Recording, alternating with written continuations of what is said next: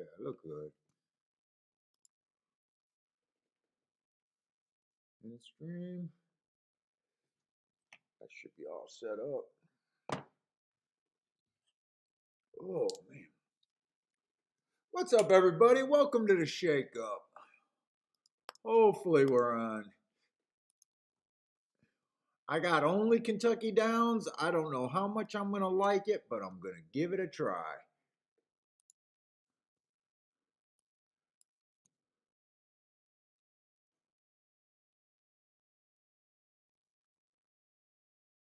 Let's see, I need my video.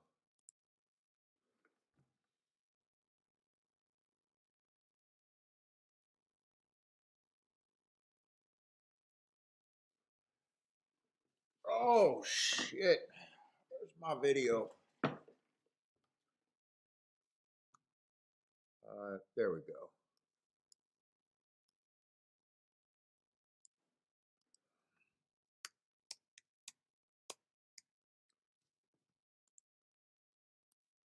Why is this crawling?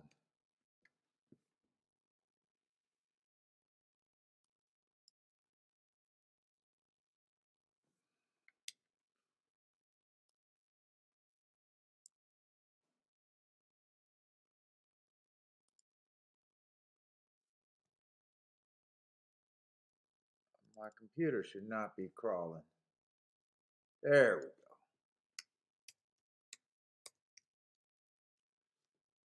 Oh, let me sign in. What's up, Snooker, man? What's up? Dude, it's warm in my basement today. Holy fuck. All of a sudden, I got super warm. Let's see, where are we at? Just Kentucky Downs. 20 minutes for the first race. Yeah, I did not. I thought Saratoga, I thought Sunday was their last day. I didn't realize that they raced Monday. I forgot all about the holiday. Ugh.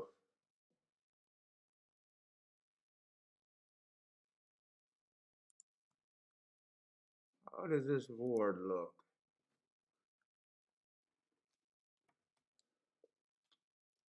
Oh, but it is hot down here.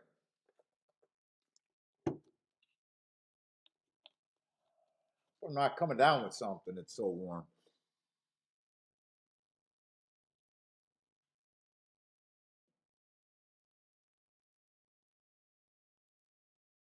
'24 win percentage for favorites last week.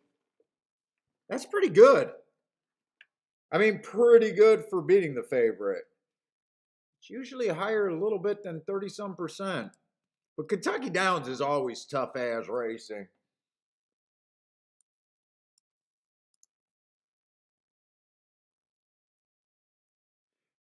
Now, I don't play, I think I only played 1 year of Kentucky Downs. I think last year, maybe the year before, maybe I played 2 seasons at the most. What's up, Roland?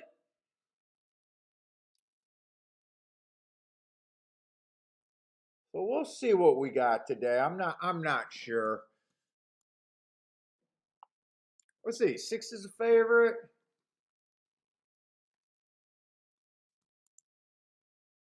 Dean, what's up, Dean?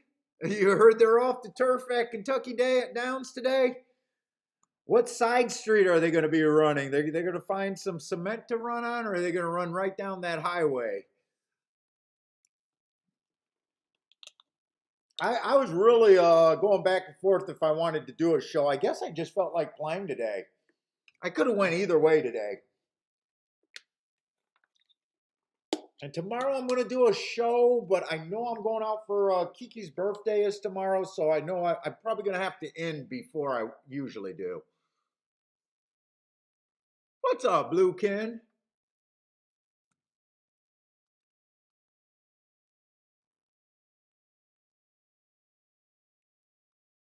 Dean says at Ellis Park they run on the highway. That's right. They had that loose horse.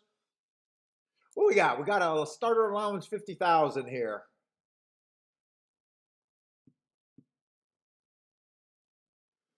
And let me see what they did last year. I mean, last year.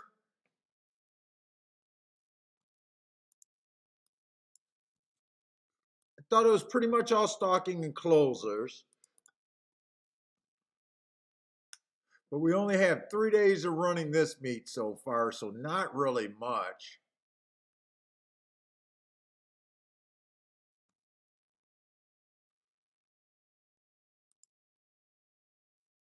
Where's Kentucky down? Post positions were all good. Speed was just bad last year. It just looks like speed was bad last year.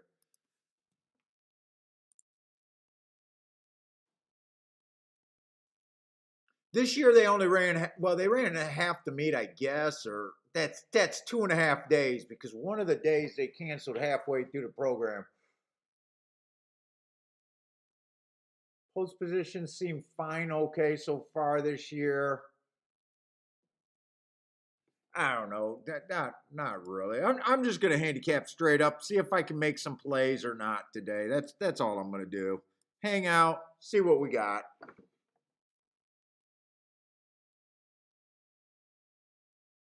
Lucan says, "Happy birthday, Kiki." I hate celebrate. Oh my God, do I hate celebrating birthdays?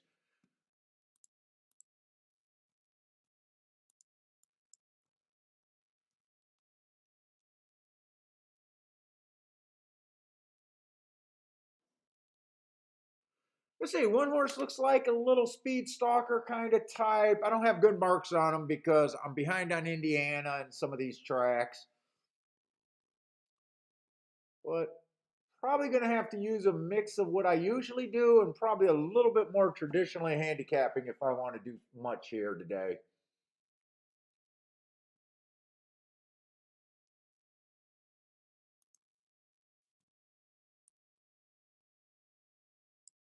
Broke its maiden last race. Race before that was a 1 race sample, so I really don't have much on this horse. Let's see if I can handicap using just equine base information.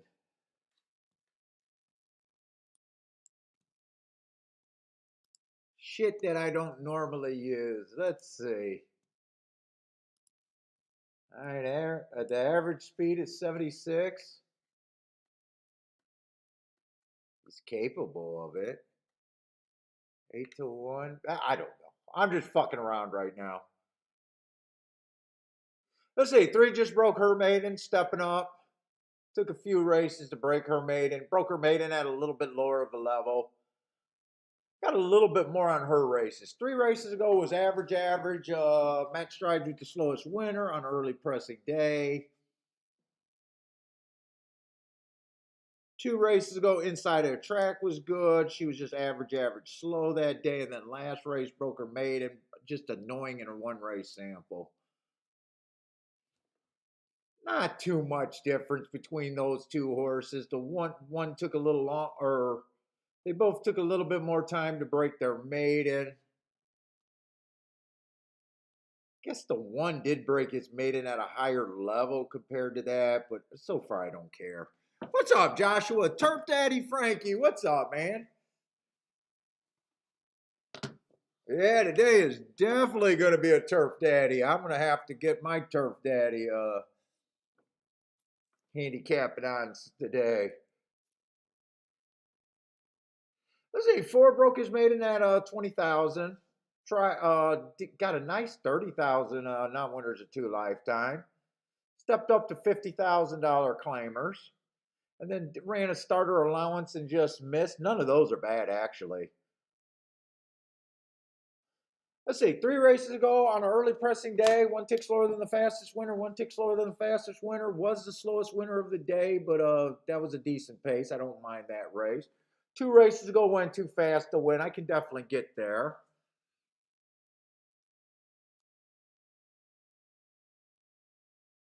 So this is a starter allowance 50,000 where the requirement is for 3-year-olds and upwards, which have started for a claiming price of 50,000 or less. That's pretty wide. And never won a race other than maiden claiming. Maiden or claiming. 4 doesn't look bad, but let's see what else is in here. 5 at least ran at this level last race.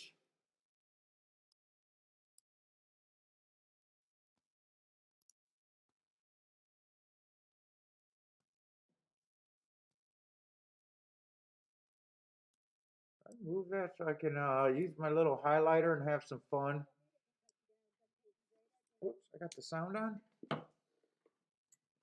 Let's see, did earn a heart that race. I like that at this level. I'm probably going to lead towards that. I think the track is backing up, but I'm not really sure. I'm just going off of opening day and last year's meet. That was my thought, that they were not kind to speed last year. I can definitely get to this horse. Oh, I'm surprised not the favorite. Just ran in this race last race, just missed, went too fast to win. That's all nice. I can definitely get to that 5 horse. Let's say the 6 horse. The 6 horse is a big favorite, and let's even see if I even think. Ran 4 races, a couple of them were routes. Did win at a sprint. One at a route too.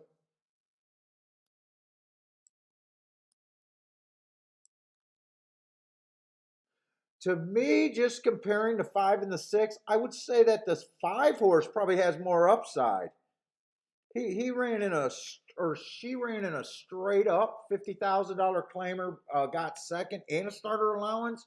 Where this horse won a non-winners of 2. I mean, I'm picking hairs. Let's see, 2 races ago on a stalking day, met strides with the fastest winner average, so a decent pace. I don't mind that race. Last race, I would upgrade that race a little bit. Stalking closing day, went wire to wire for the win. I can definitely see this horse winning. I would just be trying to beat him at 4 to 5. I could see him winning. There's enough reason for me to say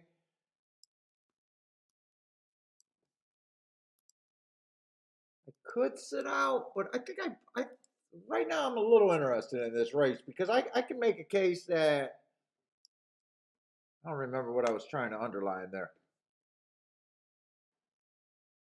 See this horse winning, and I can also see him losing. And to me, I do like the 5 a little bit better than the 6.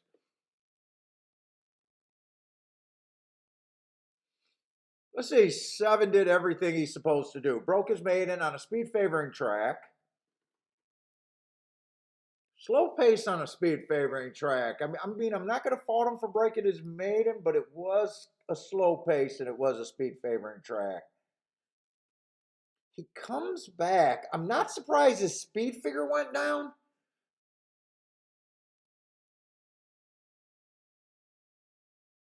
He tried this level. He went too fast to win.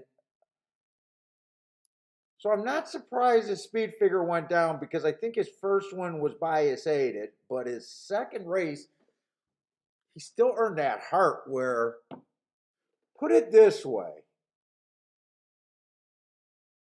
at 22 to 1, I think it's okay. If you like this horse and want to play this horse, I wouldn't worry about the speed figure here. To me, if the price makes him okay, he has just, or she has just enough interest to still like at that price. This horse was a favorite. I'd use those same 2 races to poke a hole and decide why this horse couldn't win. But the horse is 22 to 1, so I would look at it the other way. What's up, Catherine?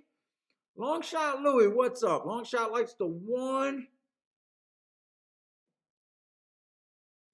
Catherine says, oh, yes, we definitely thought the outside posts were getting a really good start this year.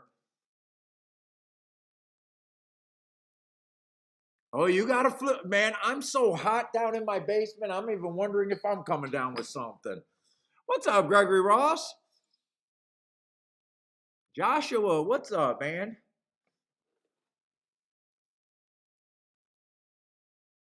Let's see, the 8 feels way too cheap to me. 8 feels way too cheap to me. 4 races ago was just average on an early pressing day at 10,000. That just sounds too cheap. 3 races ago, stalking closing day. That's exactly what he was. Still on the slow side at a low level.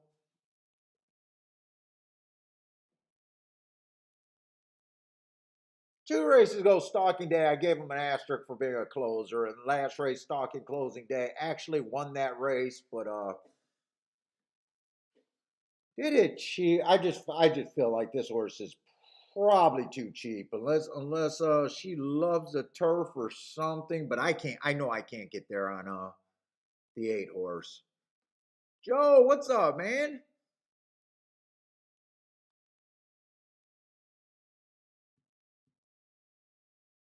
There does seem to be a lot of speed here, even though they're lightly race speed.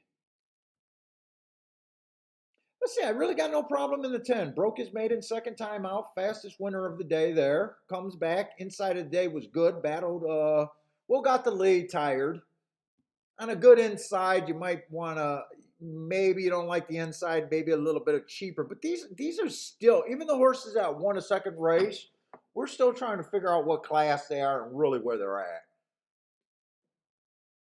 I would lean towards 10's probably a contender. I'm a little worried about speed right now at Kentucky Downs. I'm going to write down what I could kind of get to here. And I know there's a lot of speed horses here. In fact, I think every horse I like is kind of a speed favoring horse.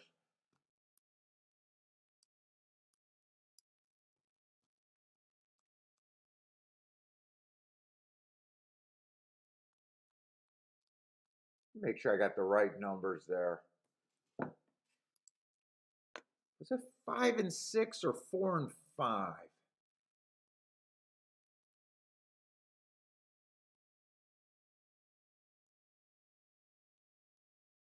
Yeah, it was 5 and 6.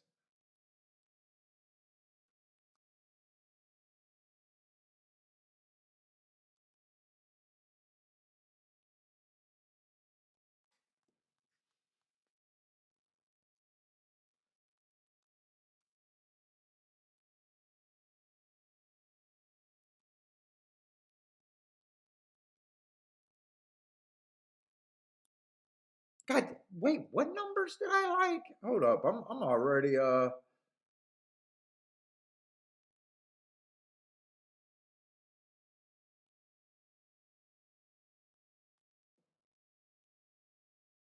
Oh, I don't really care for the 6 here. It's 4 and 5 were the horses. I would be against the 6 horse. 4 and 5.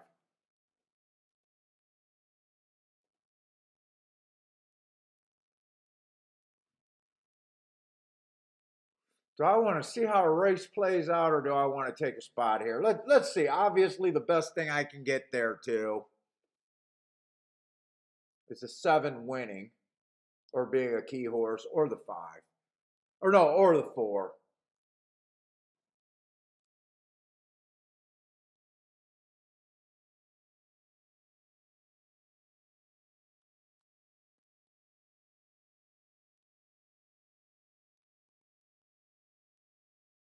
Dude, my stomach's freaking gurgling. Holy shit, I haven't even ate anything and my stomach's gurgling.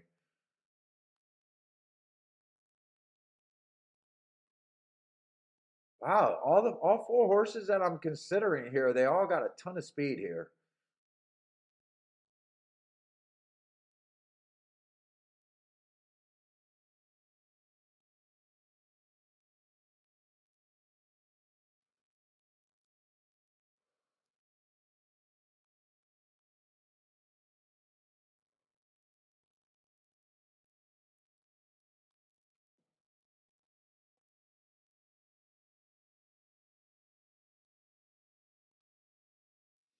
Let's see, but they're all lightly raced. They are lightly raced. So you know what? Maybe I shouldn't worry about the running styles right now because some of these might be able to prove to rate right now.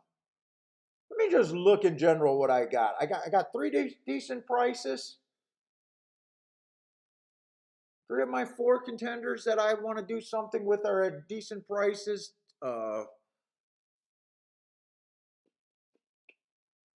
I think I play this a little bit. I don't want to think too hard. I think I'm going to start off with a little play bet. Start with a 4-horse exacta box. And just 4 and 7 to win here. I think I'm just going to start off nice and easy with a little play bet. Don't have to think that hard. If they all go to lead and kill each other, I definitely think that's a possibility. But with some of them being lightly raised horses, I wouldn't be surprised if someone of that group can rate. But if I got 4 horses across the track, it's probably going to be bad. Let's see, 4 and 7 to win. At least I like the prices that I'm at there. I'm going to do a 4-horse box, so that's a $12 base ticket. I am going to do this in a playback category. Oh.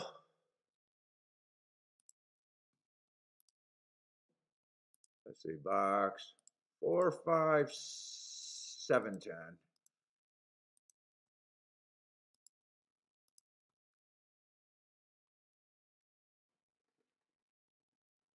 Let's say Roland likes the 1 horse.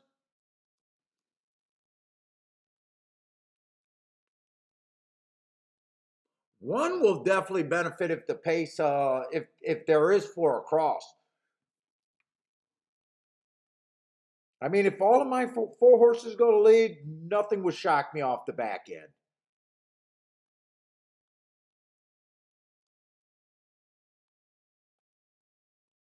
The 1, the 3, the 6, well, 8 would probably be the closest thing to shock me winning.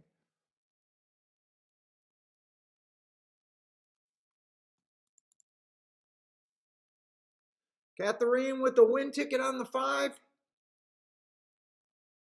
Let's see, can the 4 just rate? I'd like to see the 4 rate.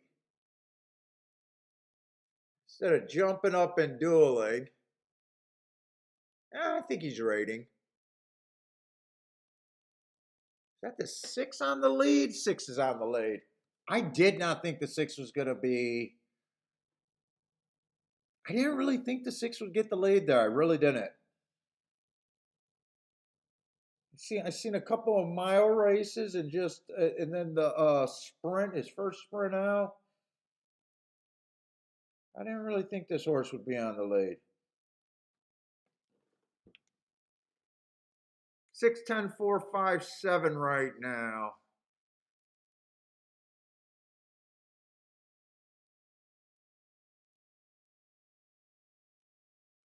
Shit, 6 just. Come on, 7, have some horse right now. Have some horse. They're getting tired. 6 is not getting tired. I'm trying to cheer, and 7 himself is tired. Well, 7 ran the best of my group. 6 did go wire to wire. Well, I did not care for the 6 at 4 to 5. That's for sure. 8 did get second. 8 got second or 1? Did 8 really get second? Wow. I did not like the 8 at all. Well, no one liked the 8 at 55 to 1, I guess. I thought he was she was way too cheap. I think that is the 8 that got second, right? It's either the 1 or it is the 8. 6, 8, 7. Well, that try, even with the 6 winning, is going to be a ton. Or should be good. I don't know about a ton, but it will be good.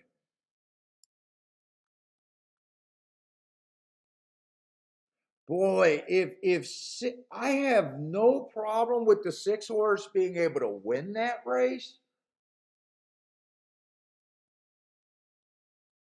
I'm just surprised he went wire to wire. I'm surprised that was the horse that got the lead and was the fastest.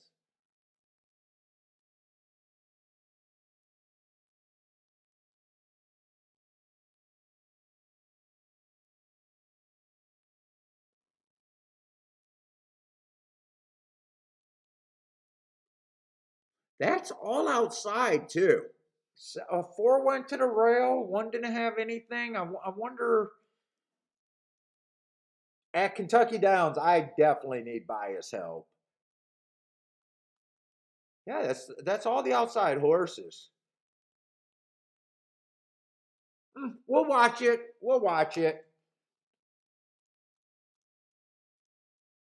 We'll see if I can get turned on to something there.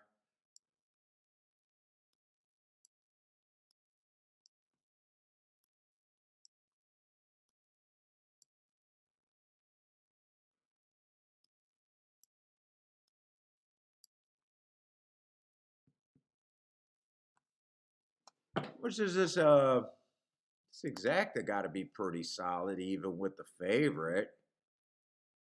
6-8 is paying $61.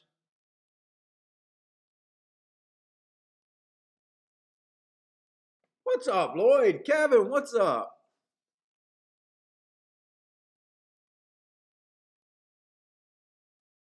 Charles, what's up?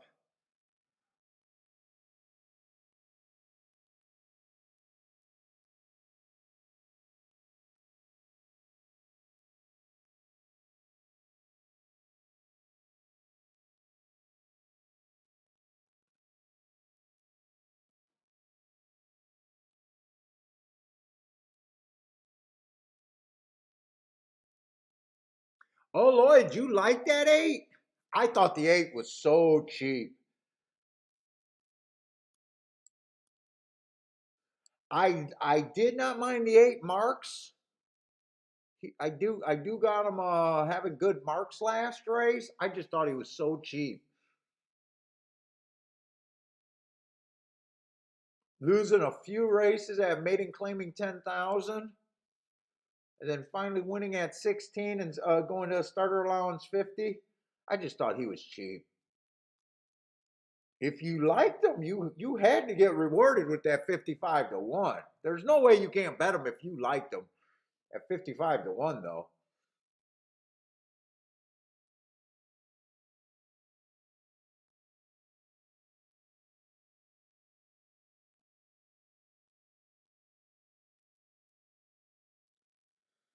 Let's see, $21 to place. The exacta was really nice. $61. That's the best exacta you could have got to. The try like we thought paid pretty good. 10-cent super, everything paid good. Yeah, I know, Kevin. Grandma needs a shirt.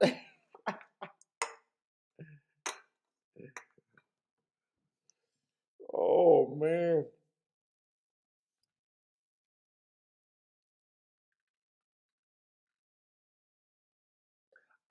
I thought if I lost that race, I thought it was because all of the 4 horses that I bet were going to be on the lead or near the lead, and just duel themselves duel themselves out of the race.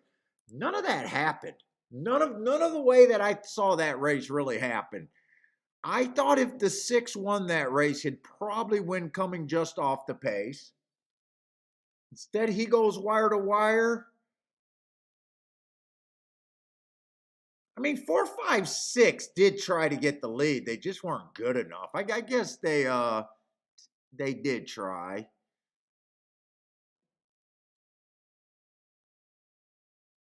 Let's see, what does these fractions look like? 22-2.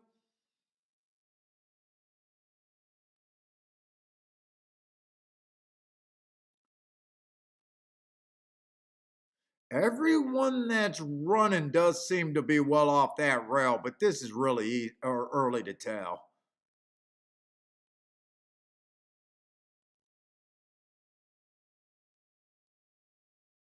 Or tried to make a move up that rail. One looked kind of scary up that rail for a second. But all the real horses that are doing their running are all wide. They're all wide.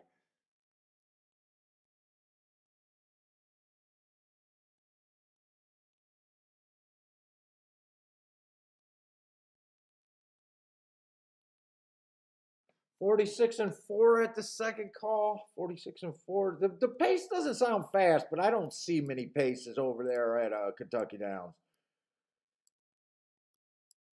What was it? 22-4, 46 and God, I am having a hard time with my memory issues today. I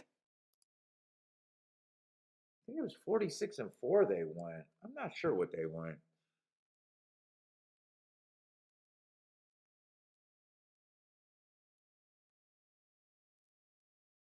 Dude, what the fuck is this camera guy doing during the race?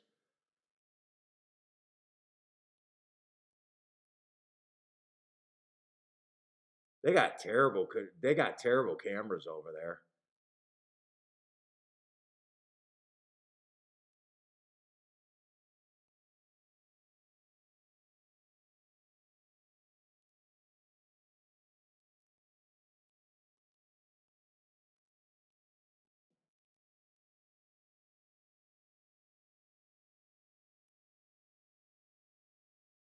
Start going uphill. I hear this is around where I thought the 7 had a little bit of run, I thought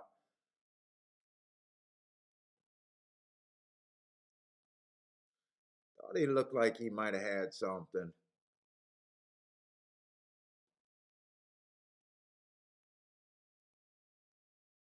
All right, I watched that race. Yes, I'm playing Gulfstream tomorrow, and I think Woodbine. Gulfstream and Woodbine tomorrow. I think Gulfstream starts early again. I don't know why. I don't know why they went to that 3 o'clock time. Now they're at noon. I don't get what they're doing over there.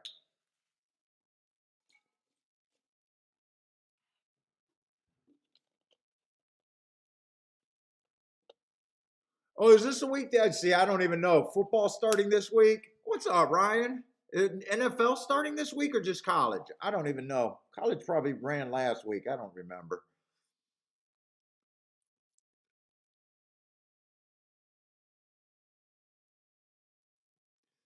All right, let's look at the next race. Oh, Roland, you don't like those starter? I like starter allowance races. I like starter allowance races when there's more foundation. I mean, more running lines for most of the contenders.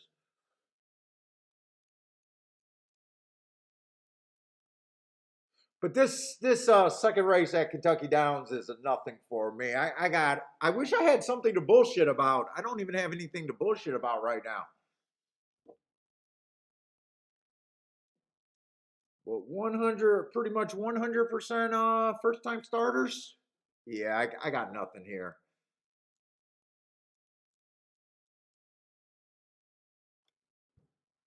NFL starts this week.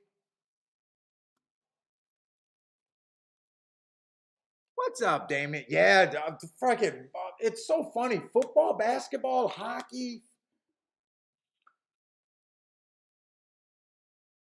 Dude, the older I get, it's not even on my radar anymore. It's so not on my radar.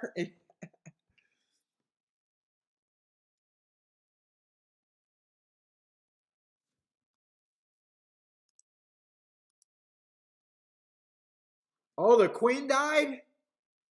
So does that mean Charles is king? Dude, that dude. If does that mean Charles is king over there? I guess I could look that up because I got nothing at horse racing to do anything with. It's not on. It's not even on Yahoo News, is it?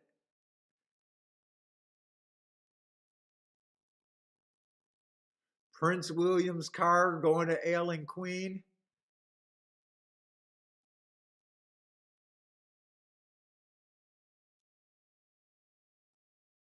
Breaking news. Yeah, Queen Elizabeth II dies at 96. Buckingham Palace confirms. It's on the breaking news. I didn't even see it when I first looked.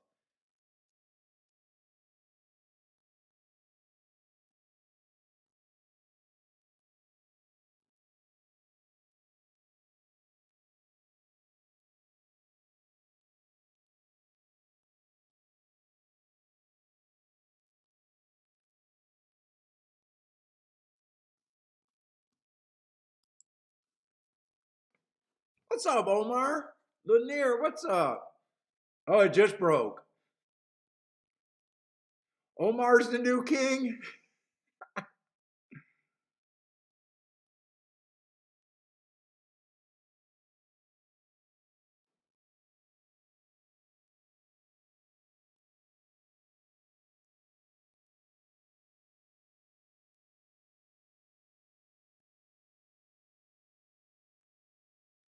Damien says, I was happy City only beat us 4-0. Good luck against them. What sport is that? Happy City. I was happy City only beat us.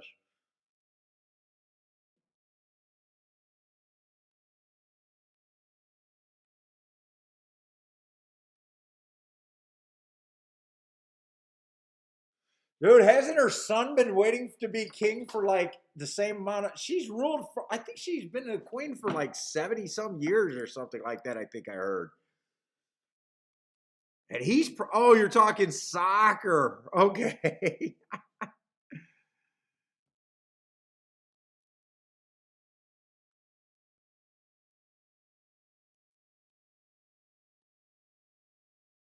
What's up, Derek? Injun? Is that, I do not know if I'm said that name right. Ejin? Oh, not much. I'm gonna struggle through. Well, we'll see. I don't know what I got there. Well, but I'm gonna try to play Kentucky Downs. I think I only played it 1 year, and not even 1 year. I spotted a closing bias, and I think I hit like 2 or 3 winners and was able to win for the meet. But shit, that shouldn't be that hard to win on a 6-day meet, though. I mean, I know it's hard racing, but you don't need that many opinions. So we'll see. At the same time, even with that said, I'm not that excited to look at it today.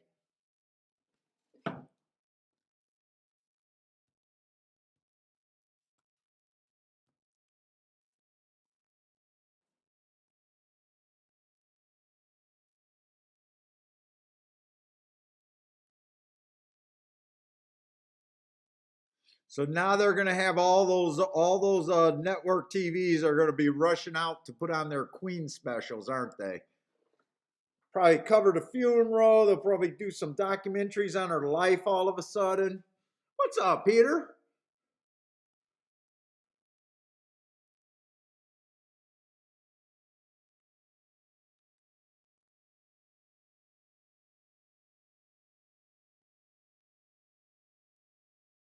17 minutes for the next race. If you're new to the show, I just don't have anything to say about a race with a bunch of first timers.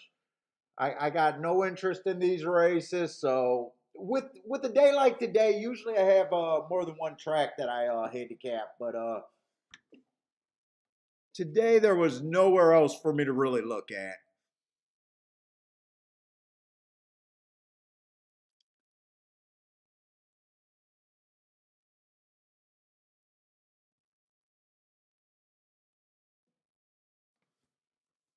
Let's see, is there a football game tonight or something? Let me see. NFL. Let's look around.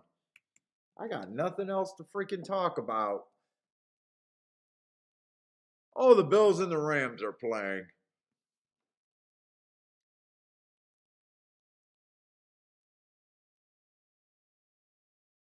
The Lions are undefeated right now. Good for them. Right now, the Lions have a shot at the Super Bowl. Right now. Probably can't say the same thing next week. They can't. You know what? They can't get eliminated in the first 2 weeks. It's probably impossible to get eliminated in the first 2 weeks. They might try to find a way, but it's probably they'll probably mathematically still be eligible. Kevin's glad he wasn't here. Yeah. Well, that second race wasn't, or the first race was not bad payoff wise. The problem with my opinion is I did not think the 6 was that good. I did not like the 8 at all. I did like the 7. So my opinion was just overall shit there. Although I don't really mind my play. I knew it was going to be a play bet. My win bet was on a 6-1 and an 18-1. Not going to apologize, especially for the win bet on the 18-1. And I did a small 4-horse exacta box on a play bet kind of thing with 3 prices in there. Avoided the favorite, but you know, it was just a losing bet all the way around. But it was at least a bet that if any of that would have won, the win bet or the exacta or both, it would have paid. It would have been something that moved the bankroll a little bit. You know, I would have got banged for my buck. So definitely don't mind that. It was just a losing day. Oh, Turf Daddy, dude, I can't. You know what? You know how much I love or I hate hype. I despise hype. I despise looking at people getting excited about anything. I have I have absolutely no joy in my life unless I'm cashing a ticket and sipping on the tears of losing gamblers. That's all I enjoy. But I tell you what, man, Flightline, that was impressive. And him winning like that, my first thought was, oh my God, he's going to be a hard question to take in the Breeders' Cup. Whatever race that they decide to enter him in the Breeders' Cup, it's gonna be a difficult thing for me.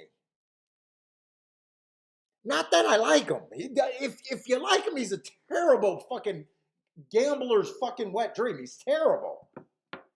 He's a horse for the fans. That's it. You know, so that was my first thought. Like, oh my God, he's going to ruin a break. Whatever race that he's in, it's going to just skew my head.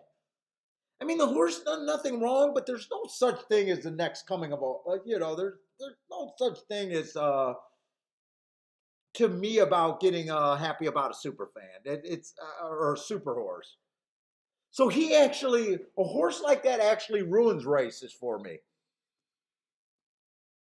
But yeah, it is kind of funny. With all the memes and everything of them already declaring him the greatest thing, already Secretariat.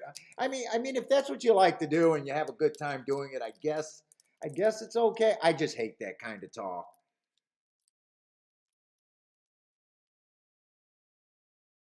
But he's definitely going to be a hard question in whatever race he is. I still feel like he hasn't ran against anyone. I still feel like he's unproven. I still feel like, you know, your only option is to beat him or to sit out. Unless you're trying to get through on like a horizontal long bet.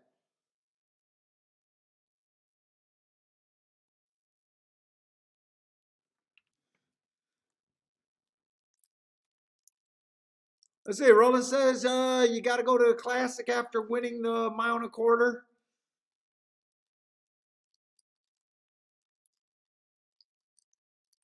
Lloyd says Flightline's as good as it gets. Well, we just know with gambling and hype, nothing's as ever good as it seems, and nothing is as bad as it seems.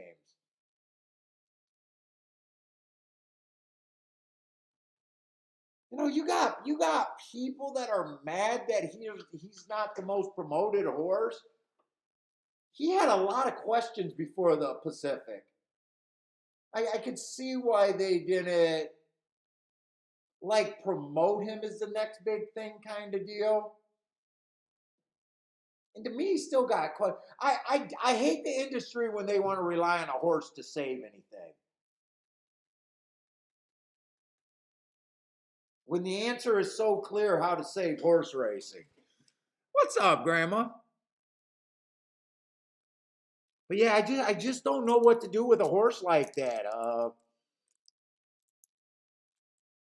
Dude, it was so bad that after he won, people on Twitter absolutely lost their minds, taking taking shots at handicappers that said that they thought there was a reason to beat him.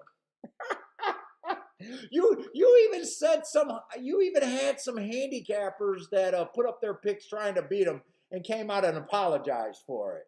And to me, that kind of shit is nonsense.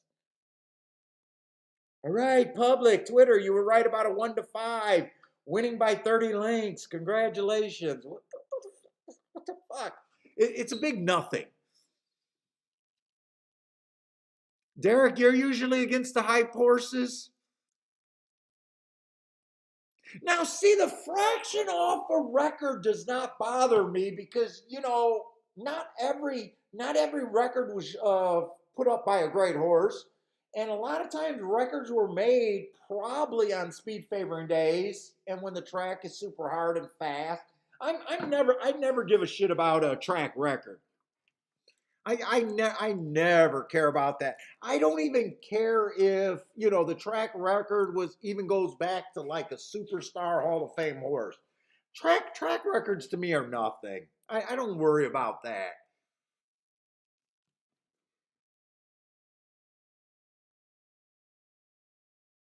Turf Daddy's found a reason to get a horse that he liked at 12-1 in the future because of Flightline. So impressive win. Now I know, like for me privately on my betting, I know what I would do if I come up to the Breeders' Cup race. First of all, you guys know in the Breeders' Cup race, I'm not even really super interested in the Breeders' Cup races unless I'm doing a live show. I would just turn the page and go to a race that I cared about. On the show, I'm going to have to him and haw and decide, and I'm not sure which way I'm going to go. I'm not sure which way I'm going to go right now.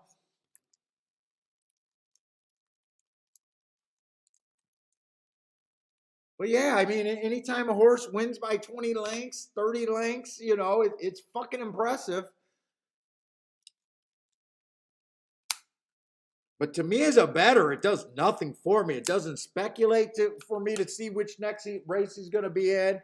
Speculating which Breeders' Cup race he's going to choose to be in. Speculating who's going to draw in.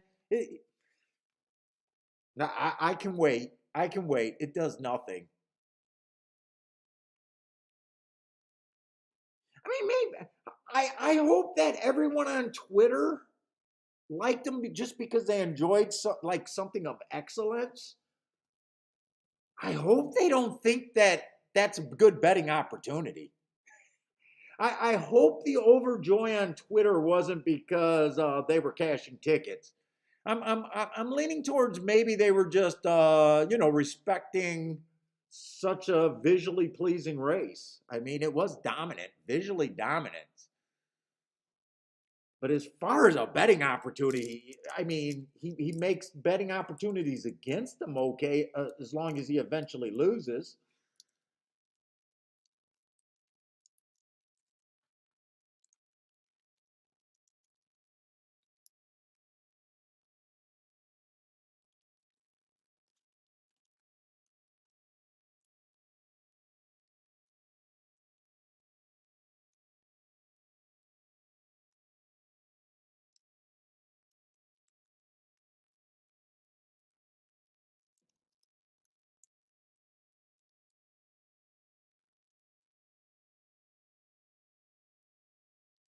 Roland says if he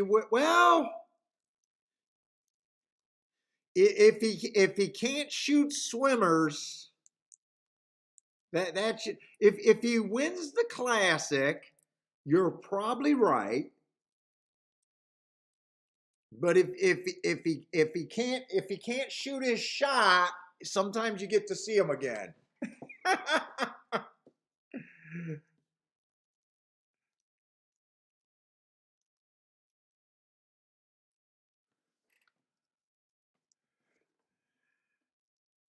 Wasn't Cigar one of the horses that they thought they had a breeding stock and he couldn't make babies? There's been more than one. What's up, Steve?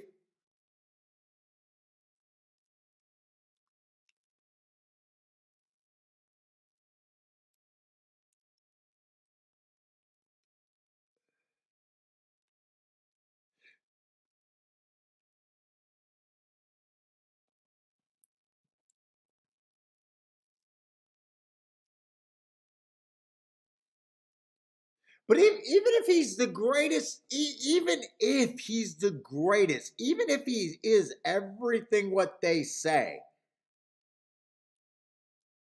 they're already fucked. They're you know, horse racing's already fucked on that end. That's why it's so stupid to try to make the horses the stars. Because think about it. If he is the greatest thing since slight bread and the greatest horses in the whole history, dude, at the most they're only going to run him three, four times probably. You might, you like, even like Ronald's saying, you if he wins the classic, you know, get that breeder money. Fuck, breeder's money is worth way more than horse racing money.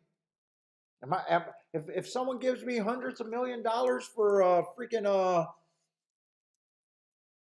dirty Kleenex, fuck, I'm not running a horse. I'm not risking anything. I can breed way longer than I can run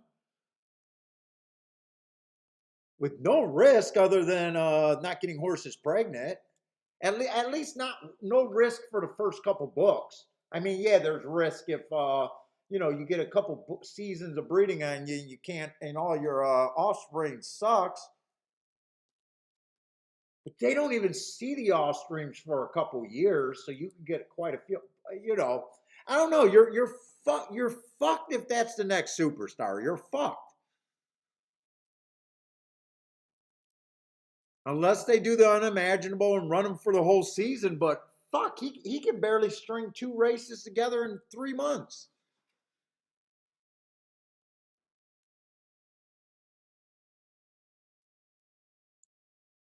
So you might as well promote the fucking stars of the game, handicappers that can win. You might as well figure out how to convince people that they can win at the game instead of getting your hopes up on a. You know, they said everyone would come back when we had Triple Crown winners. Not true. No one gives a shit.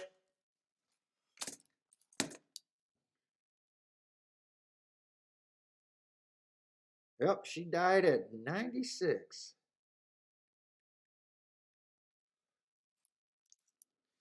All right, this is definitely a sit out race for me. I'm curious about the outside. I'm keeping my mind open about maybe how the track's playing, if any way. I'm trying to find any way to get to find a ticket that can get me something later.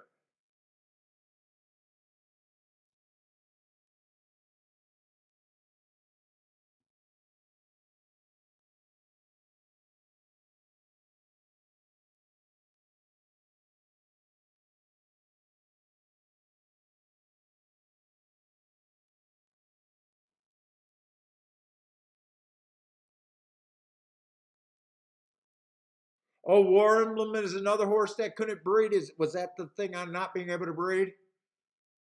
See, back then the fucking the breeders probably weren't making as much money back then, and horses probably ran longer because of that. Now that breeding money, man, as soon as you get that breeding money.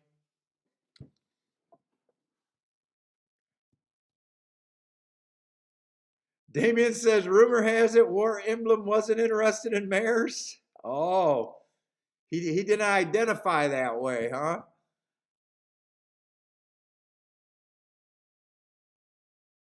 Let's see, Dean is saying when they come into the stretch, watch and see if a horse on the lead stays off the rail and stays in the middle of the course. I do like thinking that this track might not be kind to the inside.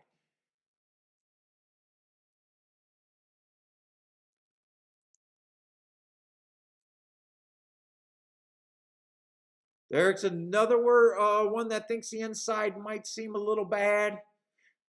Now it is dangerous because this meet is so short, but you know, if you're a biased player, but you know, you got to make up your mind fast.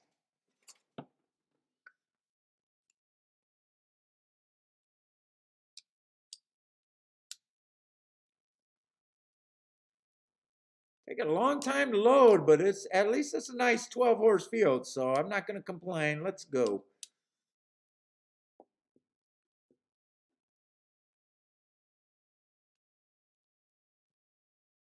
And then horse racing also tries to make like the people, like the trainers, the stars, and the fucking jockeys, the stars, and then they come out fixing a race or cheating. Advertise this game as a gambling fucking game with people that can win at this game. Can after 100 years, can they actually give that a real shot to do?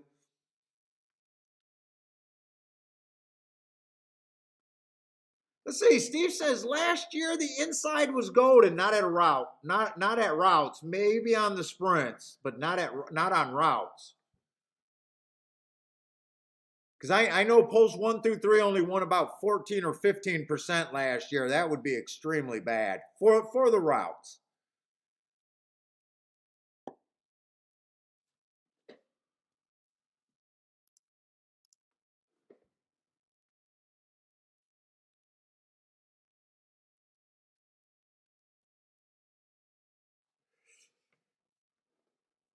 Let's say 5 and 9 are dueling on the lead, and this is nothing but everyone's a first-time starter. So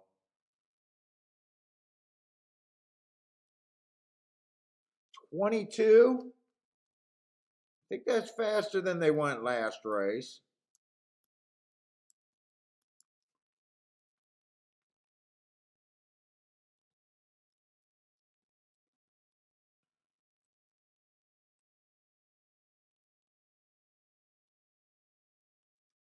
$46-1. I can't.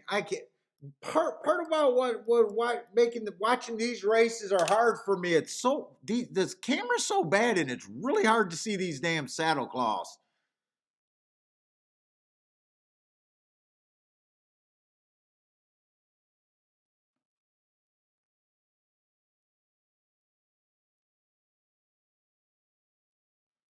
Looks like it's 5-9. I don't even remember. I think I said the 9 was always up there. Was 5 always up there?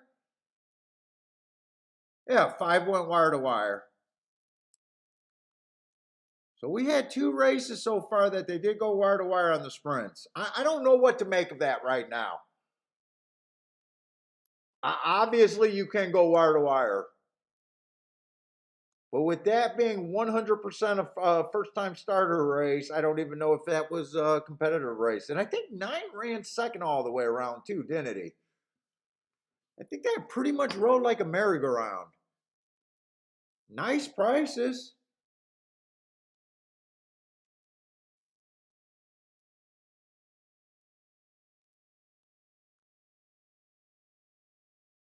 Definitely nice prices. Definitely that you can definitely move the bankroll getting any piece of that, but I just can't get there.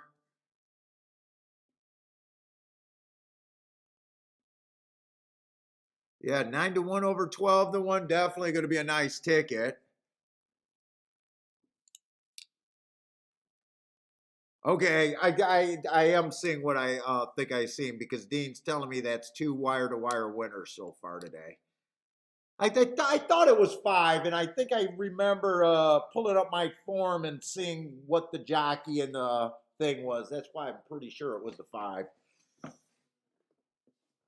And I think 9 held up pretty much the whole way around. So we'll watch that race again. We got plenty of time right now. And I think the third race is yeah, third race is a little bit better. I'll look at the third race. I'm gonna have to look at some things today.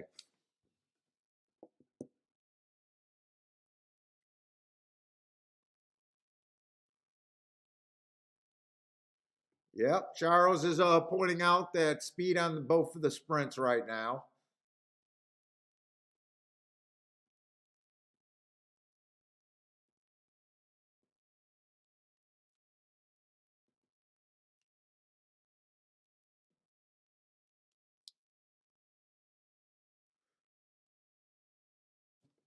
Four was the favorite. What was the 4 here? I do not know how you get to 8-5 and say that's a good thing in a 12-horse field at Kentucky Downs. On a horse that lost by 14 lengths. I mean, chalk players need to just beat themselves up. Why? Why? Why at 8-5? And I don't care if the horse, right now I know the horse lost, but why? That's an ugly running line. He's trying turf for the first. I just don't get why. I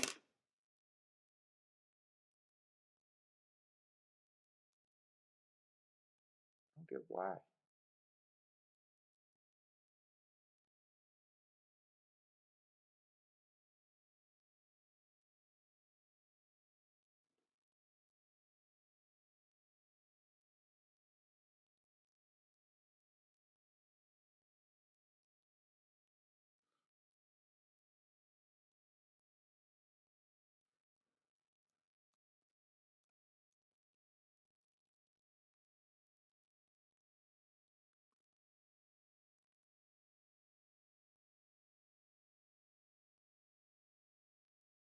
Oh, Steve, you're saying because of the yeah, but still,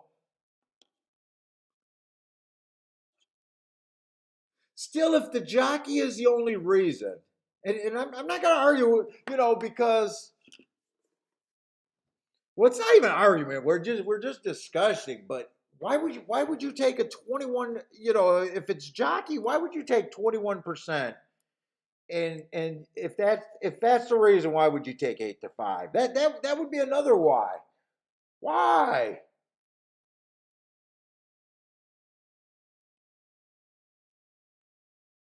I mean, right here, I can be as simple as this. Jesus Christ. Ortiz is riding at 18%. He's 27% for the year. Fuck, 9-1? Yes. If he continues winning at either of those rates, yes, 9-1's a good price.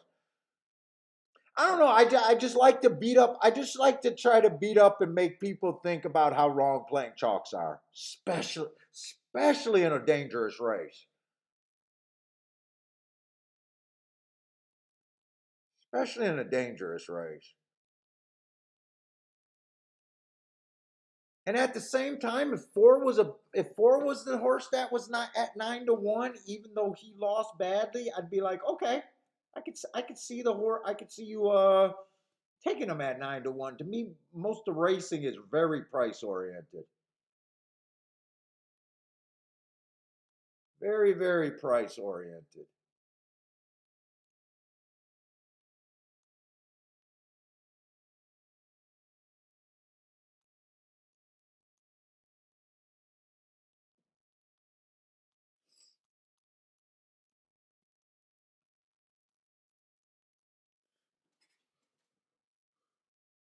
Yeah, 16 did get third over there.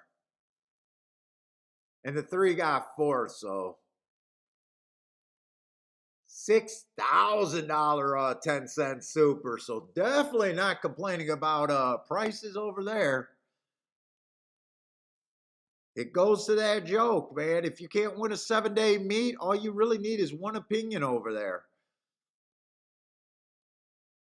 Yeah, exacta's not everything's nice. I mean, everything's nice right there. Look at that.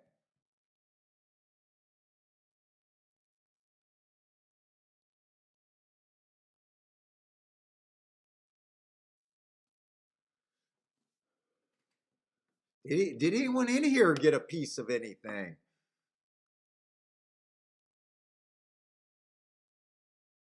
By the way, that's an awful lot of outside horses. I don't know. I'm just keeping my eye out on it. I'm trying to find anything I can grab onto that might make me want to play something.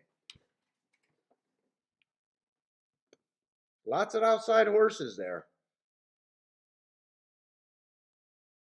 Lots of outside horses. It seems like lots of outside horses, all meet. Now, take that all meet with a grain of salt. All meet is 6 days total. And they ran 3 of them. So there's not many races to build any kind of models on. There's very few races.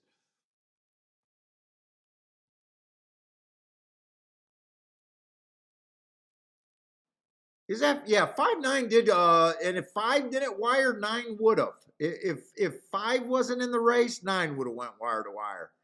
So that for the first 2 horses, that ran like a definite merry-go-round right there. 16 didn't make up ground to get in third.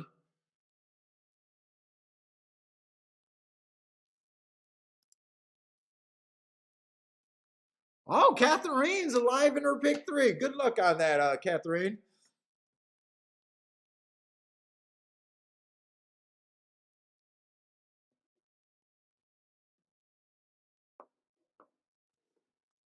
Hopefully, I'm interested in this race. Well, we got another. I want to get to the mile races. For some reason, I want to play the mile races more than I want to look at the sprints.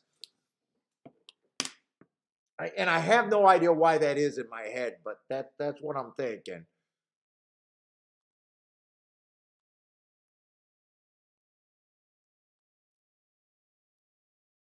You know, I got some horses I can look up. I started marking this late last night because I was really deciding if I wanted to do a show today. So I do got a couple holes I want to fill in. Shouldn't take that long. And they got 30 minutes between races, so I feel like I got tons of time. Too much time.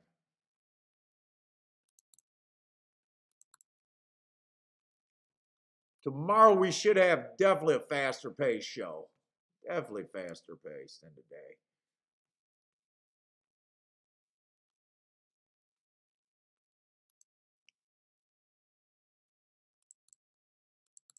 Oh man, I gotta wake up. So fucking tired lately.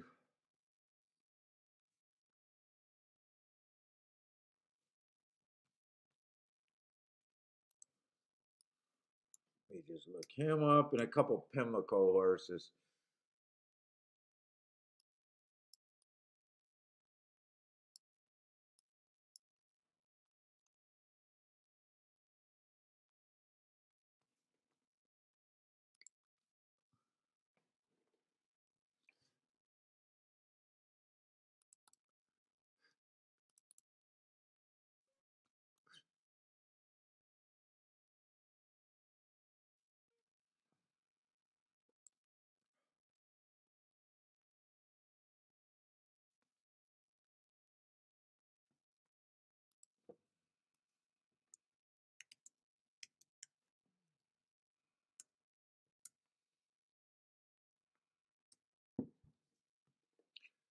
Two. Oh, that's actually a decent race right there. Oh, that was a stakes race too. Pimlico? You got the right program out. Yes, I do. Let's see. I think there was another Pimlico horse here that, yeah, July 9th. Oh, same race.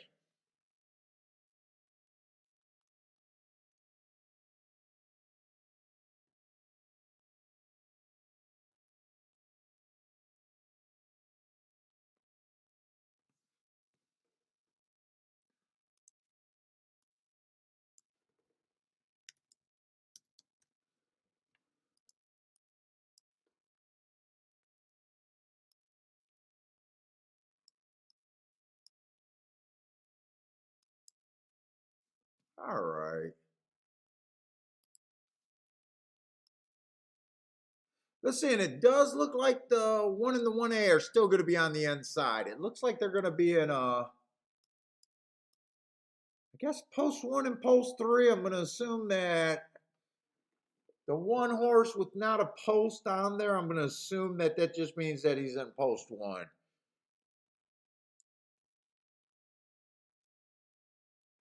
Well, it's 1X race. 6.5, so our third sprint in a row. I mean, outside looks good. Speed actually looks good so far today. Kind of scared just to say anything at a bias right now. I'm kind of scared to say that right now. Put it this way, I wouldn't have fought anyone to saying, hey, I want to take advantage of speed in the outside, or I want to take advantage of speed right now, or I want to take advantage of outside right now. I would not fought anyone in doing whatever direction they wanted to go in here. Short meets, if you're, as long as you're trying to get to horses where most people aren't,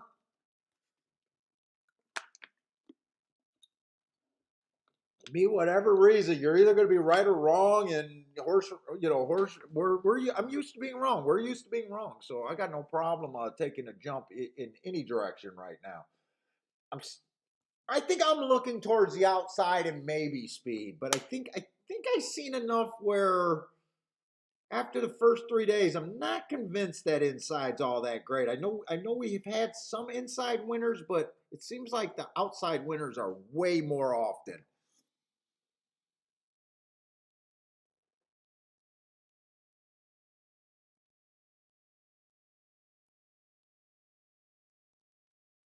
Is Colonial Downs closing for the meet or forever?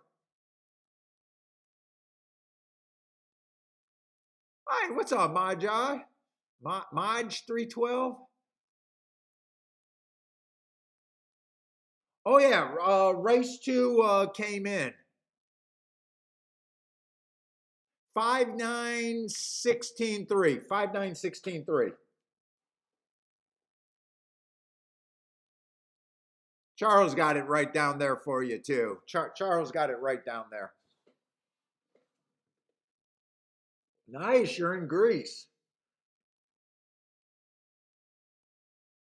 Well, if I'm right about the inside's not the place to be, I don't like either of the ones.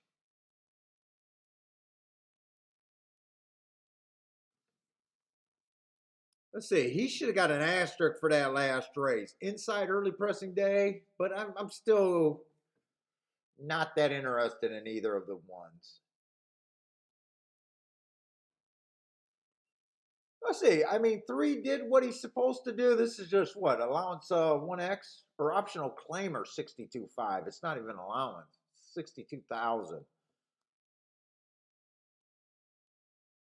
For 2-year-olds and up, or 2-year-olds which never won a race other than maiden, claiming, or starter. So we can have multiple winners in this race. Never won a maiden, claiming, or starter, or which never won 2 races, or a race at 62,000. Any multiple winners here?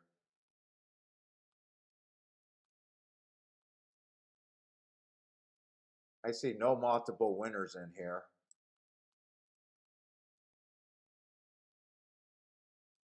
So everyone just did the same thing. They broke their maiden.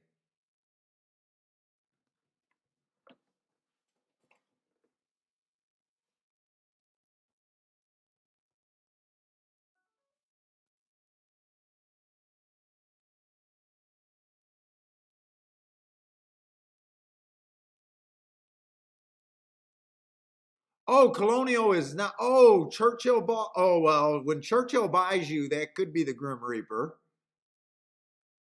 Or it could be when I go visit your property. I'm also the Grim Reaper.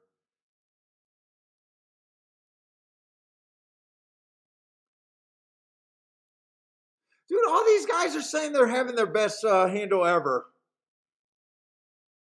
But I think their handle is like way down when you do inflation and all of that shit. I see different things with that. I see industry always says that they're doing their best handle ever. But then I see where people like critical of the industry are saying that they're way behind any growth. And their growth sucks compared to all the other gambling games. I don't really know what to think. I don't really follow that side of the shit.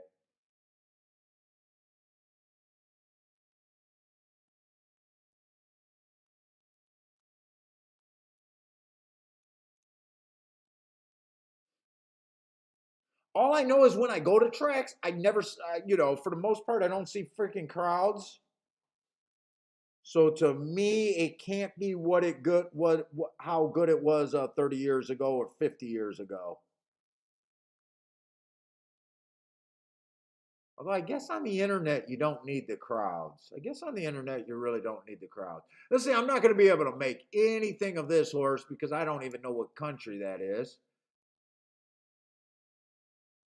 I got a little interest in the 5 at 13-1. A little interest.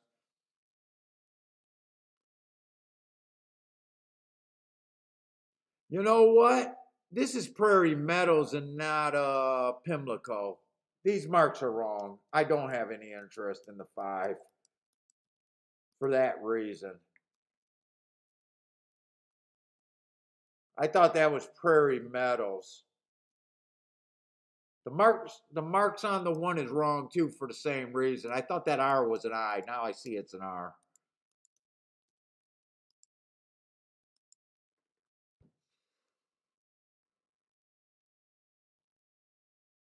Let's see, the 3 did nothing wrong, broke his maiden at the highest level, of maidens that they got over there at Belterra. It's just Belterra. 4 broke his maiden at Keelan, which sounds better at a maiden special weight than he tried a stakes race.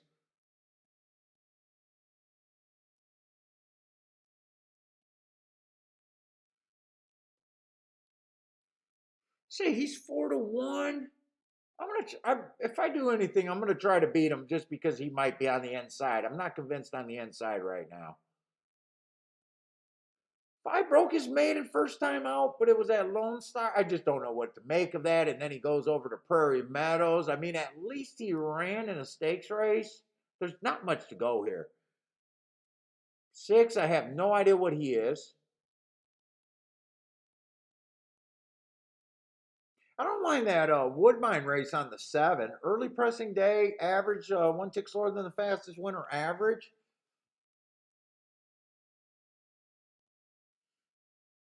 8's the favorite. 1 is made in pretty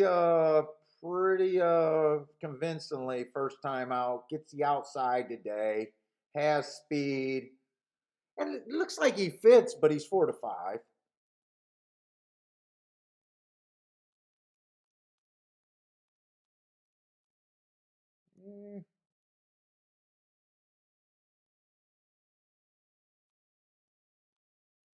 Let's see. Can I do anything with the outside horses here? I think if I do something, I'd want to be on the outside.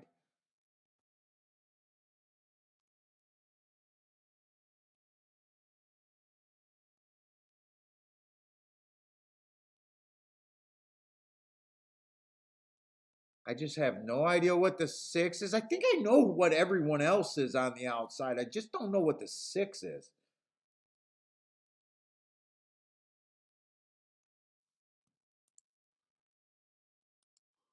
Let me look at some of these betting combinations to see if I can do anything. Oh, the 16 is in that race? No, I didn't advance the betting board. Okay, go there. Now I'm in the right race.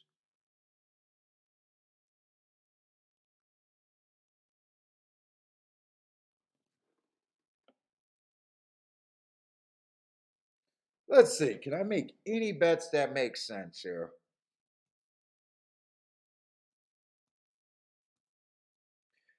I'm just gonna write down a bunch of shit that I'm brainstorming with myself that I could get to. I just want to see if they're worth playing. Let's see. If the 8 wins, 9 is probably the only exact. I guess 5 at 17-1.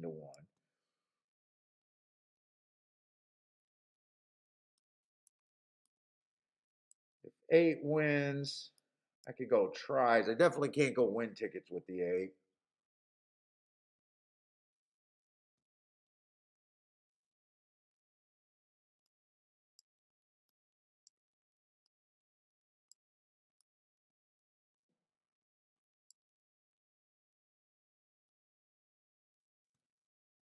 Can look at something like that.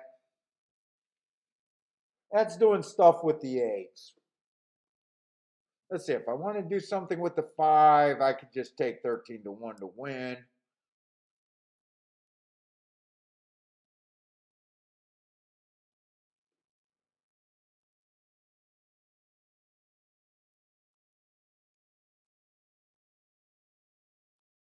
I still think the 7 got a fair shot. Let's see. I can do this 7 to win also, or I can play 7 in the combinations.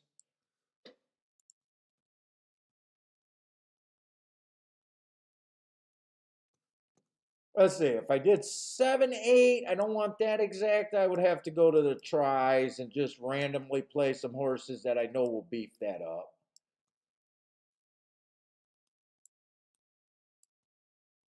Let's see, 7-9 would be good. 7-5 would obviously be good. 7-6 would probably still be good.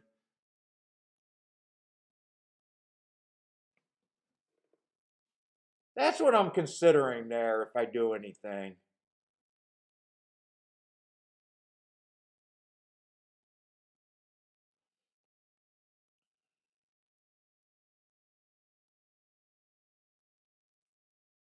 If I did this, yeah, I could do any of that.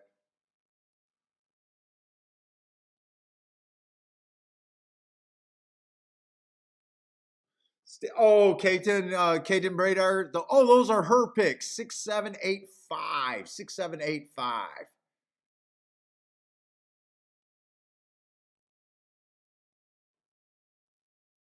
Yeah, that's pretty much what I see. Just the outside of the track.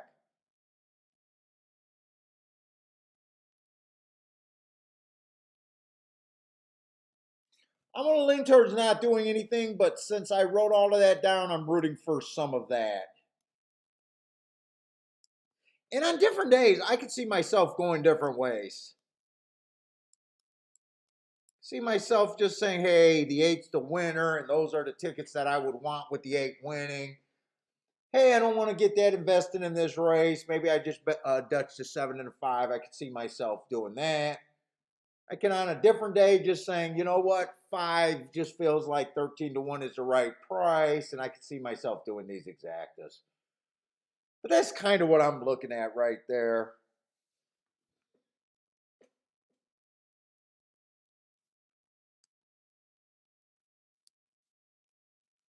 Seeing if I can find a better race to play.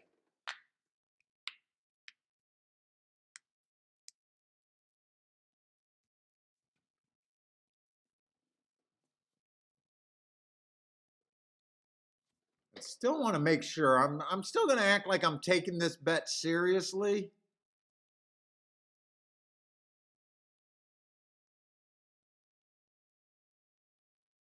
This 8-5 is only paying 16-1. I could even throw him over there instead of playing the exacta too. Also, what's up, Larry? Yeah, I haven't seen you in a while. What's up, man? By the way, if you guys are new to the show today, I really didn't. I wasn't sure if I was going to do just Colonial Downs today. Usually I have more than one track. These little minor meets where there's only 6 days. I'm a track profile bias kind of player. 6 day meets mean are they're really hard to get a grasp on. So I'm not really looking to do too much today. I'm trying to find some bets. I always do the best handicapping that I can, you know. But I have no plays going into today. I usually don't handicap early either.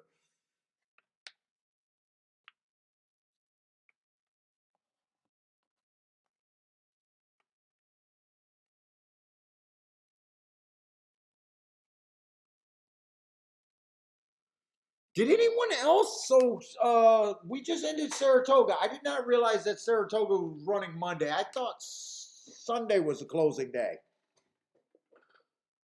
But I was pretty burned out, so even when I realized it after the show, I didn't play Monday. But I had a really good meet.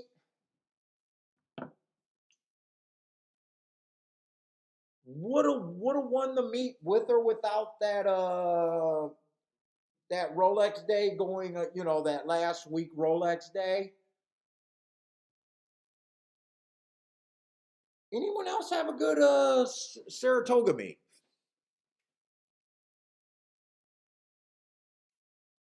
Anyone else win Saratoga? And if you have, was that the first meet that you won?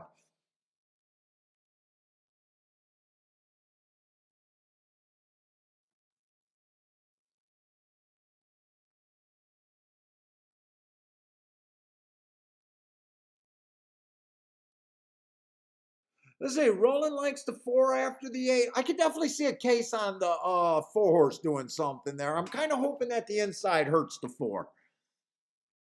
He's part of the reason why I'm kind of sitting out here.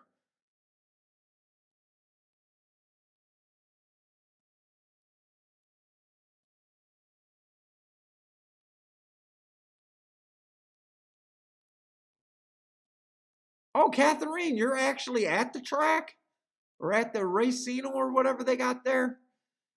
What's up, Joe?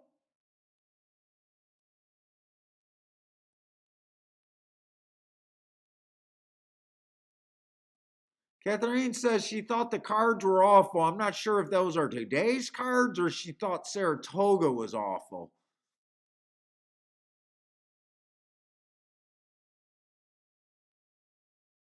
Oh, you are there.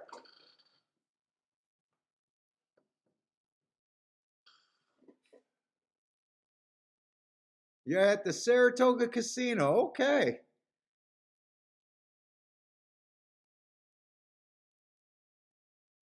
Let's see. They are getting ready to load, and I got no bet here. Oh, but you are saying Saratoga was terrible for you. Now, I really like the turf this year at Saratoga.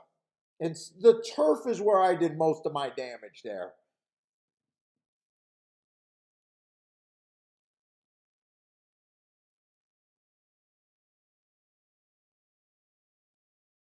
And I think I played most of the days on camera. I think maybe at the most, maybe I missed 5 or 6 days, but for the most part, you guys got to see my pretty much my 100% meet at Saratoga. Maybe 5 or 6 days are meeting, but of those 5 or 6 days, I know I know some of them I didn't play like closing day, and I don't think that any of those days made a difference. Like I don't think any of my hits that made me win for the meet came on those days.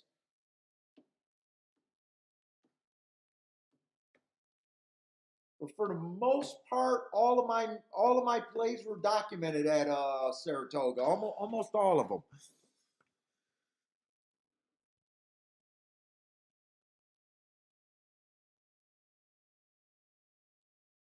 So it wasn't like I sucked on air and then I missed 5 days and I said, "Oh, guys, you guys should have seen those 5 days." I was Mr. Jesus handicapping those days. Oh, if I could have showed it to you guys would have been impressed. But sorry, the cameras were off. What's up, Thad? Thad likes the 169 over there. Elliot, what's up, man? C Money, what's up? Yeah, but I had a C Money. I had a winning meet at Saratoga. We went out on a Rolex day, Thursday or Friday show, Rolex day. I think I had the top two long shots this year. We had that 43 or 47 to 1 on opening day. I think that was the longest price winner for the entire meet. We had him, and then we had that 33 to 1, which, if I'm not mistaken, he was the second highest price winner of the meet. And then Thursday or Friday last week of the meet, we had that what was it? That 11-7, that 19 to 1 over that 12 to 1, and I crushed that exacta. So I had a really good meet over there at Saratoga. So I heard you were working there again this year. Let's see, the inside of the track actually are up there. Oh no, wait a minute. I keep wanting to watch Kentucky Downs the backwards way. I keep watching Kentucky Downs. Oh, it is 8-9 right now. Who is this that just passed everyone? Is that the 6? Dude, they got to do something with these saddle cloths. Maybe put lights on them or something. It is so hard to see what these horses are.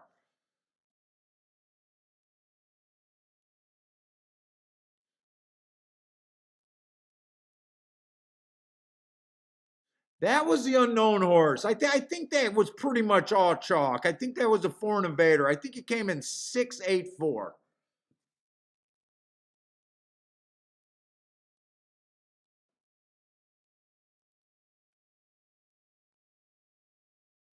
So I'm glad I didn't put a bet in there.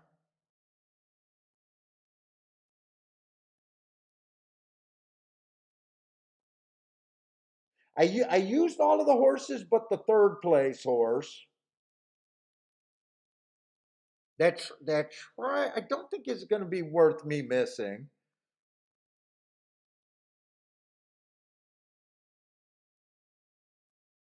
He come in 684. Charles hit that exacta.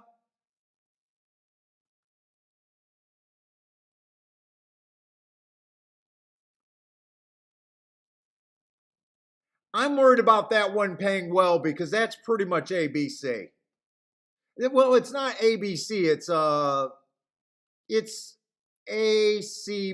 It's ACB there. Now you do get a little bit of help with the 6 horse winning, obviously.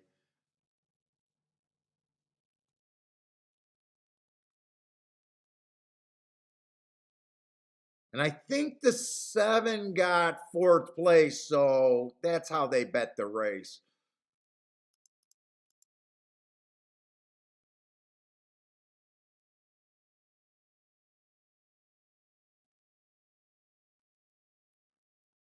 Yeah, that was 6847. We'll see what it pays. They did go they did go faster fractions in the first 2 races. I've seen that right away. 21 and 2.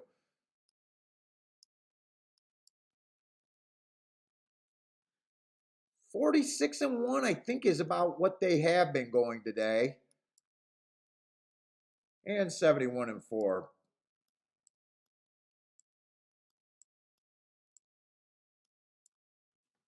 Hey, what's up, Brian? No, Brian, I was just writing all the directions I thought I could have gone. But I was never serious about betting there, so I actually got no bet. I I mean, me and my wife is always talking about some things I can do. One of our ideas was I could write the different because a lot of times, believe it or not, winning combinations. If you just watch the stream,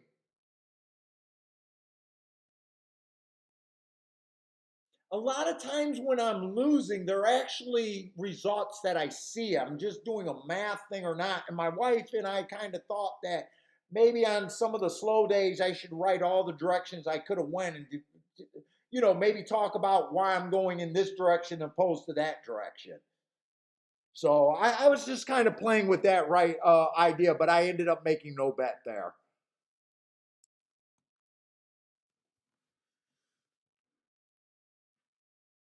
Oh, but I am doing some tries in pick threes, but I just want to make sure it wasn't done there.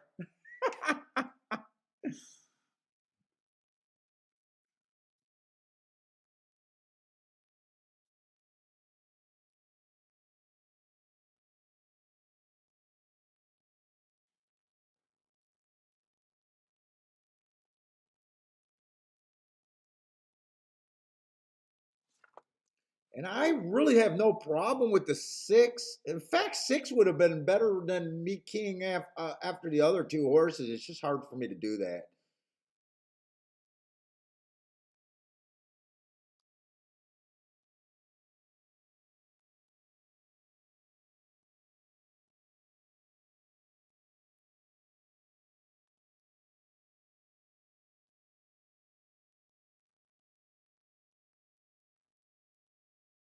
But I don't think there's too much to glean there from review. 6 in my head, I definitely thought was contender. I used him, but I did not know what he was. The 8 horse, if there was no surprises whatsoever in that race, I thought 8 was the most likely winner. 5, I thought at 12 to 1 was interesting enough at that price.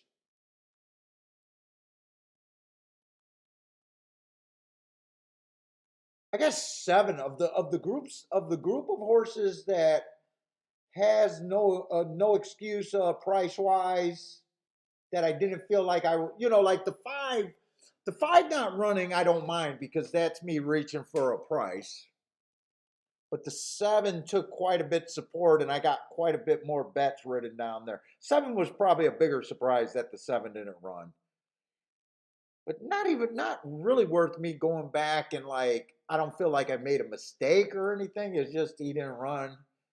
He's a horse that I could have got to, but at the same time, I knew that wasn't that great of a bet there. So I didn't make a bet there. So I got nothing to really pick about that race. You know, the races that you bet, you go in and you lose, and then you want to do a lot of looking at some shit. But when you sit out, you know, your instincts told you to sit out, and you know, your payouts or your risk work reward wasn't that great in a lot of situations. So you sit out. There's not a lot to really go back and say, why did I not have the winner?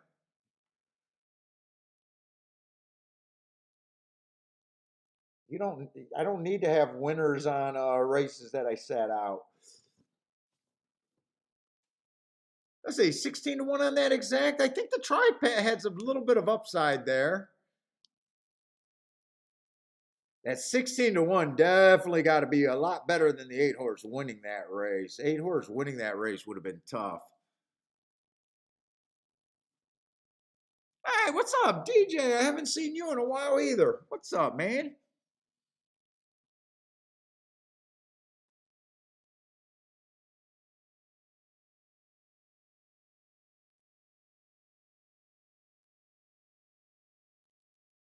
Oh, by the way, your guys' is equine, not equine, Euclid racing stables. I know some of you guys got partial ownership in that horse with Parsons. He won she won 2 days ago at Indiana for a $30,000 maiden claiming race. So congratulations on Unified Dreams. Unified Dreams is the name.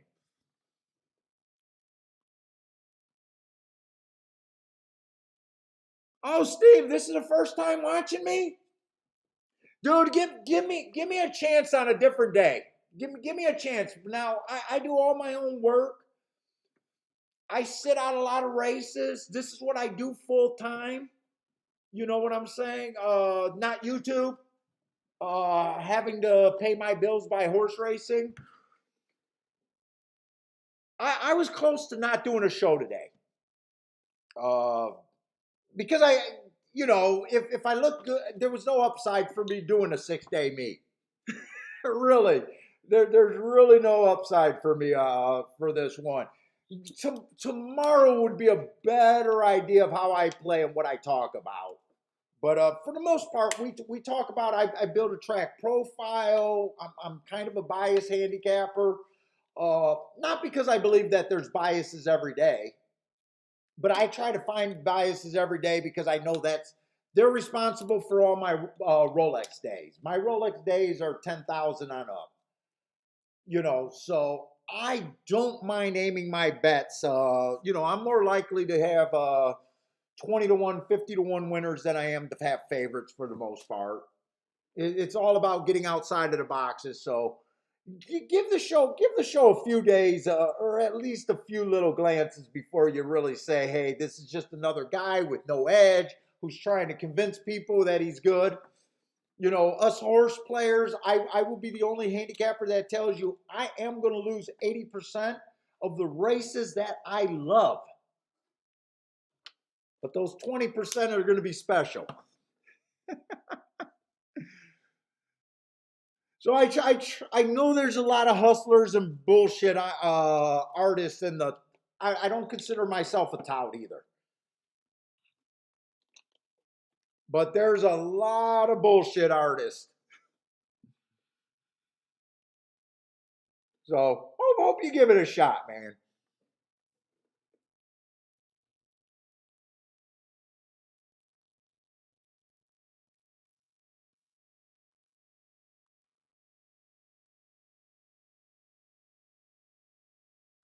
What's up, Dennis?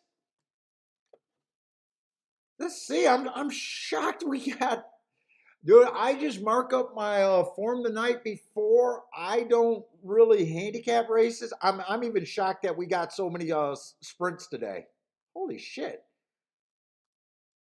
I'm interested in routes over there, and we got a card of wow, we got a card of nothing but sprints today. Really? I knew it was going to be a tough card with so many first-time starters and just lightly raced horses, but I didn't realize there was that many sprints today.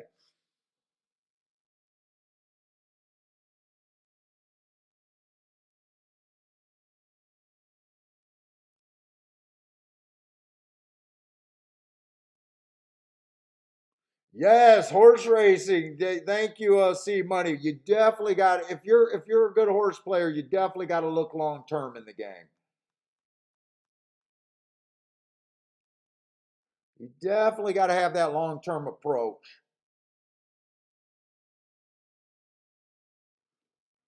So we're going to the fourth race. We'll take a look here. We'll see what we got. We got another 6.5 furlongs on the turf.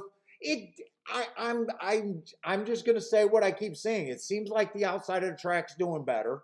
We finally seen a horse come off the pace, but that pace was quite a bit faster.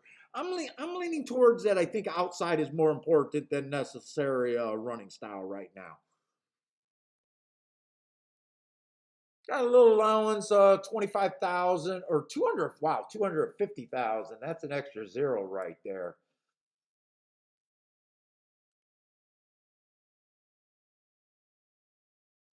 I got the two scratches right, 6 and the 8.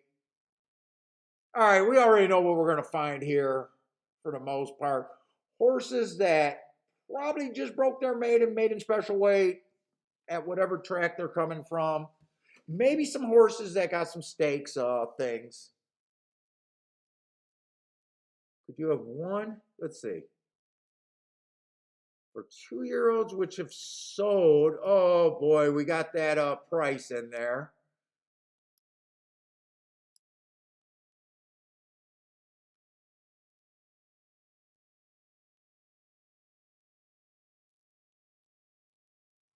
All right, you guys know that I'm not the biggest class junkie. As soon as I seen that condition or which sold or which that, I could care less kind of deal. I could care less. I'm just gonna look at this like this is just a basic high level allowance race. I don't care about all the other stuff. Let's just see. One's a first time starter. Who knows? I don't do anything with first time starters.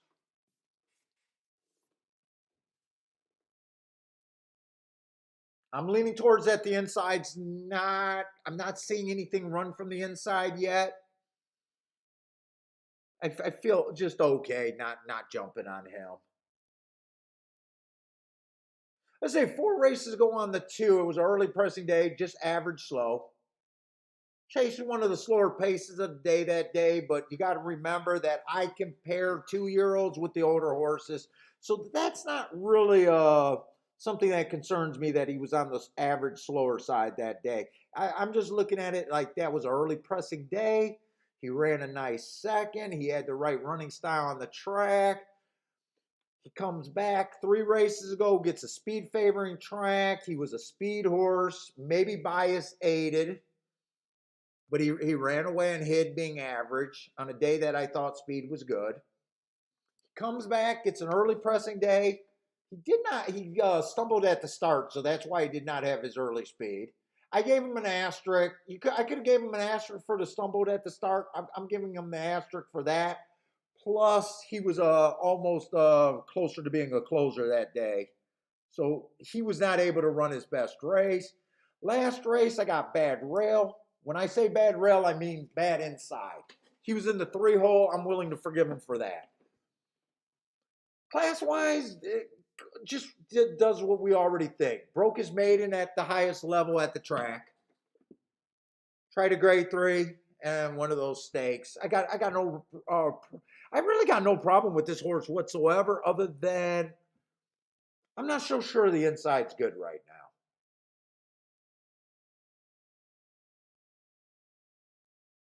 I'm gonna hold off to thinking if he's worth that price or not, because I haven't looked at anyone other than 2 horses yet.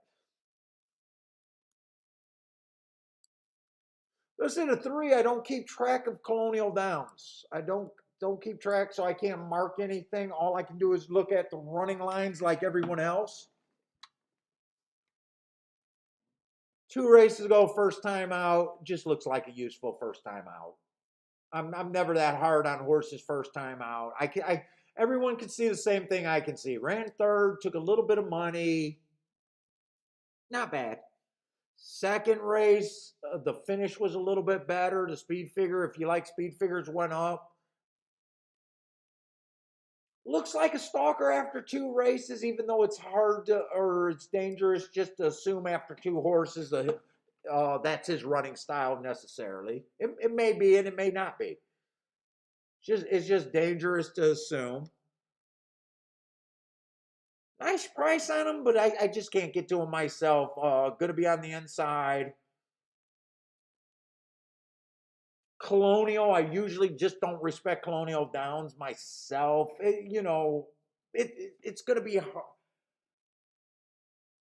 He's just not for me. Even at the nice price, 21-1, he's not for me. Let's see, a 4-horse, nothing wrong with his first race. Just on my personal marks, I got that was a stalking day and he was a slowest winner of the day. Nothing's wrong with being slowest winner of the day. It could be that he got a weak field that day. It could be that I'm comparing his day to other horses that were at a higher level. It's just something that I know.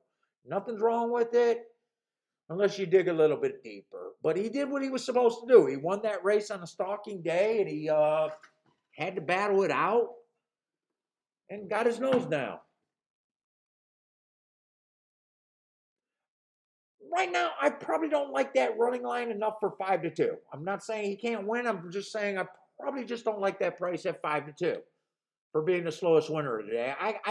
I'm more willing to poke holes in horses at short price than I am long shots. I try to get the long shot, and to get the long shots, you need to poke holes in short price horses. Right or wrong, you gotta be able to do that. Let's see, 5's another short price horse. First race out, I got that was a closing day. Horse did come off the pace, but he was a stalker that day. Went too fast to win. I love that race. Comes back stalking day. He was a borderline closer. I could have went either the way, giving him excuse that day. I don't know. Wouldn't it shock me? Still at 5-2. I'm not feeling 5-2 in this field. Even 3-1, I'm not really feeling. Let's see. Is there anything better outside? 7's coming from Indiana.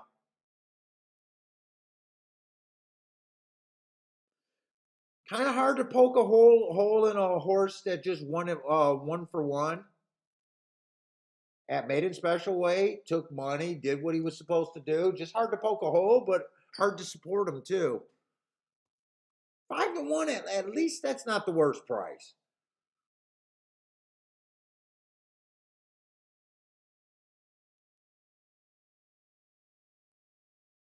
This Canterbury. Look, if the outside's good, 9's gonna be get a look here.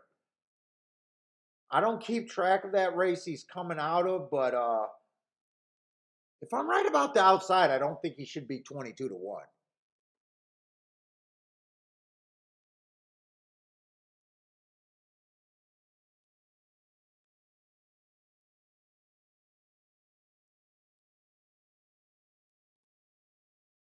Let's see, 10 horse. I like that race. 4 races ago, stalking closing day, trying to go wire to wire while being average. I like that race with the excuse. He improved his speed figures both times after that race. 2 races ago, ran on a bad rail. Was average, average, average. I liked that race, and then he finally popped when I thought the track was just fair. Nothing's really screaming at me to do anything. My only opinion, my only thought is if the outside of the track, 9 definitely got some upside, getting first or second. But as far as horses and liking selections here, it's really hard for me on lightly raced horses. 5 definitely got some good upside here, but the price, I don't think 5-2 or even less is going to be the right price for me on him.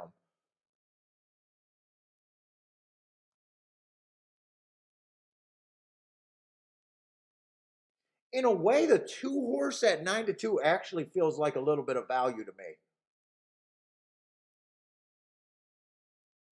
Let's say I'm going to try to make a betting line here, but I'm not sure I'm going to be able to trust my betting line completely just because I'm going to be aggressive on some lightly raced horses that I don't have a full understanding on.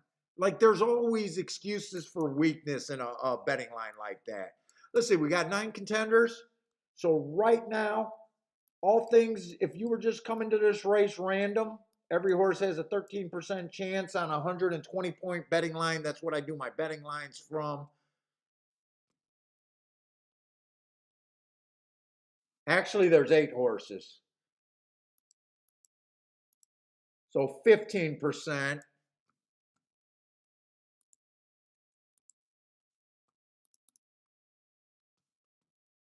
15%, let's just call that about 5-1. Let's just say 5-1 is fair value random. I do this because it's easier for me to do the betting line. And then I go to the horses that I just can't get to. So right now, if you guys never did a betting line, right now everyone basically starts at 15%. I take away points from the horses that I know I'm either not interested in, don't want to get to, can't get to, or I hate. It's easier for me to start with the horses I hate. Let's say the one I don't hate, I just don't think the inside's good. He's a first-time starter. I'm going to be hard on him. I'm going to give him a 5% chance to win. I don't really know. I can't trust that math there. It's just my betting line, and that's where I'm at. Your guys' betting lines will be completely different from mine, and they're supposed to be. Good handicappers should be able to see value differently.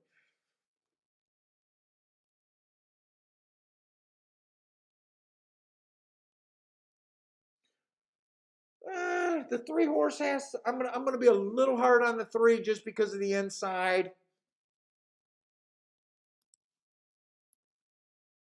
I'm not sure about Colonial Form, Colonial Downs or whatever that is form.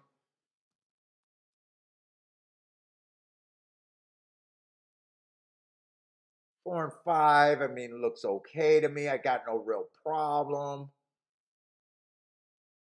7 horses on the outside. I hate route to sprint. I'm going to be hard on them, but not as hard as on the other ones. I'm going to give them about a 10% chance because I think I like the outside a little bit better.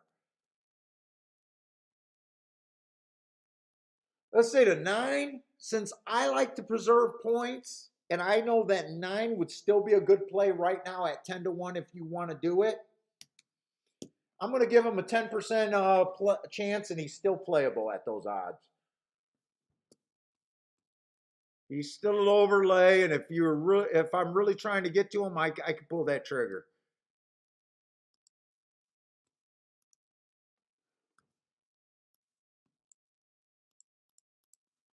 Let's see, 10, 20.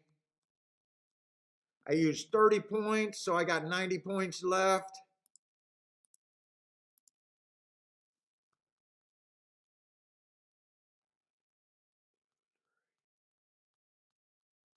I think I only got 4 horses left. 90 divided by 4. I like to get the baseline for the next step.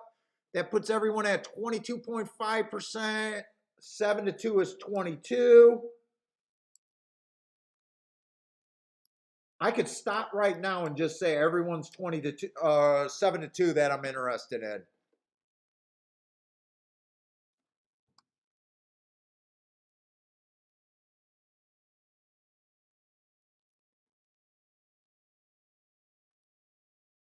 Uh, I'm gonna put the 2 at 4-1. I don't even know where this is gonna 4-1 mainly because I'm not convinced the inside's great. That if this horse was on the outside, I would absolutely love him. I'm gonna throw that in about the 2.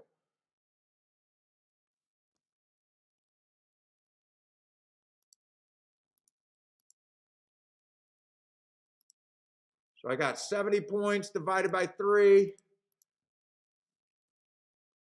23% is still roughly 7-2, 3-1. You know what? I'm just going to round it up to 3-1. I think all the other contenders are 3-1. 3-1.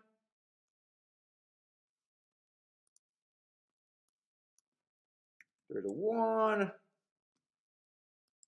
So you can see by my betting board, I'm kind of agreeing with the public here for the most part.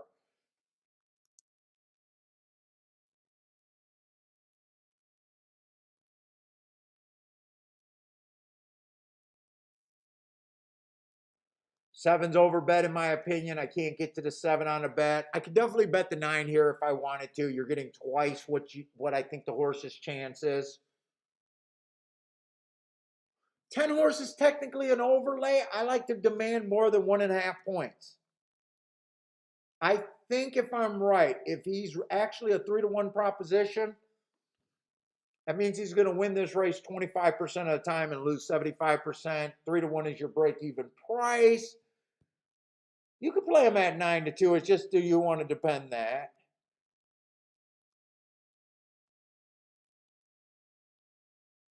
So that's kind of how I see the race. But for the most part, other than my opinion that the 9 has a little bit of value, I'm kind of seeing this betting race exactly like everyone else. You know, everyone's kind of saying, hey, look, the 4, the 5, the 2, and the 10 horse are the most likely winner. I think mathematically, I don't have a real edge this race, and I still sit out this race.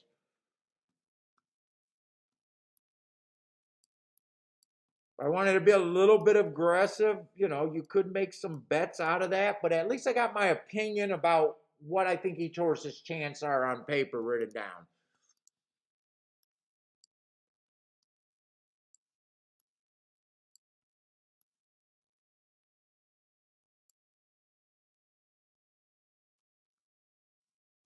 Let's see, Catherine likes the 5 to win. What's up, Jay? And you know what? I still got 4 minutes. I could talk this race to death. Let me just get rid of the math and stuff that I was doing my betting line with. Let me just write, because some people like to see some bets.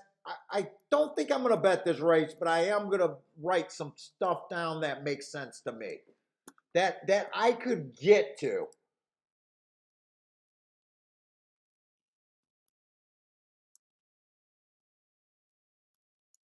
That I can reasonably play and like as a ticket, and I think that are good bets.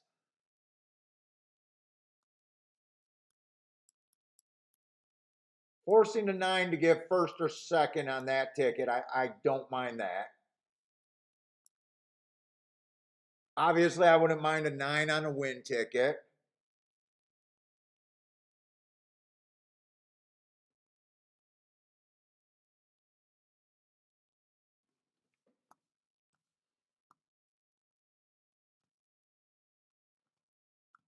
Let me look at those exactas. Let me just check. If the 3 wins, no, if the 2 wins, 4 and 5, those are all going to be paying about $20 range.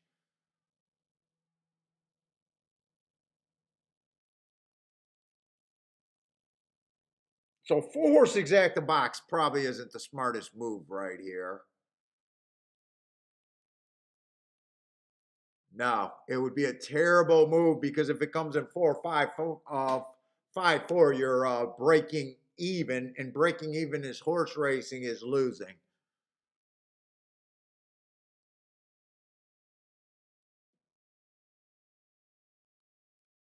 So you definitely can't do a 4-horse box. You could do, you know, you could take any of this group and do anything with it. It probably isn't the worst, and it might not be the best at the same time. But that's probably the most interesting bet to me right there, is forcing the 9 to get first or second.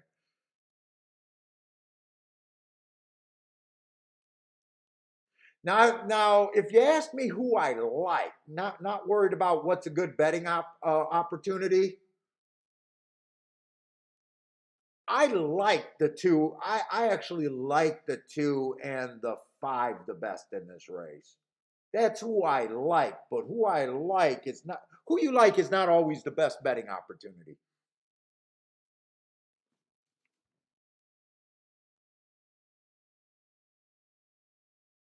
No, I never look at weight. I never look at weight. So I like to look at fractions. I like to look at pace. I build a track profile. That's where I get my notes from. So everything you see written on the form is just my shorthand from my notes. So you can tell I do a lot of notes. I got to look up each day individually. You know, if you, I want to be ahead of the math. So I look at this like a casino does. A casino doesn't worry about the games that they have out there that they're offering. They just want to make sure there's no cheats in their casino, right? You don't have casino managers going, we got to figure out how to get our dealers more blackjacks. That's almost like a horse player saying, I got to figure out how to get more winners. No, you don't. You use your handicapping to get in front of math. So you just want to play enough bets that you think you're in front of the math. That's kind of my theory about betting and handicapping. So I try to use my handicapping to be a casino where I have the mathematically edge when I play. I don't know which bet I'm going to win or lose. It doesn't matter. I just know if I make enough bets where I feel like I'm ahead of the math, my years will be made. You know, you never, casino managers don't go to bed saying they got to get more fives on the roulette wheels, right? They know that they got a game that they offer where the math is in their favor. What's up, Blair? So even though sometimes like I like something, like here you see how close where's your edge? You know, you get an edge by you're having a stronger opinion than the math allows. You know, like for instance on this 4 horse, if I was getting 6 to 1, that's a really good bet right there. 6 to 1 or higher, 5 to 1 is still good. 4 to 1 is getting a little worse. But the better you can stay in front of that math, the better it is for you.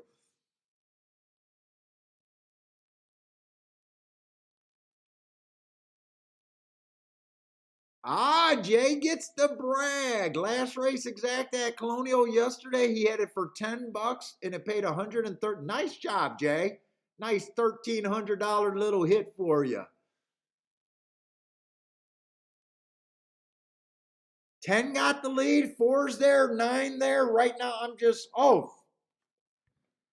I hate the way they do their thing. They flip that betting. Okay, so 4 does have the lead, 10, 9. All the horses that I'm rooting for are there.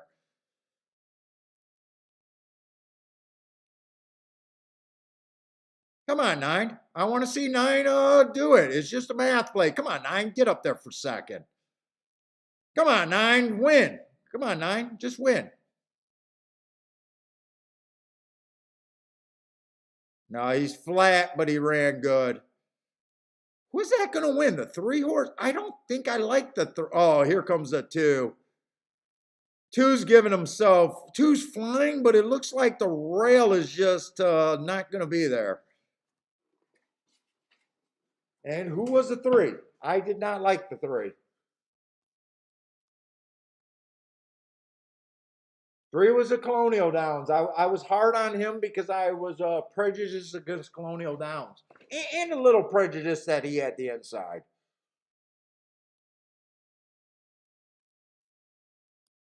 I definitely want to see this race again because I think if I was the owner and trainer, I would not be happy with the ride on the 2 horse. It seemed like the 2 horse was a mile back in a race. I want to see if there was an excuse there.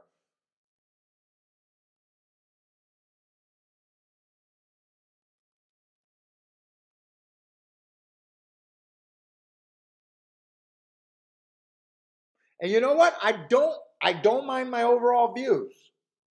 3 was playable. He had a 5% chance. He's a bit of an overlay.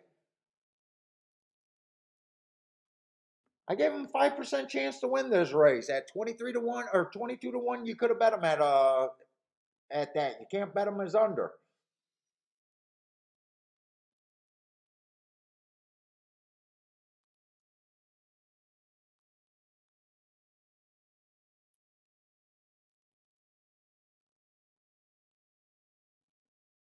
Dennis had it. Who else had that? Nice handicap, Dennis. Colonial Shipper. Yes, Dennis had it.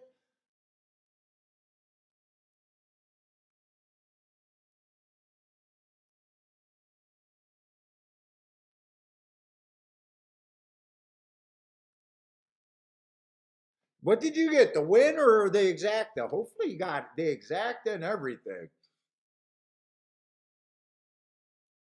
By the way, there's a lot of ways you could have gone to get that.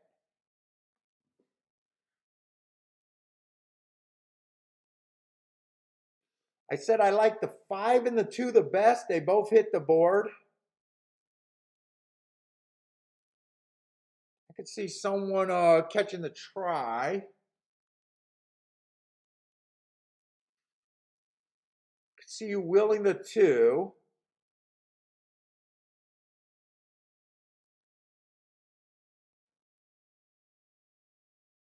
Was I that interested in? To me, playing the 3 and king off the 3 would have been really rough because I gave him a 5% chance, even though he was an overland, could have been played. It would have been a hard race for me to say I'm going to bet him, and I was not thinking that direction at all. But I definitely see there's some ways you could have got there. If you would have keyed the 2, I could have definitely seen going wide enough and being able to, let's see.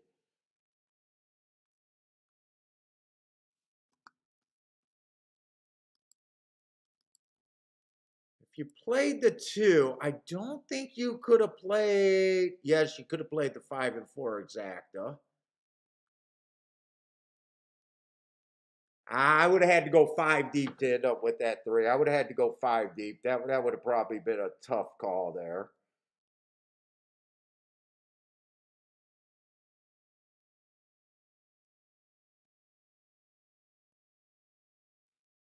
I'm getting in my head for the wagering tournaments that I'm getting ready to get into next month or in November.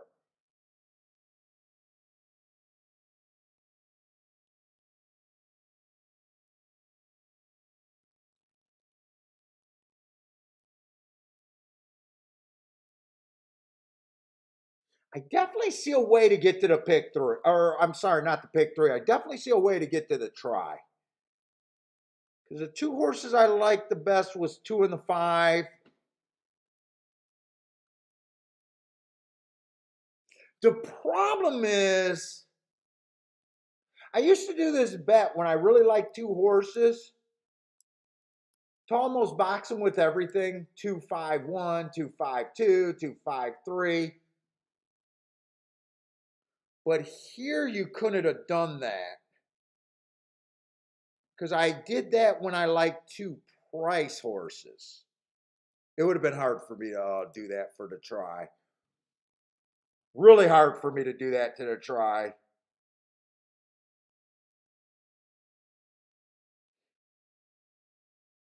Although if you said give me the 2-5 with only the horses that could spice it up, it would have been the 2, the 9.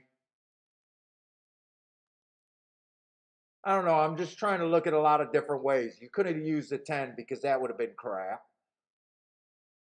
Could have used the 9. You could have used the 2. You possibly could have used the 7.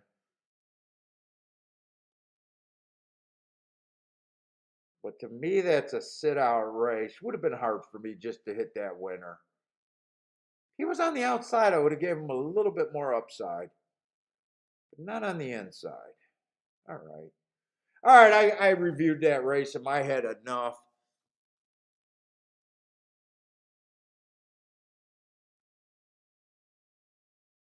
Let's see. Dennis had the 3, says that 3 was on improvement from the blinkers on. Yeah, he does have a good, well, running style. We've seen two horses go wire to wire and two horses come off the pace.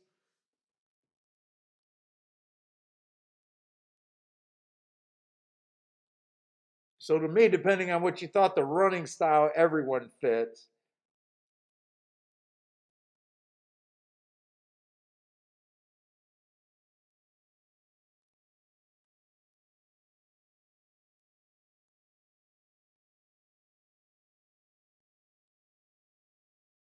I mean, I can see a lot of ways you can get to him, but nice job. I mean, when you even look at speed figures, even if you're look at a speed figure, you're like, wow, his speed figures aren't any different in the values there. Running style, I can see you getting there on running style. I can see you getting a. I was prejudiced against Colonial in the inside. Let's see. I want to see where that two horse came from. 2 and 3 both came off the pace, by the way. Quite a ways off the pace. Like almost probably close to double digits off the length.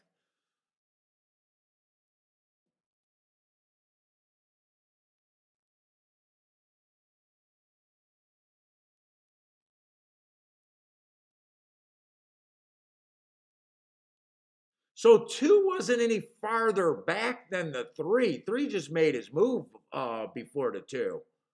When I watched that race, I didn't really see that they were so close to each other, really.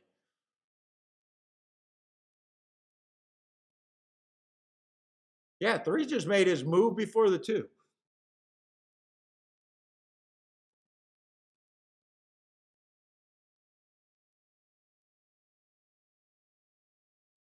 And then 3 was able to dive, and 2 was just 3 was kind of 3 made his move first, was able to kind of stay closer to the inside where 2 went outside. Okay.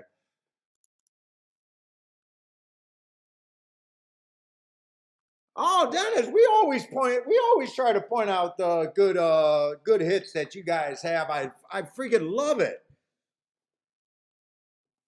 We got no problem with that. We point it out on everyone when they're having nice calls. With as long as I spot them, like the only time I ignore them is when I just don't see them.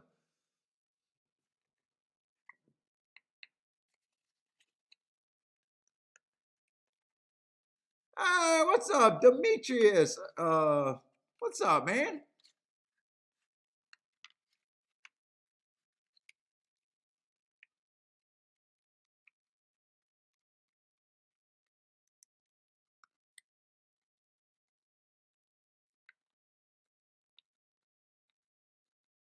All right, we got another sprint race, and so far I only made one play bet today, which honestly wasn't bad because I don't. It's there was nothing that I would have hit. Like some of us, you border a wall and you could have hit something that made a difference. Honestly, if I would have been freer with my money today, I wouldn't have hit anything so far. So, in a way, to me, that's good. I'm at least sitting out on the proper races.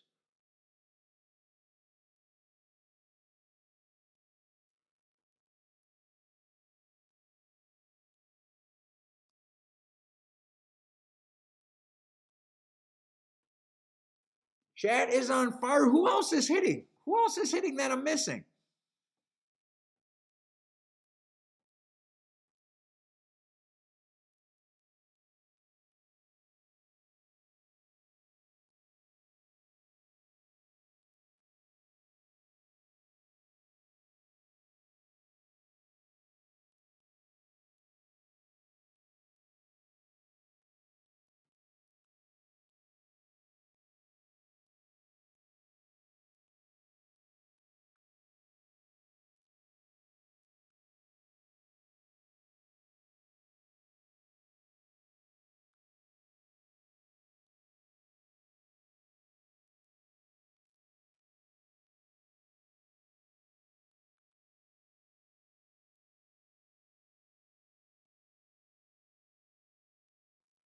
All right, we're gonna.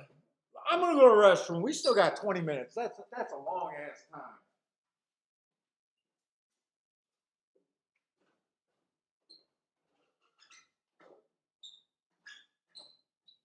Oh, where's my belly? Want a treat?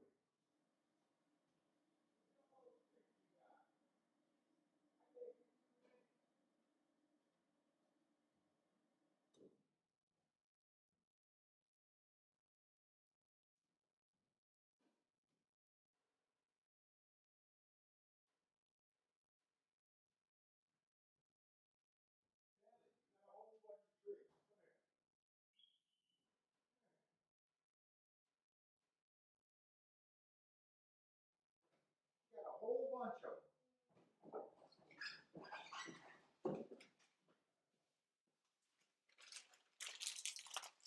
Oh, where she got some pretzels from. All right. Oh, Grandma, you want Dennis back on the show?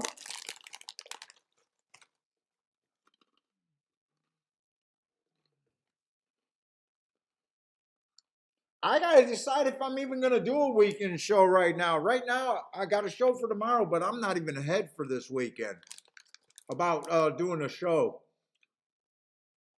I was lazy. Well, I wasn't lazy. With me doing 6 shows or 5 shows last week, it really made me doing my data rough. It was really rough for me to do the stuff that I need to do for me.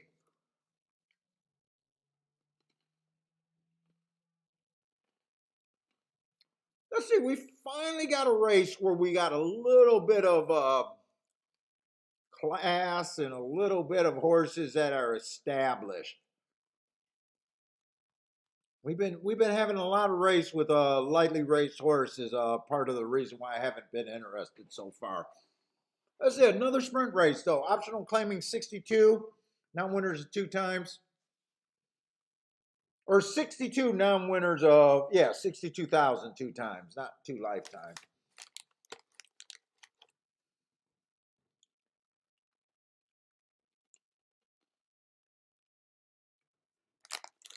I can't be crunching on those. I'm hungry.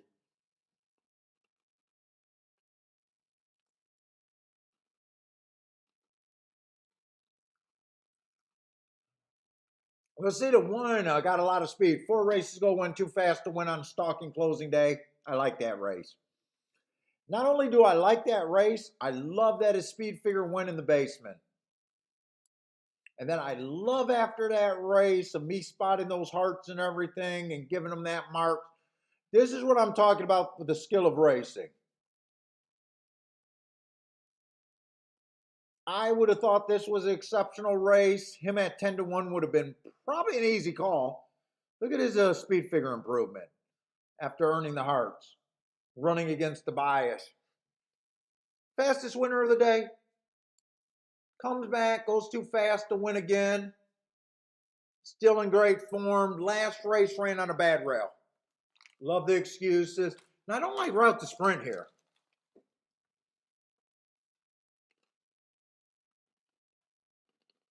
I don't like route to sprint. I'm still not sure what I think about the inside. I'm going back and forth what I think of this track here. Let's see, 2 doesn't have any speed. This is a 7 furlong race. 3 races ago, inside of the track was good. Early pressing day. He had the inside, but this horse is a dead nuts closer. Or tried to be a closer that day. Gave him an asterisk running against the bias that day. Comes back, bad rail day. Was nowhere near that bad rail, but his running style was bad. Another asterisk, and last race, early pressing day, asterisk. So today we've seen 2 horses close, 2 horses go wire to wire. At the very least, the track's fair today.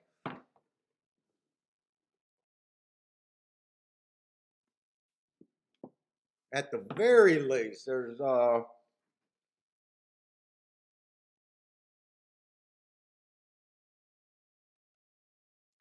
I can't really get on the 3. Deep closer. Last race was a closing day. This horse is an off the pace horse. You would have thought that this horse would have been able to close that day, at least get in position. He did nothing.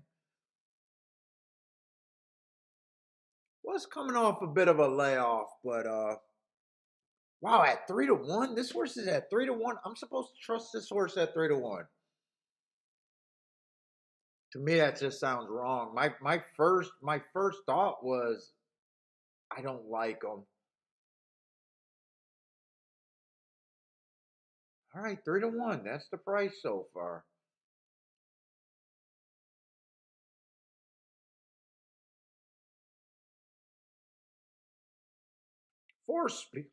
Four speed.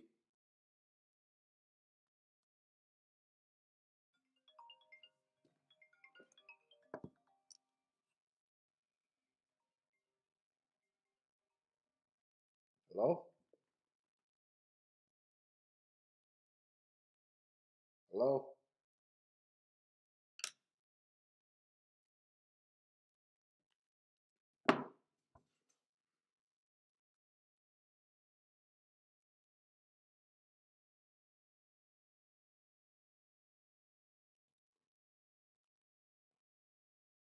Let's see, 5 ran on the inside early pressing day last race, went too fast to win. It does feel like we got enough speed in this race to get a fair pace. 6 has a lot of speed, went too fast to win 2 races ago. Definitely, I think we got enough speed here.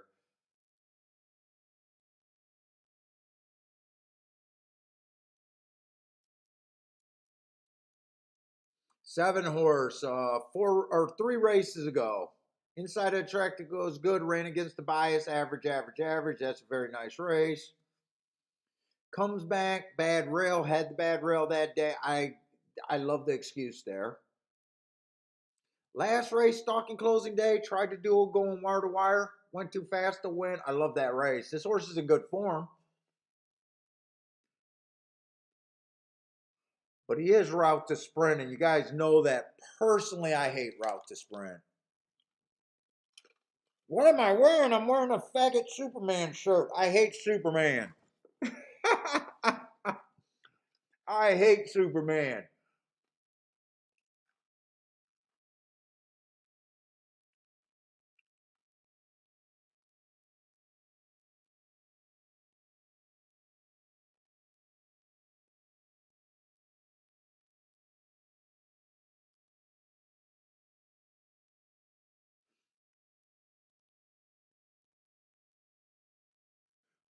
Boy, there is so much speed in this race. It almost feels like there is some upside on these route to sprint horse. The 12's another horse that's been earning hearts.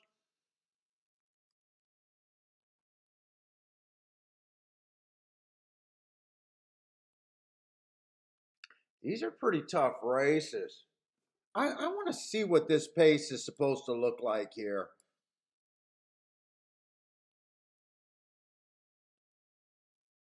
I don't know. I'm leaning towards the 10, possibly going to be on the lead. Let me see what we got here. 9 looks like a stalker. I got to do some extra work here. 8 looks like a stalker closer.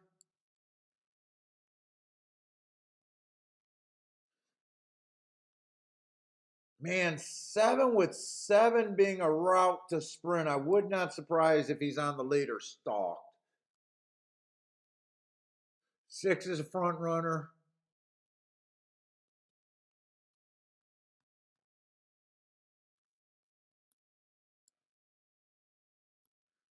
I think 5 probably rates here.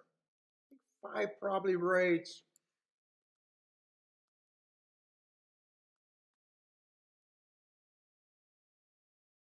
4 needs a lead, I think.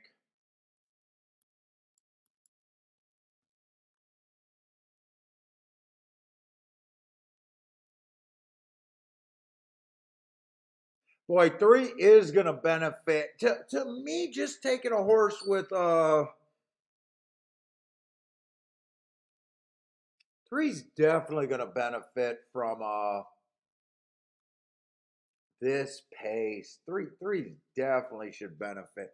I don't think 3 to 1's the right price though. I got no problem with the 3 winning. To me, 3 to 1 is just probably well over bet.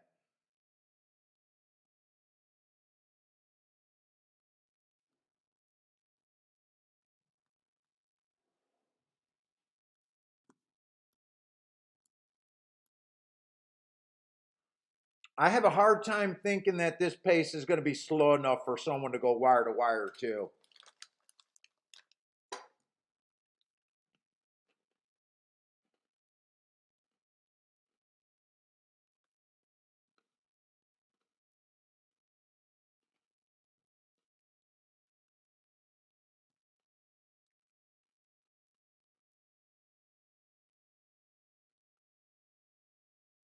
I think the 11 fits pretty good.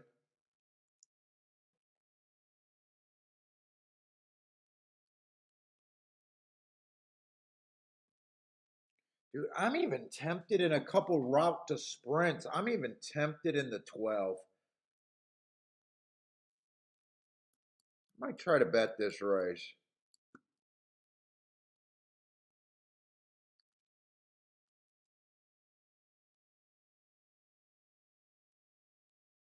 Twelve goes to the lead and get caught burnt up. I want the 12 to rate here.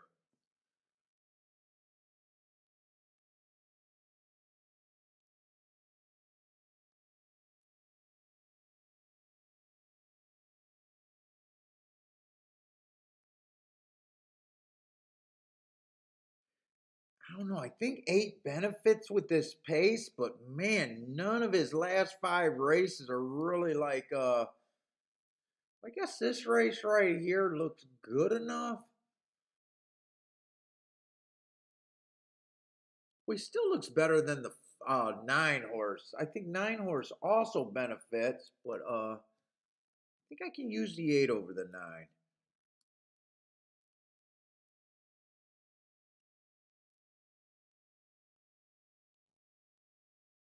I don't see anyone. I think this pace is going to be fast here.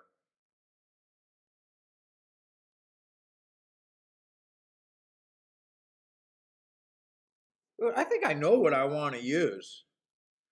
I think these are the 4 horses that I mainly want to use, and I got some big prices there, but I do not mind reaching for prices. 5, 8, 11, 12.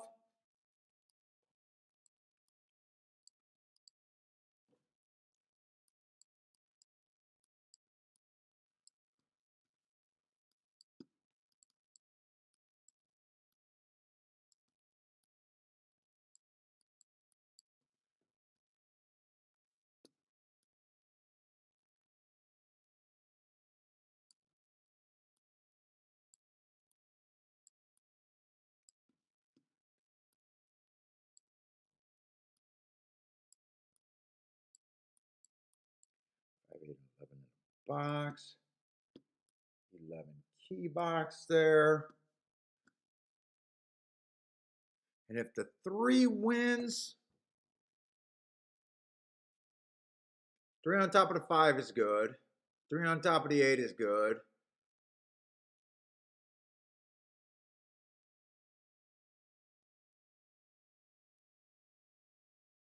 3 on top of the 12 is good. 3 on top of the 11 is not good. I do not want that 11-3 in a box key. So it was just 3.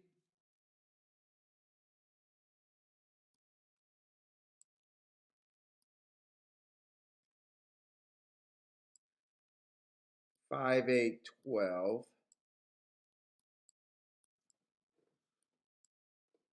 What's up, Brady? 5, 8, 11 in the box. I don't have to check those. I already checked those.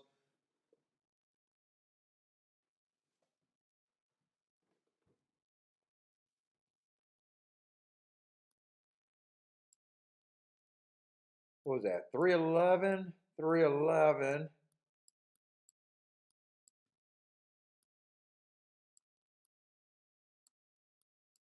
5, 8, 12.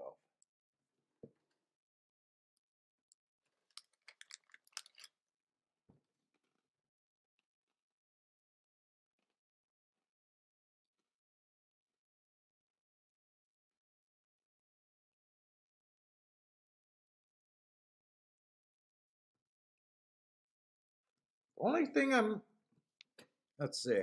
I am betting this race. This is going to be my second bet. Let's see. My biggest problem is just how much do I want to invest here to get all of that. That's quite a bit of shit that I'm looking at.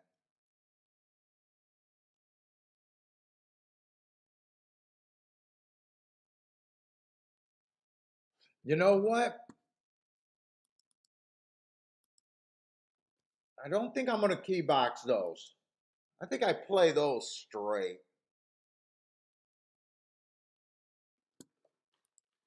That's supposed to be a 12 right there.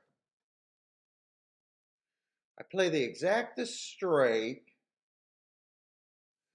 I think I do a 3-horse Dutch there.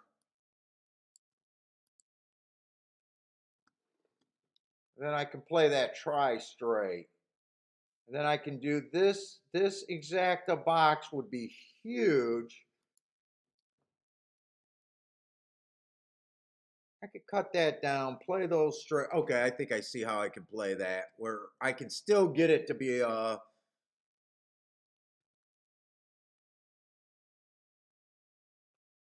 think I'm gonna have to bet a little bit of money. Maybe 200 bucks in this race at the most. 200 bucks? Is this race worth 200? I think I'm gonna have to do it because I definitely want to do the win tickets and everything.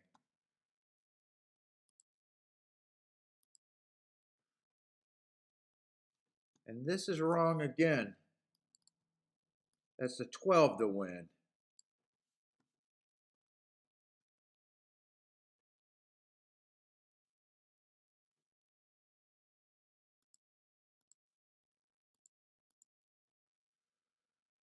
All right. So the exactas.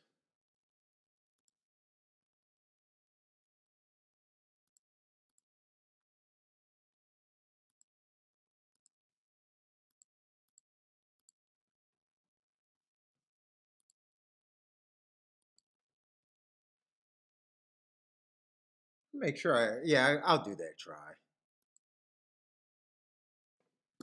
This exacta box. Wow, I'm having problems with numbers today.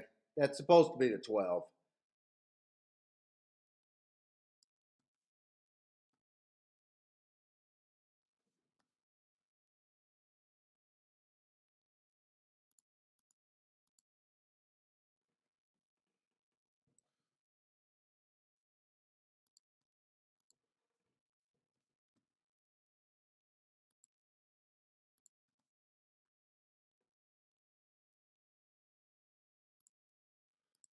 Let's see, 11-3, 11-3,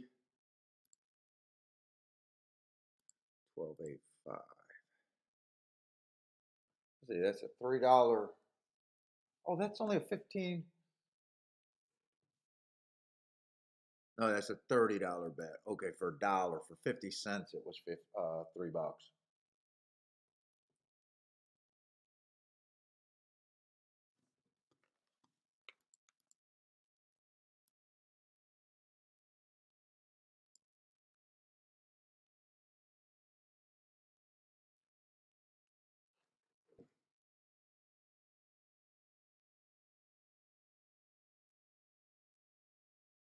Oh, and I do need to have a little bit more money on the 12 than on that win ticket. That's right.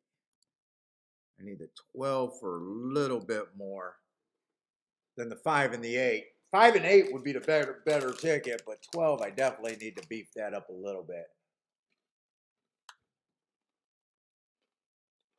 So I did sacrifice key boxing those horses, so I would have liked to do that, but I got too many combinations here, and I wanted to do the try. And I want to keep it relatively cheap for me, too.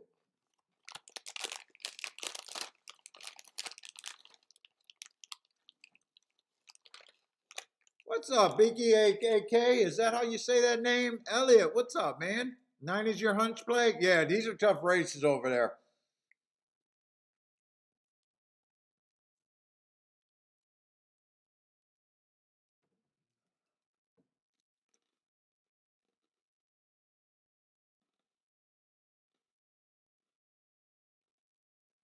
See, my 5 and 8, I don't know if she'd be happy or what, just because I don't know what the track's doing. They're both in position right there, but we've seen horses go wire to wire, and we've seen horses close from about 10 lengths back. 22-1 does not sound like the fastest race we've seen today. I think we've seen a really fast race.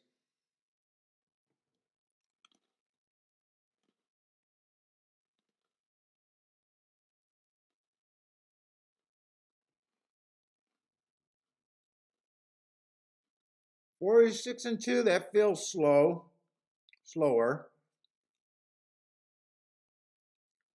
Come on, 12. Man, it's so hard to root for who you got here, but come on, 12.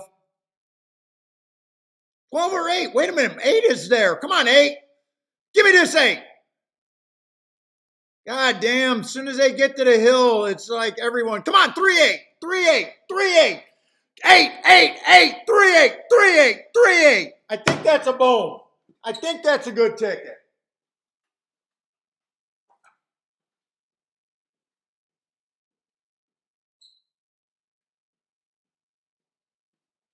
I think that's a really good ticket right there.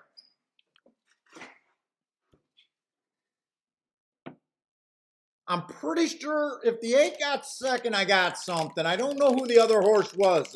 The 7 or the 1? Dude, I tell you what.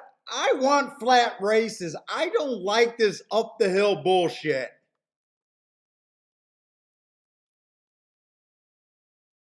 I do not like this up the hill bullshit. Is it a 3-8? I hope it's a 3-8. What was that guy that pissed me off last week? Let's do it again. Let's do it again. Let's do it again. I've just been abusing his face at the glory hole. Mike, you're going to have to get dental work from working at the glory hole, buddy.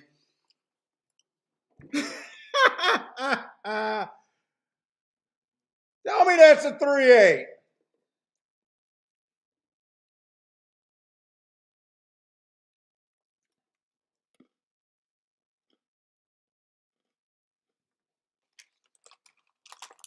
Mike's blocked. He's watching, and dude, his throat just hurts so bad. His throat just is brutal. It's just destroyed. I think I knocked out a couple of teeth. I mean, his job at the glory hole is just blown up.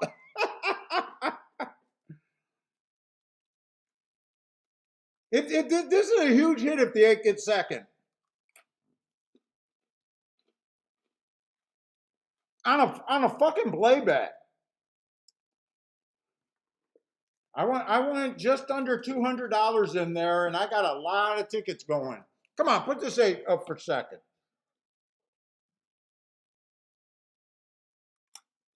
Lloyd, stop my heart, Lloyd. How can you say I'm betting favorites when you look at my bets? I got something special. Come on, I'm going after the race because I like a 42 to 1 and a 38 to 1 and a 10 to 1. That's the reason I'm betting. Not because I like the three. I'm betting because of the other horses. Yes!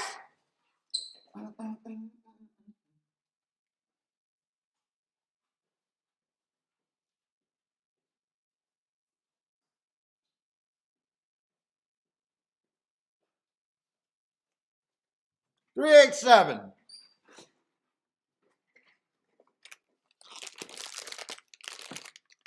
193 to 1 on that exacta.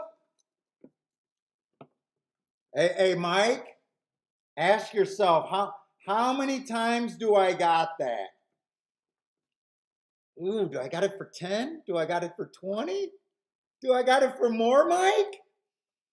Dude, that's I bet a little less than $200 in that race. Talked it through. Ooh, how many times do I got that? If I got it for 10, it's a nice hit. If I got it for 10, that's a $2,000 ticket. Oh, Mike, why you piss me off, man?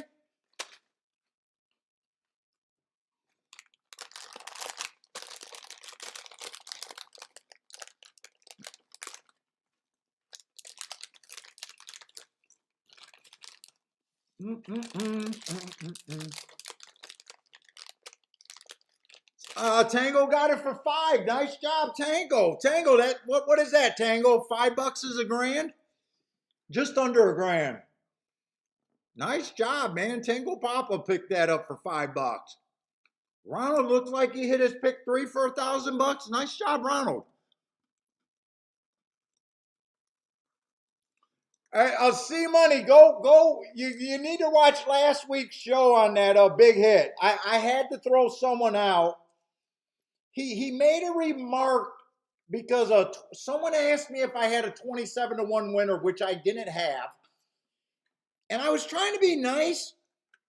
And he made the comment no one has those horses. You can't handicap long shots. And then I said, dude, not only can we handicap them, I expect myself to have 5 of them a month. And he basically called me a bullshit artist, which is fine. But then he said, prove it. He basically said, show me. So right away I get fucking pissed off like I'm not your dancing monkey, you fool. You're basically watching me work. You're watching me fucking work. Shut up and learn something. Kind of deal. So I set out 3 races and then I came up with I think it was a 234 to 1 exacta where I keyed off of both of the horses. So I like the 11 and the 7, and you know how I do that key box. So when they run first or second, I got it twice as many times as I would have. So if I played it for $20, I hit it for $40. And I got the win ticket. So as they were coming down the stretch, I was singing the Suck My Dick Mike song. That's why I said he's just getting abused at the glory hole. He needs to quit.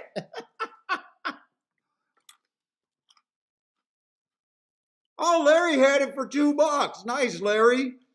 Boulder, what's up, Boulder?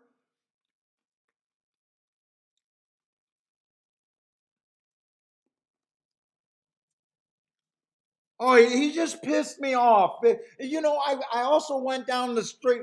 There's over 400 live streams. Dude, I don't have to prove it to anyone. I'm so sick of losing horse players asking winning horse players to prove their worth. The whole thought that you do not believe that someone wins at this game, which is crazy, already tells me that you're a losing player because you can't even fathom it. If you ever had a winning year, you would believe that people win at this game. Boulder had it for $2 too. Nice. Pick up some extra money.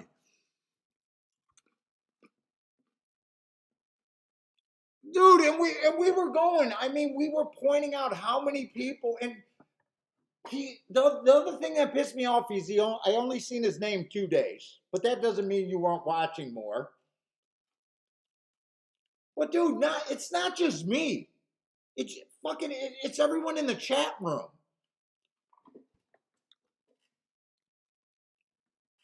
Dude, I get to see your guys' tickets when you guys send me in my email. You know, I get to see some of you guys went from your first winning meet or your first winning year, and you guys send me a screenshot of your year to date totals. Tell me no one's winning at this game. And I got no use for you. Dude, did you guys see Inside the Pylon with Swifty or whatever making that argument, and Inside the Pylon showed 1 month? Now it might be his only winning month. I don't believe it is, because most guys do not put $188,000 through the window in a month. And Swifty was trying to argue, oh, it's just your rebate that makes you a winner. First of all, I don't give a fuck what makes you a winner, if it's a rebate or not. You know, you're risking your fucking money. And then Inside the Pylon was like, yeah, Swifty's just another fucking horse racing bitter handicapper that just does not believe that since he can't win at this game, no one can. It gets tiresome. Where all you got to do is listen to some of these guys. But see, money, you're actually right. Discipline is a skill. Now, was this a great bet? Look at how many combinations I got there. You know, okay, is this a great job? You know, I'm betting 3 different horses to win. You know, I got 2 different horses that can win with the exact. Well, actually, those bets aren't bad combinations. I got a 3-horse box here, right? But look at my ticket. So I'm just under I think I put 180 something in that race. Right? If any of my win tickets, right, I'm having an okay day, right? You know, 28 to 1, 42 to 1, and a 9 to 1 that I put more money on. It's just recognizing what you got and what you can get to and what's a good hit. Okay. 3 was basically the chalk or second choice. Not great. But I got a 42 to 1, a 28 or a 38 to 1, and a 10 to 1, right? If those hit, right? None of my tickets right here, other than having quite a few different ways that pay me off, every one of them, you could have got there reasonably. They could have won, or they could have lost too. But if they won, they were definitely going to move the bankroll.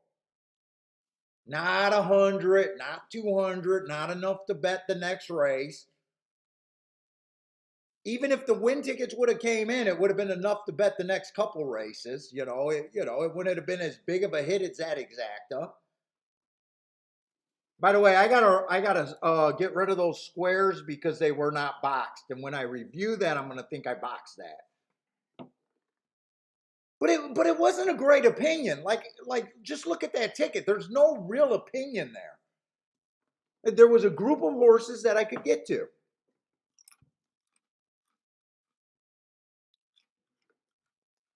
And then we know it's going to pay a ton. If it gets there, it's going to pay a ton. Now the only question was that a $2,000 day or $4,000 day or a $6 day for me. That's the question.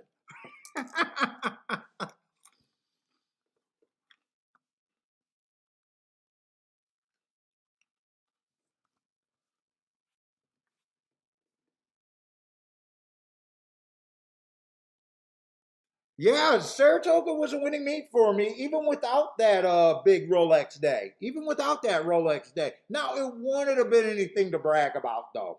But I was definitely going to end up winning that meet. The Rolex day, yeah, that made Saratoga a wonderful meet for me.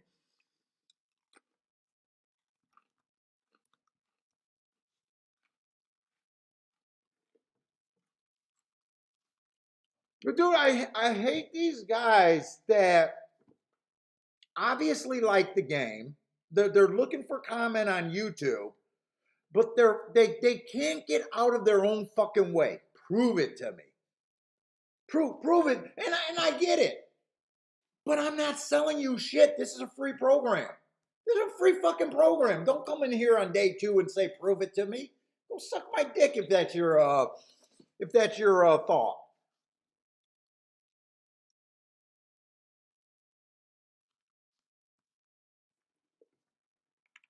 Dude, listen to what and I'm not saying that because you guys watch me. Whatever handicapper you guys listen to.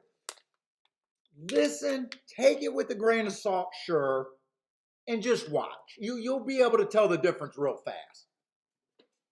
If guys are playing like crackhead, they probably don't have an edge. If guys don't talk about math, they probably don't have an edge. If guys aren't talking about getting outside of the box, they probably don't have a fucking edge. If guys aren't sitting out and weighing their bets, like saying, hey, this is a race where I go to, or this race is worth this much, and this race is worth less, and why? Dude, we all telling ourselves how good we are. Some people can fool people.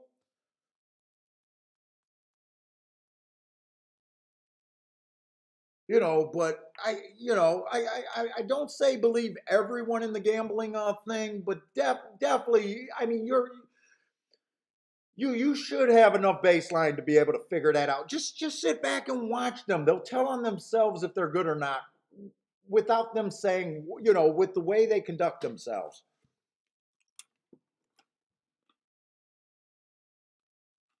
Yeah, Brian, I know. Hey, Brian, my wife says that, and she says that's why I never will get a sponsor. I still go back, the horse racing, and they haven't ever met anyone special. I'm kind of full of myself. And you know what? Me coming from the boxing backgrounds and stuff. Dude, if someone has something that can help someone, look, I don't want everyone to be a winner. But I do get what you're saying.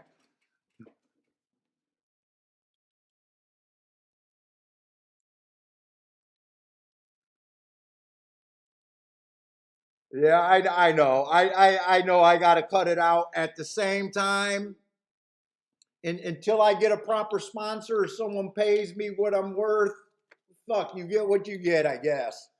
And if I turn someone off, to me it's their loss. Because there's not very many people that convince me that they got an edge. There's not very many people that sound like they're good at this game.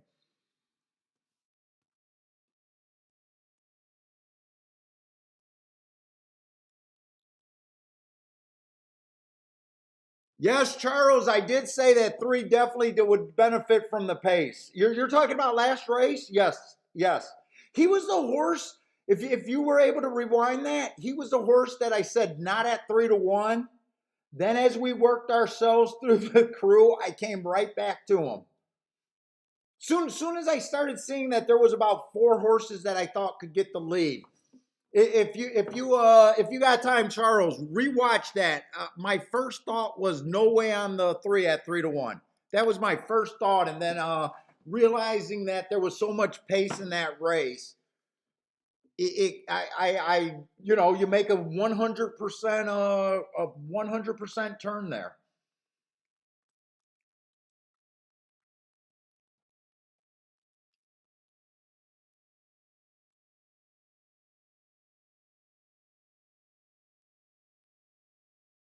Grandma's saying she's not that. I know. My goal is to try to get myself sounding better, though.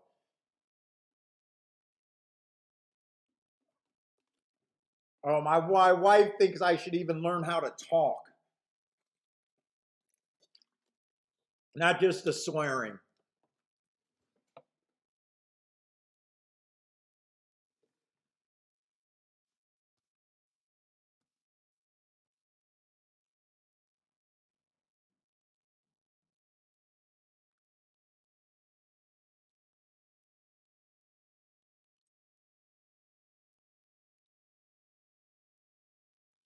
Kevin says, what I've realized over the years, I'm best being very selective. I need to. Hey Kevin, I think every handicapper on the planet would benefit from that.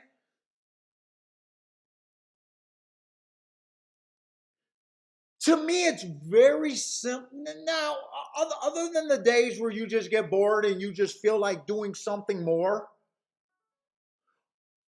if you look at the game less selective oriented, and even I tell guys, about when to decide to play. You should be deciding to play when you know you're a bit outside the box. And the farther you are outside of the box, meaning the farther you are from the public, the more you should be interested in the bet. Not necessarily you're selective. I feel better against this selection. Let math be your dictator and see if that or math, kind of the math reason gets in about being selective about why to play. To me, the easiest races are to sit out, kind of like that race 1 or 2 races ago where I was writing down a bunch of combinations and there was really no math edge. Now the three did end up winning that race at 20-1, but the horses that I was on, I thought that there was no real math. It ended up being a good race. I was just wrong as a handicapper in thinking that that was that good of a race. But you should always be looking at, am I outside of the box? Does these tickets move the bankroll? Am I on something special? That kind of thought. And to me, that helps more than anything. Not, I love this selection. If the math's bad on a selection you love, whether you're right or wrong, if the math's bad, it could be a bad winning race. You kind of get what I'm saying? Like just because it's a winner and you're being selective doesn't necessarily make it good. You kind of need the winner and the math to go with it.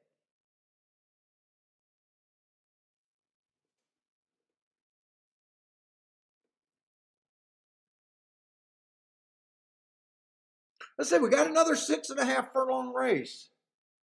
Let's see if we got enough speed here. We did waste a lot of time, but we still got a lot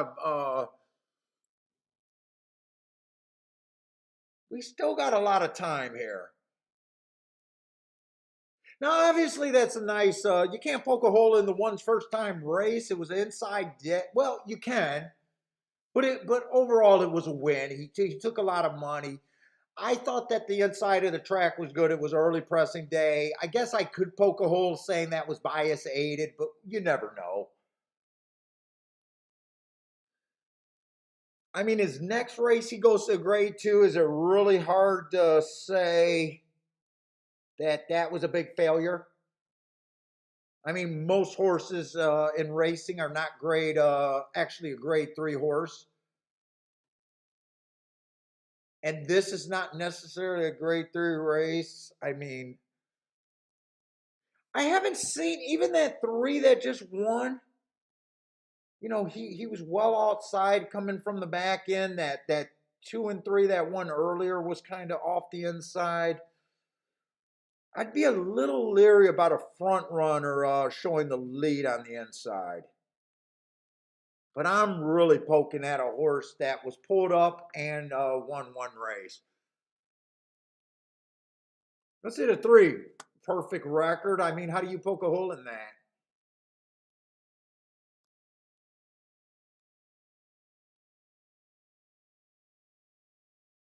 These are lightly raced horses compared to last race. Last race I was able to make that play because I didn't think anyone would go wire to wire. This race is a little different because even though we've seen a lot of horses in this race win right away going wire to wire, they're also lightly raced that it's dangerous to say that that's their preferred running style.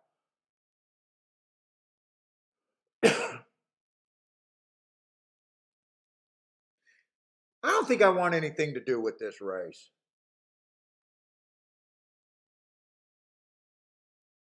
I'll just go through with the marks, but I think right now I just have no reason to bet this race. I played 2 races today. I hit one really nice.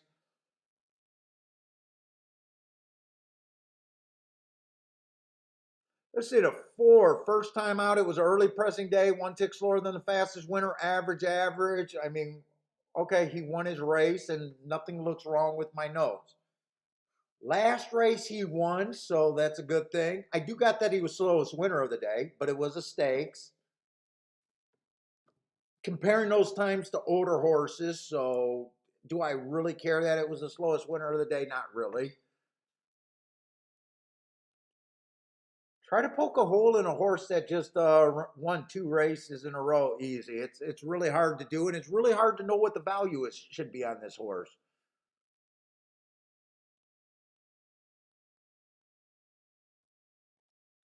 6 horse at 11-1. I mean, you're talking about a horse that won first time out. What's wrong with that?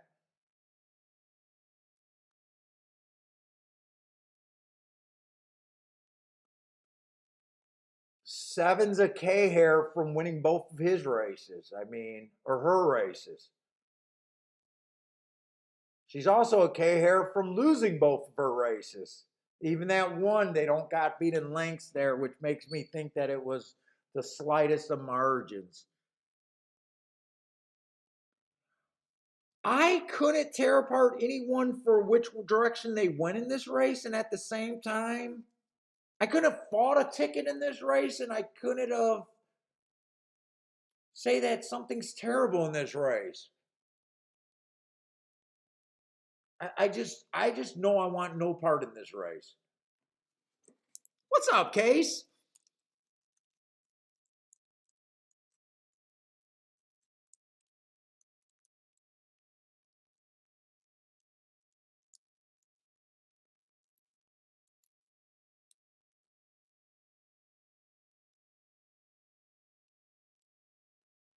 Jay says he just keeps trying to get a little bit better. AAC money ain't that right? Believe it or not, the par mutual gambling system rewards the bold. It rewards the bold. It's a contrarian's game. It really is. You just the hard part about horse racing is just trying to figure out when to go against. Your overall setting should be I'm against what the public's doing. But you definitely can't just blindly bet long shots. Like I always say, guys ask me which direction they should go or how they should rate their handicapping. And I always say, once you learn how to handicap, it's about betting and just recognizing opportunities. And the better, and we can all get better at betting, recognizing opportunities.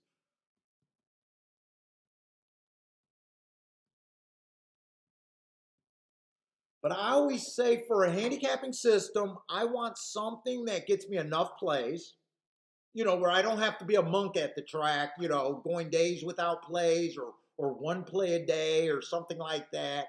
I want something that gets me to where I want to be able to sit out a lot of races, and I also want to be able to play a lot of races. Like, I want something that gets me where I believe when I get long shots, when I get big bombs, that I can play them like most people play chalks. I don't want a system that whenever I come to a long shot that I like, I feel like I got to squeeze down the bet to almost nothing. Because that is going to kill that's what kills a lot of good handicappers. All those guys that say they're good handicappers but bad betters, a lot of that has to do with they don't take advantage of the long shots when they get it. They're playing smaller tickets.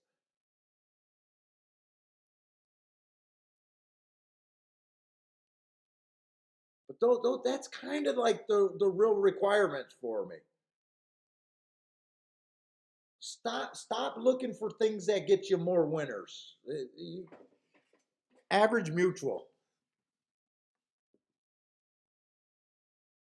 Let's see. Kevin likes the 4 at Kentucky Downs. I can't help you on this race. All I can say is no matter who you tell me it's going to be. Sure. Sure.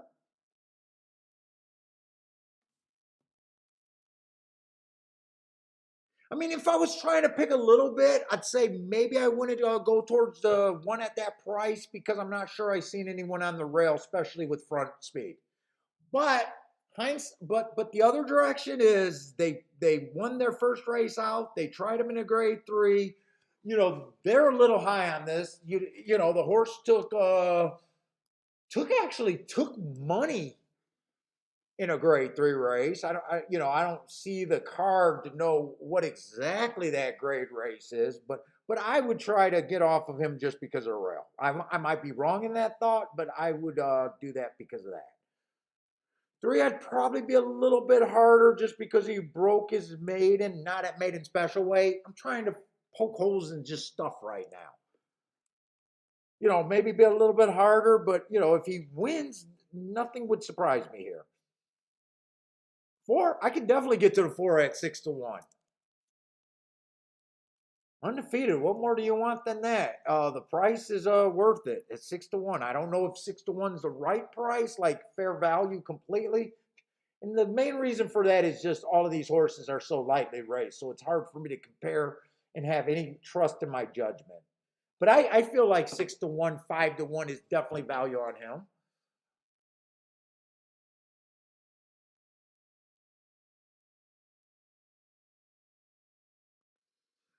The 6 horse at 15-1, I would have no problem, and I wouldn't argue with anyone that thought that was a good play. I wouldn't try to talk anyone off of that. This is just how I see this race. And I know I got no upside here, or I know I have no edge here.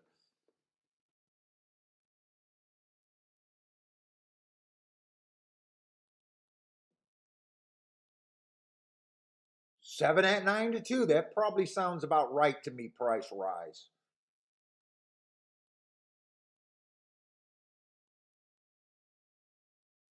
I'll tell you one thing that I might be having a little trouble with. This 9 horse at 5-2.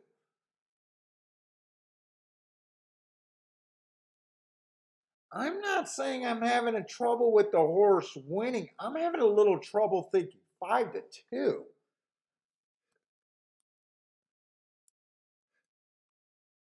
5-2 sounds like.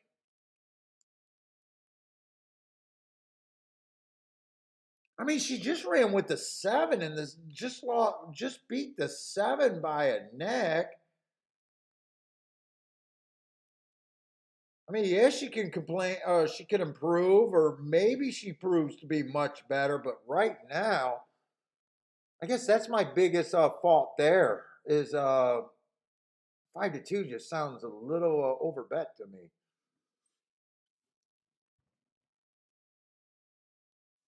Jay says really should pass the race, but I'm doing a hard pass here. I'm on a hard no bet right here. And I just know nothing would surprise me here. There's not a possible result that would surprise me here.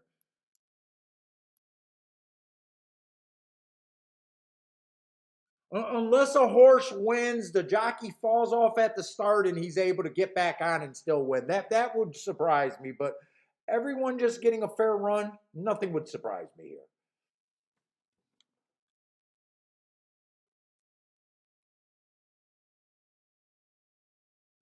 Let's say Ronald got the 3-4-7-9 for him in his double. Good luck, Ronald.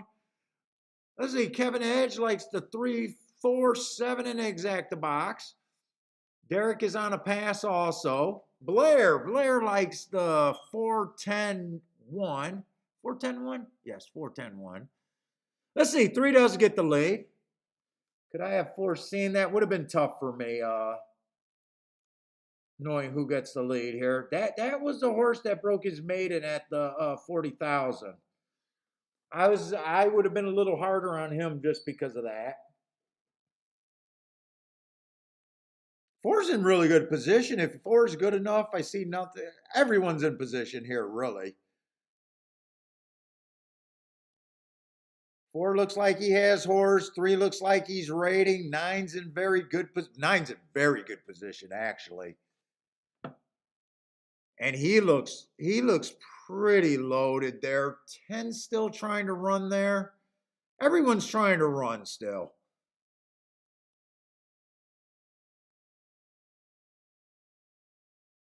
Four's getting the lead.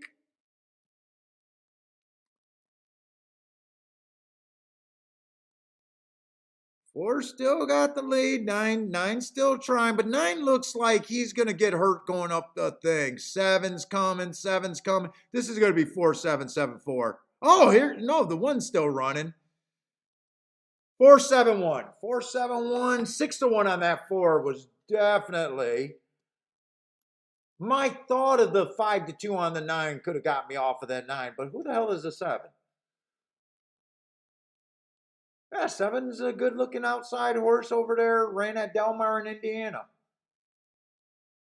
And he was a horse that, that was the horse that I pointed out that just lost to the 9 horse. So shouldn't it be no surprise? If you could get to the 9, you could definitely get to the 7. And if you could get to the 7, you could get to the 9. To me, math makes more sense. Looking at paper in a single race, you say, hey, the 7 and the 9, there's no difference. Yeah, one beat one. They beat each other. But you look at the math of it, the 9's 2-1, the 7's 5-1.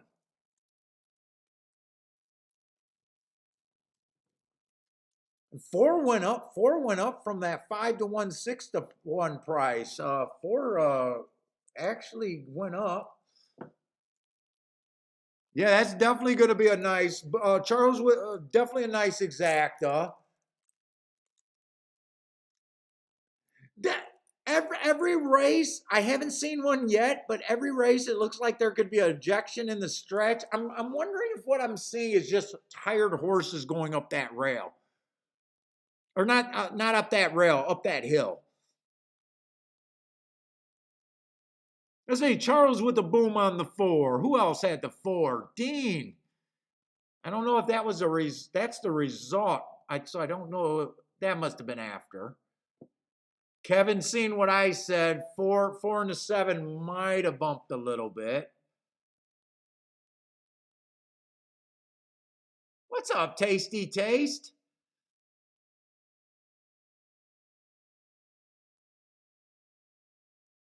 Larry used the 4-10-1. They made it official.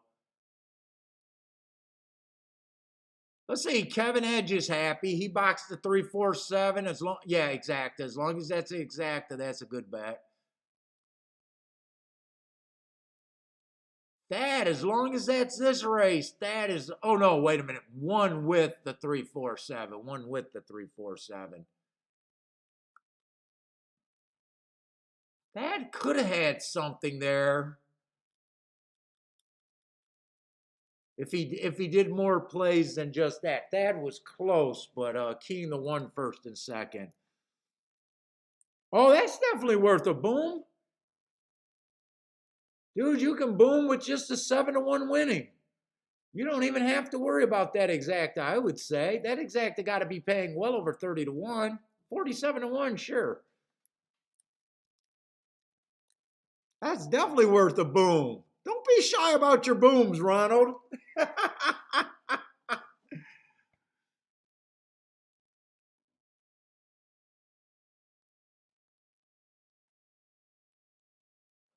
Oh, is that what I'm saying, Dean? Where it looks like they're bearing in, but they're really just making the turn. Yeah, it always looks like really bad in the stretch.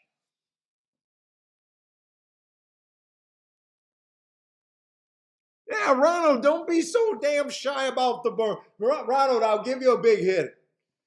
If it's a boom exacta, without declaring that you're really going for something. Now, if someone says, hey, I'm all in on this exacta, it's $10, but you know what? I got 100, I got 1,000, I got a $500 exacta, or even if it's not that much, if it's just a big bet for you.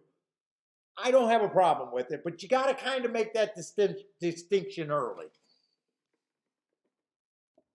But shit, almost anything over, I'd say over 25 to 1 in a double or an exacta.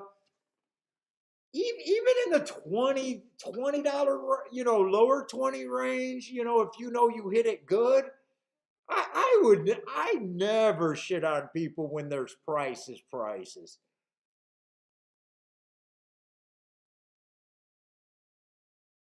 We'll shit on someone booming a 4 to 5 and then thanking the host. Thank you for that one. That's the kind of stuff that we don't want to condone. Don't be shy enough about another boom.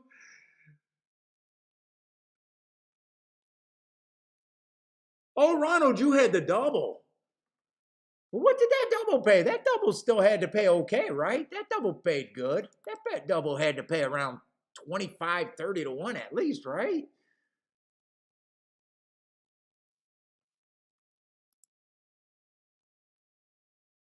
Dude, we don't want to be too like policey, but we don't want the abuse either.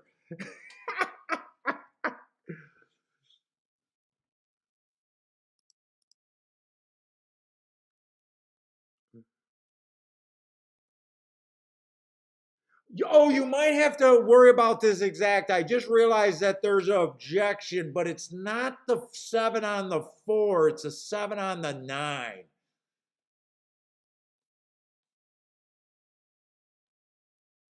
Ah, Lloyd, you had that too? Nice.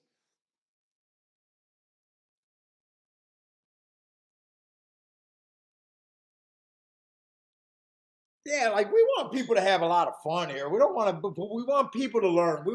I want. The reason why I want people to learn is because I'm selfish. I want the game to grow. Why do you want the game to grow?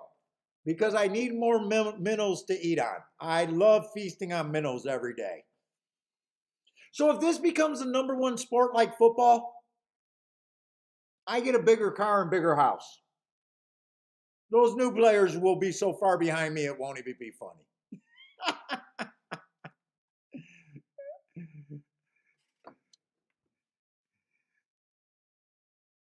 I don't want, so I want people to get a little bit better so they tell their friends to bring more friends to the track.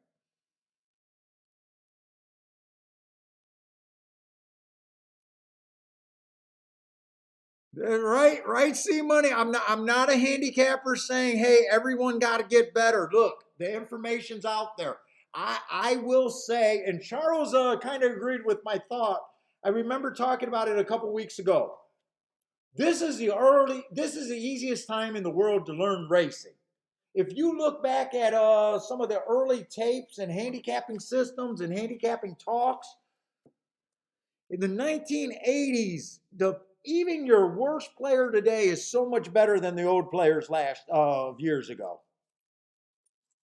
Right now, there's so much information to make you better. In fact, the products themselves are so much.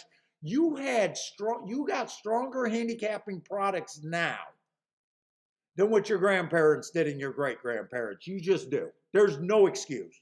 Now you can go on video and see people. Now you can go in chat rooms, pick people's brains. Now you got tournaments where you can actually now winning a tournament does not prove that you're a winner. And even seeing someone that wins quite a few tournaments is not necessarily proof that they're profitable. But I will say one thing, for a new person, it's not a bad way to start if you have access to someone that does well. Even if they're not a proven winner, but you have something. That's how we judge a lot of tournament players, because people aren't just handing over their tax returns. So I got to kind of judge some of these guys just based on, okay, I seen him place well in this tournament. He won that tournament. Oh, there he is again. oh, you know what? He's in the top 50. There's 1,000 people in that tournament. That's good. So I know at the very least when I follow some people, I know that they're at least capable. Doesn't mean that they're profitable, but they're at least capable of getting getting a new player farther along.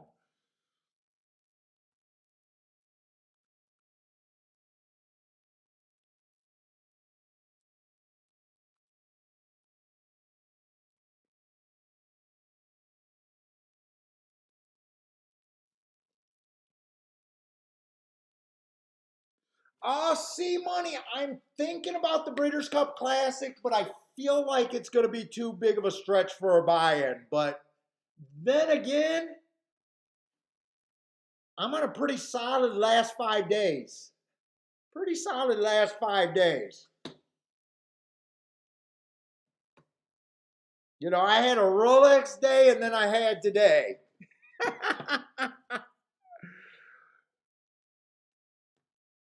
So I'm thinking about that one, but I'm definitely going to Indiana and Hawthorne's. Hawthorne's going to be a 3-day turn. Well, 3 separate tournaments at Hawthorne. Last year we only went to the Friday and Saturday. Kiki did not want to stay for the Sunday one. And then the week later in December we're going to Indiana for that tournament. So those are the main two. The Breeders' Cup is still it's probably a pretty far reach. I think I'm going to do it in the next 5 years. We're talking about it, but it still feels like a reach.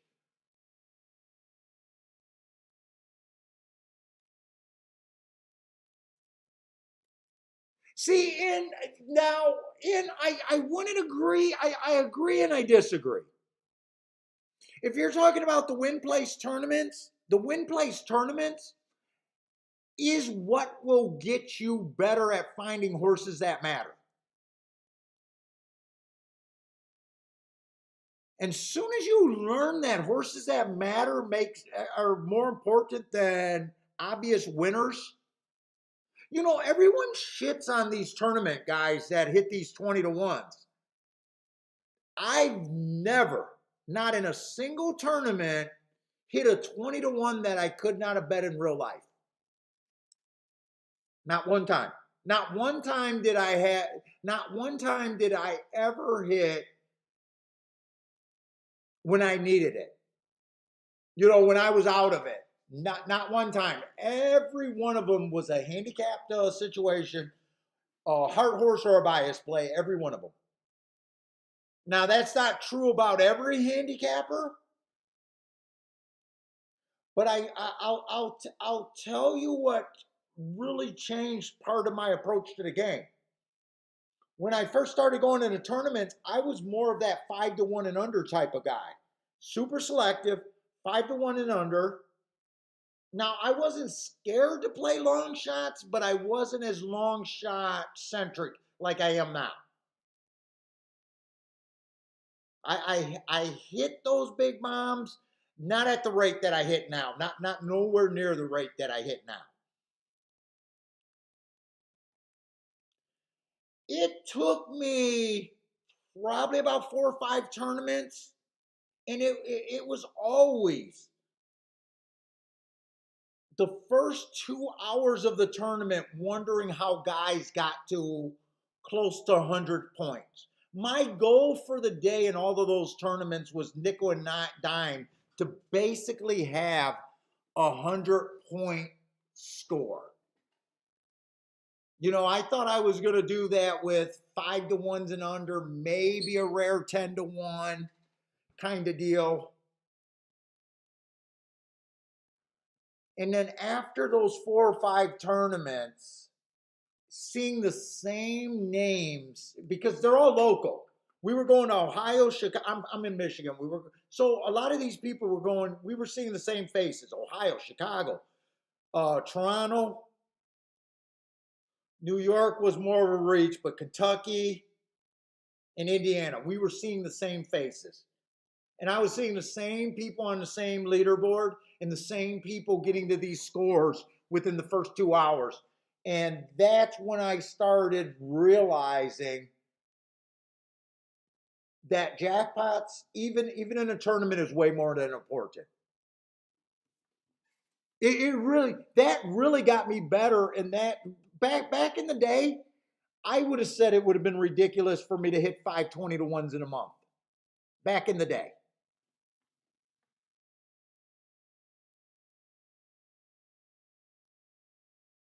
Oh, they took that 7 down.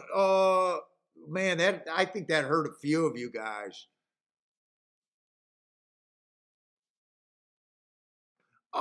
See, money, the Hawthorne tourney, I don't know because you're in a sports book. I didn't see him, but there was a whole bunch of different locations. But you're in a sports book, and the leaderboard, they were bad with the leaderboard, and we were all numbers on our, they gave us betting cards, credit card.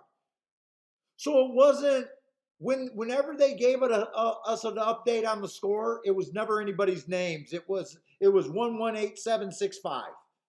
So I have no idea. I think I want to say, I think he got in the Breeders' Cup Betting Challenge, though. I think he got that through Canterbury is where I thought he won his entry for the Breeders' Cup. But I'm not sure. I'm not sure if he would have done something in the Hawthorne one, that would have been for the NHC. And I don't know if I know that he was in the NHC last year. What's up, Cindy?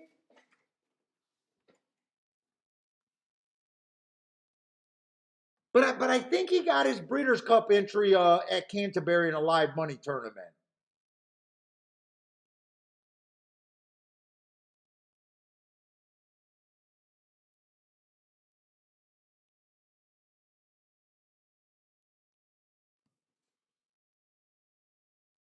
Now, yeah, he is out. And actually, I was looking him up. I was, I kept my eye out because if he was there, I probably would have went up and said something to him.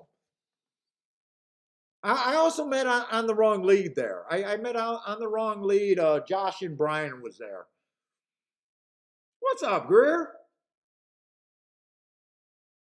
Oh, Tango, you're out there in Lansing. Nice, a Michiganer. Yeah, but if anyone's interested, and let me know. I'm definitely doing the Hawthorne, and we're definitely doing the Indiana. And that Indiana, if you're local and if you can get to Indiana and you're not buying into that tournament, shame on you. It's zero takeout. So if you're in Indiana and you don't play that tournament, you should not be complaining about takeout.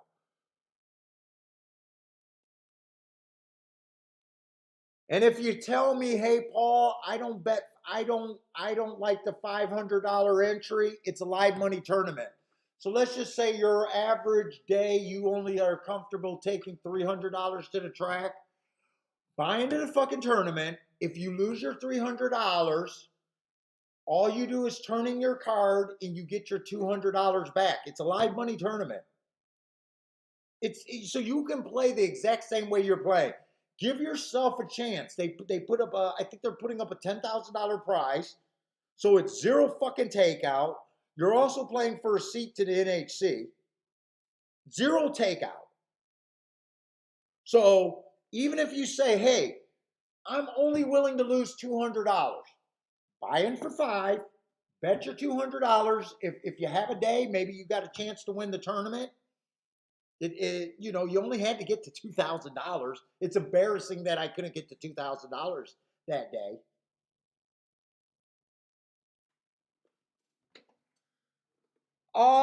Hawthorne is right the week of the day or two right after Thanksgiving. Hawthorne is right after Thanksgiving, and then Indiana is the week after. So I think Indiana's is December 4th on a Saturday.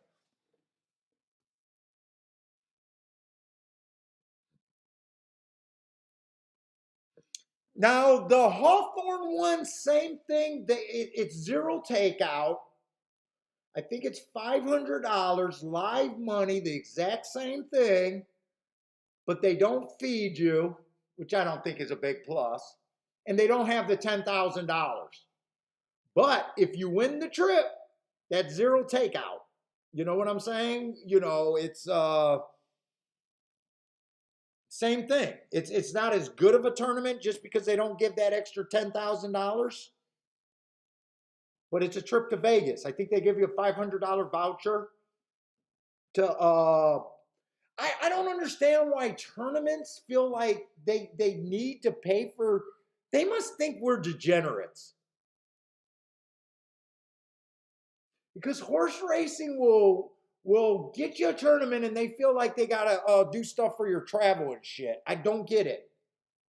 You got a shot, you get an entry to go win a tournament for $700,000, and they feel like they gotta rake the money to get you there. Like you're that big of a loser that you can't get travel arrangements.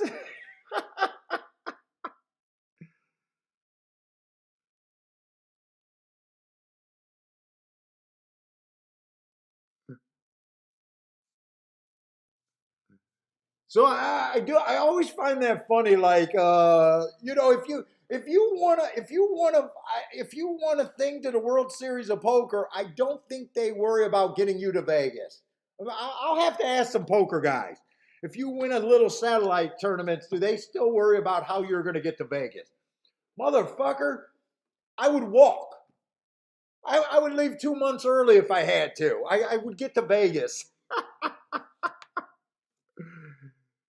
I would sell shares to my family, whatever I would have to do if I got a seat and couldn't afford to get to Vegas. Yeah, Greer, we're like the super special, like we're bounce. They think we're bouncing off the walls. Yeah, I find it hilarious. I find that hilarious.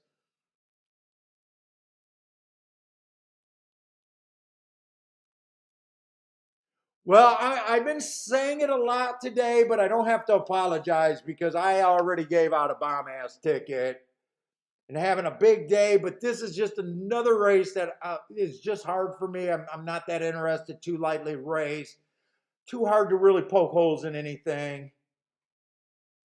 I'll tell you what I got, but this is a no bet for me.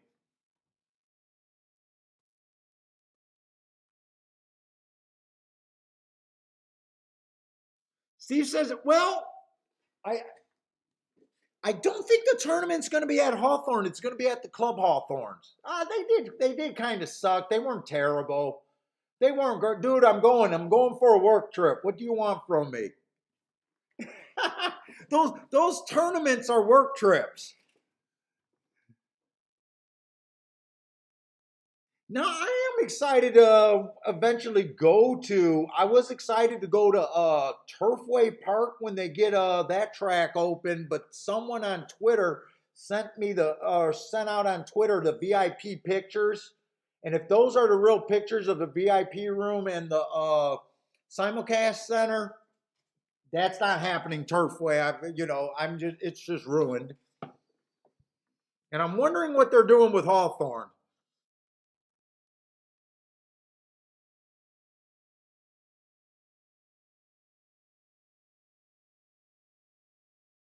Dude, I used to like going to Hawthorne just as much as Chicago, or when I lived in Chicago for a couple years. I never minded Hawthorne.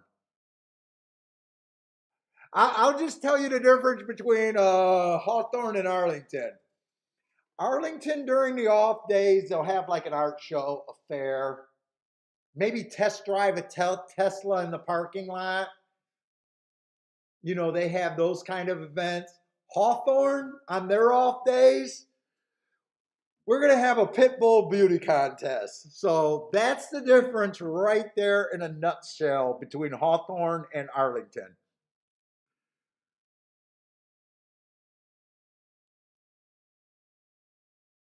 Yes, Charles, I'll still be on YouTube.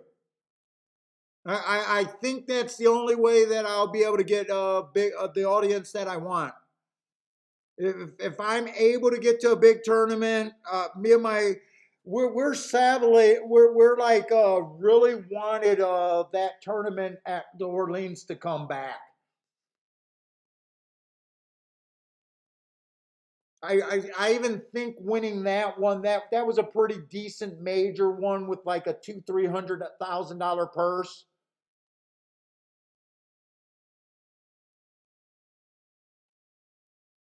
That you could just buy into. You know what I'm saying? I realistically got a shot to win that every 2 times a year. Where the NHC only comes up one a year, and it's a win if you're kind of a winner or you got to qualify. But I'm not playing that many tournaments, so I'm at a real disadvantage.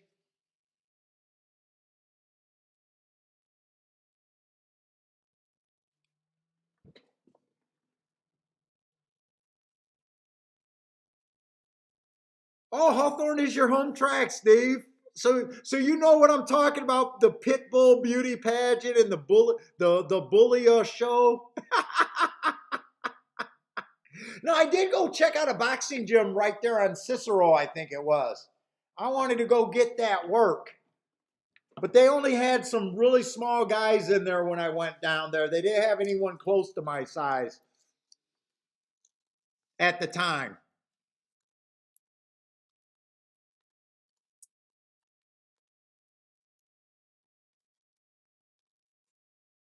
Oh, Damien loves the Orleans. Oh, but you never stayed there? The Orleans is like staying at a Comfort Inn.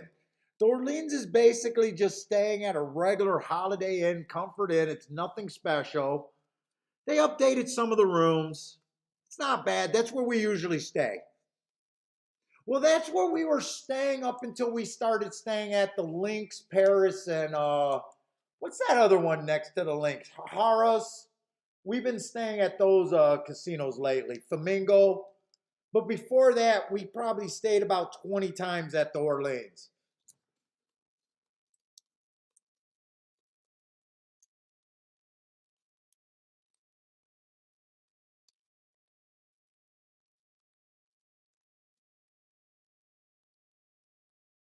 Now, Steve, did they tear Hawthorne all the way down? Or are they using some of that shell? Because I know Hawthorne, we went there for a tournament, and you know where that dining room is? They have the tournament in the dining room, and no one was in there. Me and my wife got there a couple hours early. I think because we were, it wasn't when I was living there. I think we drove down and didn't have a hotel, and we got there a couple hours early. So we're in the tournament room, which was the dining room, and I seen these two big double doors, and I go over there, and I'm just bored. There's no handicapping. There's no one there. It's just me. I opened up those doors, and I did not realize that they had a whole other grandstand that had ramps. Dude, I swear to God, they must have just locked that down in 1970s. I swear to God, there was a quarter-inch of dust, and no one's been in there. And me and my wife was scared, and I'm just walking around in there going, this is so cool. They had those old, like, all the furniture was round. It was either stadium seating with a bunch of ramps. It reminded me of old Tiger Stadium with the ramps. But on the flat parts of it, they had some tables. They were all like round and oval, and they had those like Jetson egg chairs. They were like that big plastic, kind of like this kind of a chair with the big plastic. I don't know what they were doing there, but I swear to God, they remodeled that in 1970 and then just closed the door.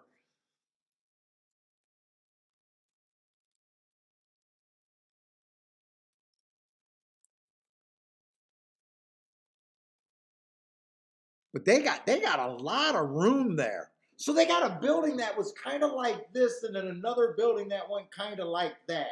So I think the dining room that I was in was right here, and I opened that door and went in all of this building here, like just as big.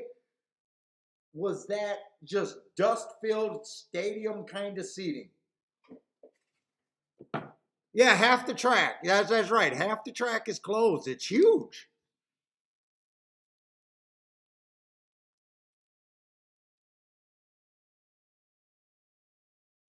Well, Steve, if you're there, man, you need to get in that tournament. Take a shot, and try to get in.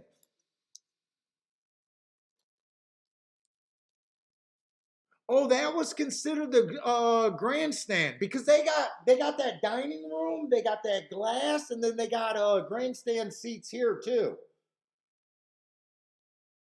Before the finish wire, so they must have had like two grandstands set up there.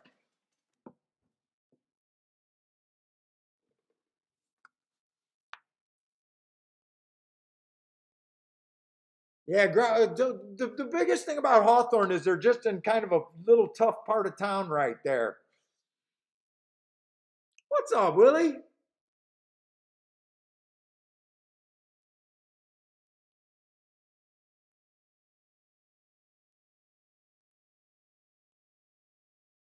Yeah, but Steve, if you live there and you're playing that day, or those 3 days, they got three separate days. I think the first day they're giving away two seats, and the next 2 days, Saturday and Sunday, they're giving away 3 or 4 seats each day. I think 4 seats each day on Saturday and Sunday.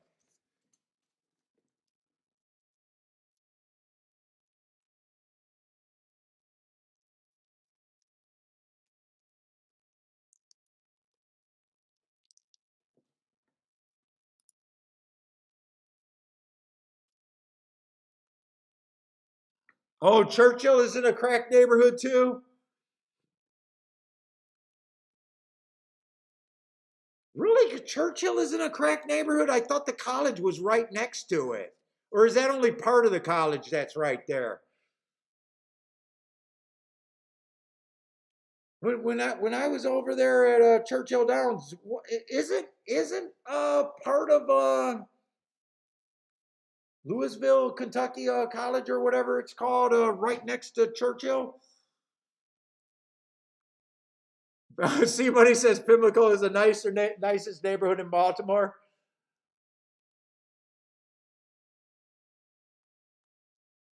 Let's see. I got nothing here, by the way. I hope you guys know that and not trying to give me a time that. Let's just see. I'm not interested in this race.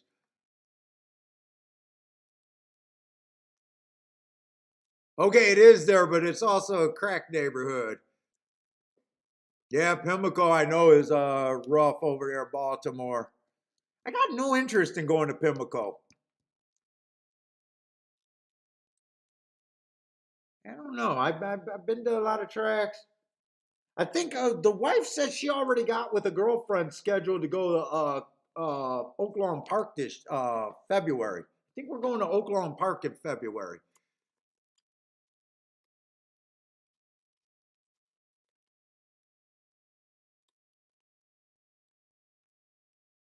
Dude, that was a bad. That was probably part of Arlington's problem. I do not know. Shit, if you guys know where Arlington's like in Arlington Heights, dude, there is no roads there. It's right off the expressway though, but it's all residential neighborhoods there with just one. Dude, if they put the Bears Stadium there, they're gonna have to change that neighborhood completely. Getting in and out of there would be insane.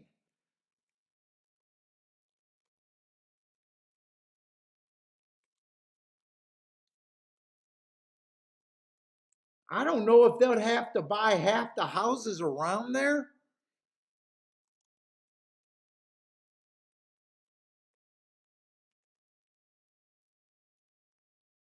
But dude, if they're building a track at where Arlington is, they are going to have to be widening the roads like crazy out there.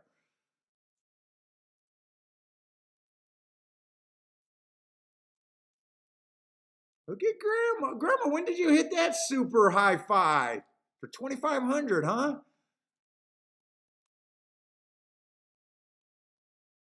Oh my God, Cindy said she wasn't overly impressed with OP, Oklahoma Park, when she went.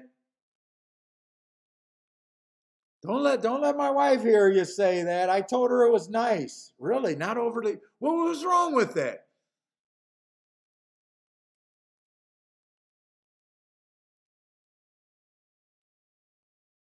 Shit, Mizzou man lives 25 minutes from Baltimore for 20 years and only been there 4 times. Wow. See, I'm not worried about bad neighborhoods. I'll go to a bad neighborhood. I had no problem going to Hawthorne. I got no problem. If I was in Baltimore, I'd have no problem going there.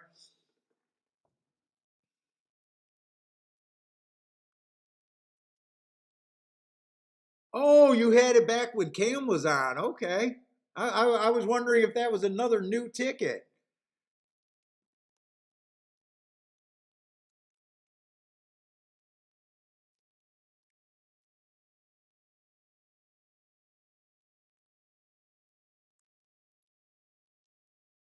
Oh, oh yeah. Well, dude, I've been around horse racing enough to know.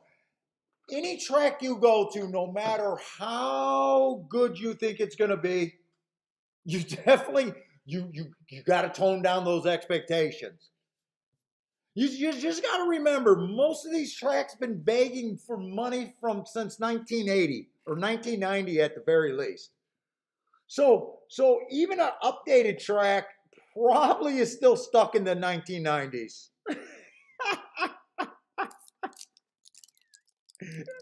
I I have never got my I never get my hopes up too high about any track. The accommodations are always going to be on the low side of accommodations. So Cindy, that's on you. You probably built it on too much in your head.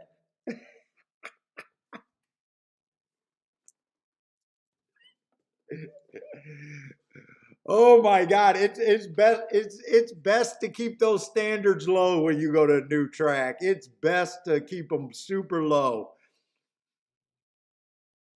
Yes, Hawthorne's definitely stuck in 1970s.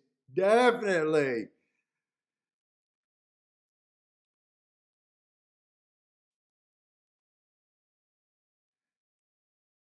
What is this delay for?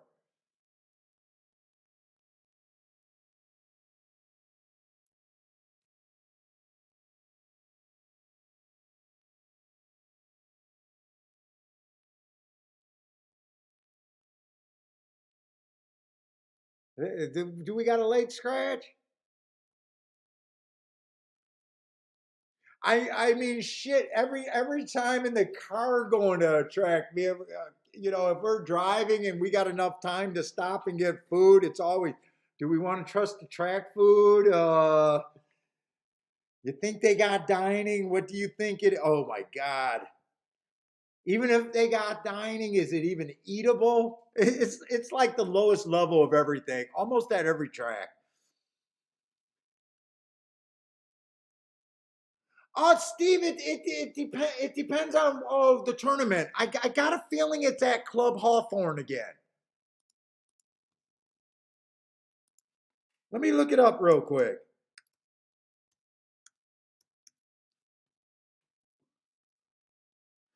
So last year, they started construction. So last year they had it at one of the 6 or 7 club Hawthorne places.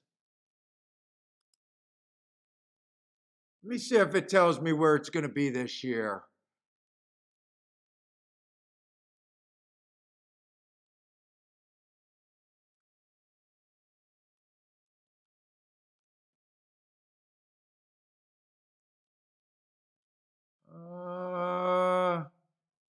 They got the dates. So the date's going to be Friday the 25th, 26th, and 27th.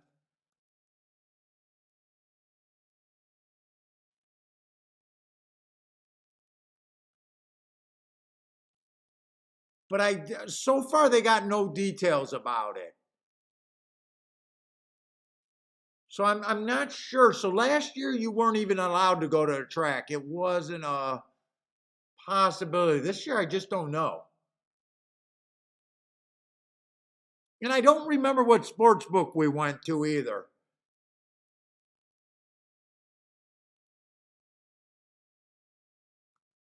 Let's see, that race is off. I'm going to leave this page open because I'm looking for it.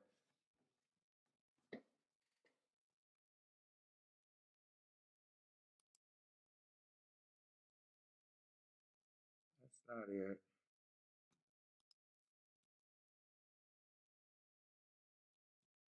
Promos and contests.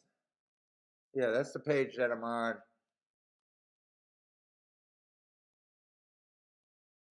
Here's the tournament days right there, though.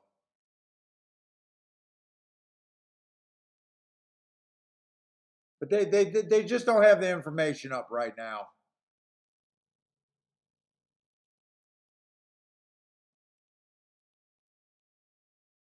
And I think these might be last year's results.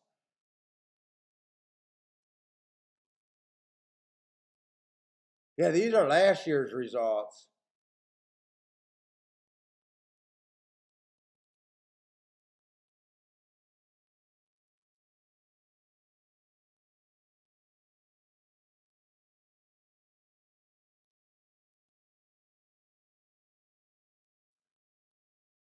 I didn't play on the Sunday one. The scores on Sunday was higher than the other 2 days.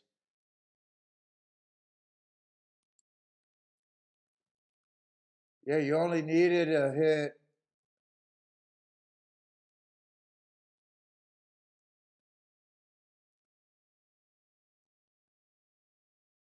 $3,000. You were on the bubble.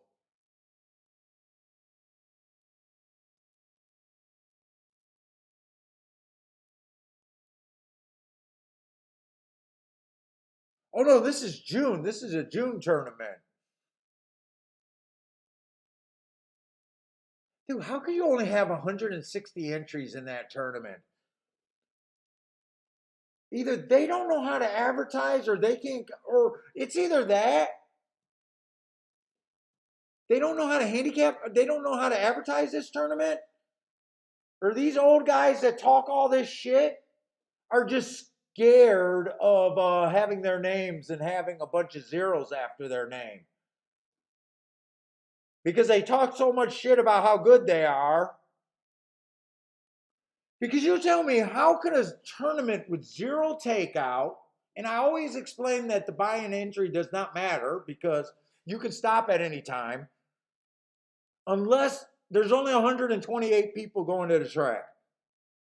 So the people either are not know that it's going on, or they know that it's going down and they're too dumb to get in a tournament where they can get something for nothing, or they're chicken shit.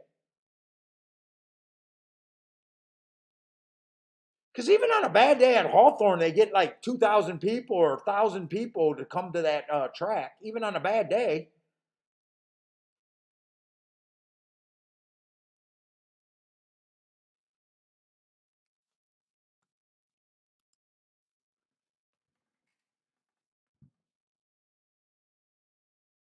So if they can't get the word out and they can't convince people, well, like I said, they never hired anyone in horse racing at any track with talent.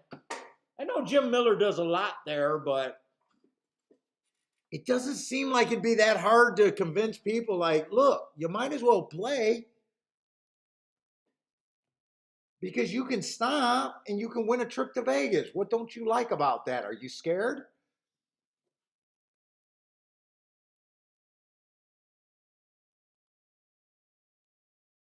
Coming from horse players, they're probably scared of getting their name up there or not getting their name.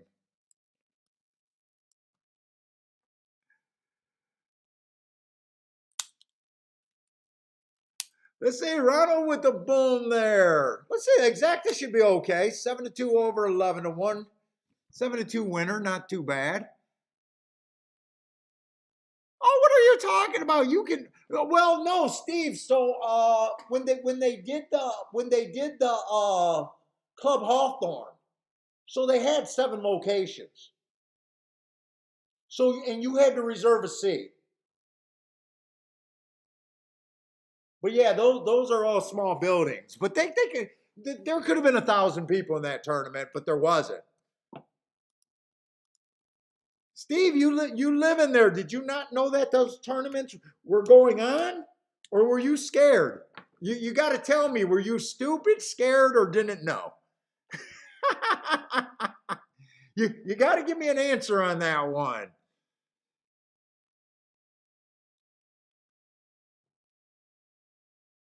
Or I guess you were busy with something else. You had something else. So I get, but there was 3 days. Dude, I got a feeling that either they do a terrible job promoting it.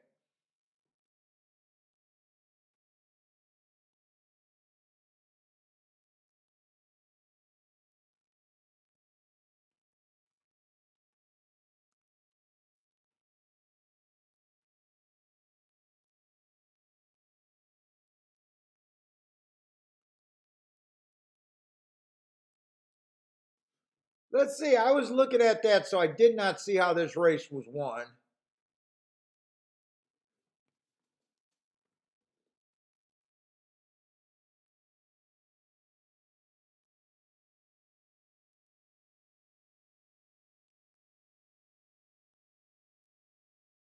Oh, who is that how I say the name? Brian? Oh my God, I'm gonna try to read your last name. I think I just say that name. Brian is Brian. Lamari? I'm terrible with names. Brian? Brian, what's up, Brian Sr.? I'll just go with Brian Sr. What's up, man?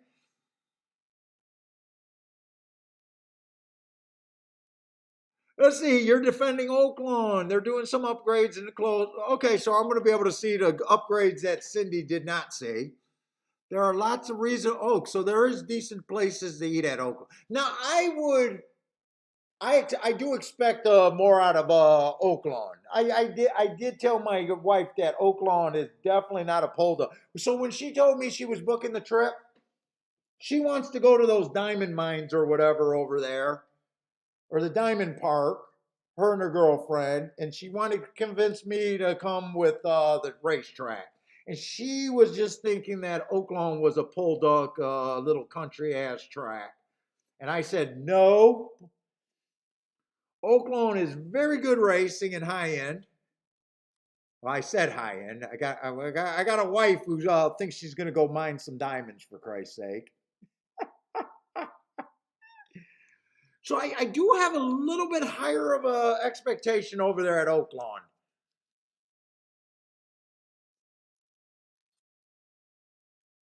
Ah, Charles with the exacta, 73-1. Nice job.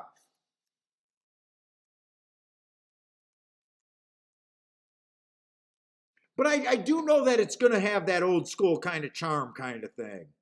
Like at every track, you expect it to have some of that country kind of racing, maybe even a little like aristocrat kind of feel to it. Not every place could be Keelan.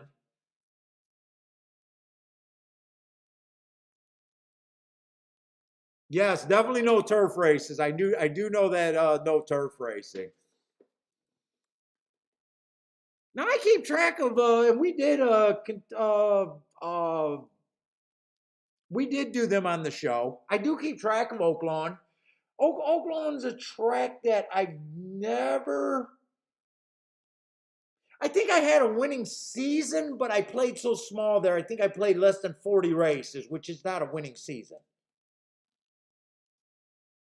I got geared up, put it this way, I've got geared up with my data and everything to approach Oaklawn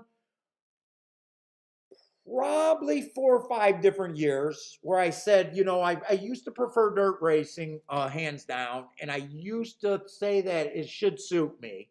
So there was probably 4 or 5 years at the most that I geared up for Oaklawn. But Didn't finish the meet and did leave with my tail tucked between my legs. So I never really officially beat Oaklawn. But then I also never finished a meet at Oaklawn, meaning I don't know if they run for 2 or 3 months. I don't let you beat me up for months before I walk away. So if I take a beating and I'm 2 weeks in and I'm not liking something, 3 weeks in at the most, and I'm struggling, I'm bailing right away because I got other profiles I can play. So it was never given a complete fair track, but I know in that 4 or 5 years I got excited about it, but it didn't work out. Put it that way. Long story short.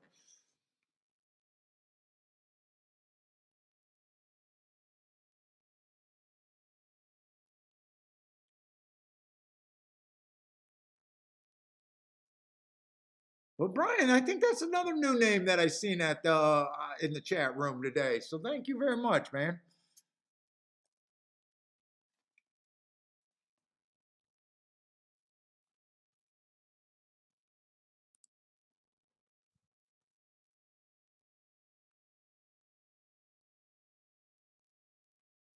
Nice hit, Charles. Moving on in the pick five, but already a nice day.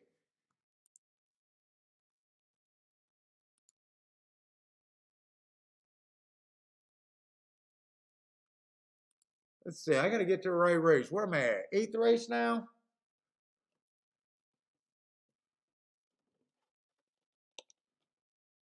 Yeah, they moved well this year they moved they've been moving the meet up, making the meet longer, right? This was the first year that they went from December to May.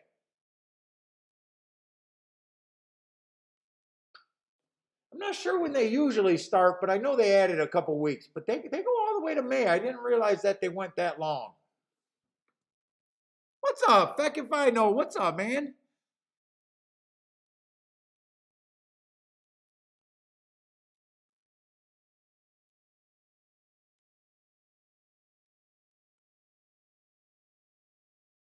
You know why, Feck if I know? I think I'm convinced on the horse player's mind. I think I know the horse player's mind pretty good.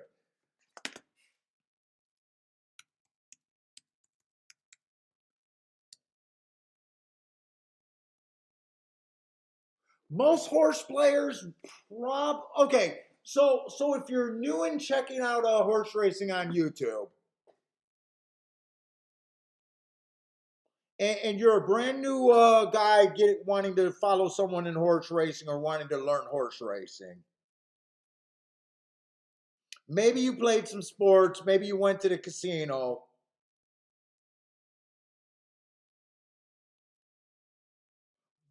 but I can forgive them because of their ignorance, right? It's really easy to give out a lot of plays in sports. It's really easy, casino action's really fast. I'm shocked that the average viewer watches about 20 minutes. That's really not giving the show a chance. It's almost like wow me instantly or I'm gone. But because most people learned how to play this game so poorly and a handicap and betting decisions and sound, all of that stuff, most guys wouldn't be able to recognize someone with an edge. I see things on Twitter. Oh, you're a professional. You should be hitting 50% of the race. Really? Really? Really? Really? You mean every race? Let's see, a small field, 6 horses, there's 5 options. You really think mathematically someone is hitting at a rate that's insane? I think the ignorance on what it even takes. I think most players don't even realize what's good play is. So it's very hard to convince someone. Maybe they come in at a certain time where you hit that ticket, but the attention spans are so small that it's, horse players, we're just really glutton because we live on that 20 to 30% of the edge that we cash our tickets. Not an edge, but our hit range is so low that it's hard to look good. It's really hard to look good.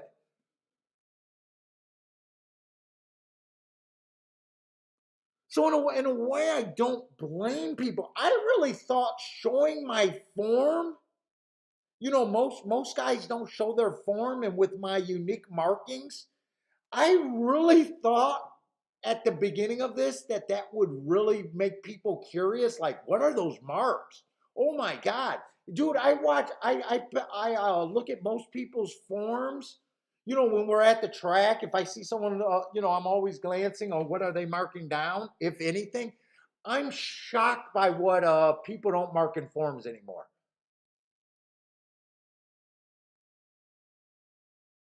It's crazy. So I thought people would be really interested in my forms. How do I get to these marks? Dude, they don't. People don't care. Unless you give them something interesting right off the bat. It's really hard to convince people in horse racing. And with the short attention spans, it's really, and it's not a lot of people's fault, because a lot of people don't even know what a winner at the track looks like. In fact, when I first started doing a YouTube thing and I'm going on Twitter and saying I make a living doing this, it's not my family, it's not my friends, it's not casino players, it's not sports bettors, it's not poker players that call bullshit, it's horse players. And if a horse player's first thought is to call bullshit on that, they already told you that they're incapable of winning. That they don't even believe that is possible. It's the honest truth. If someone tells you they're a professional poker player, people don't call bullshit instantly.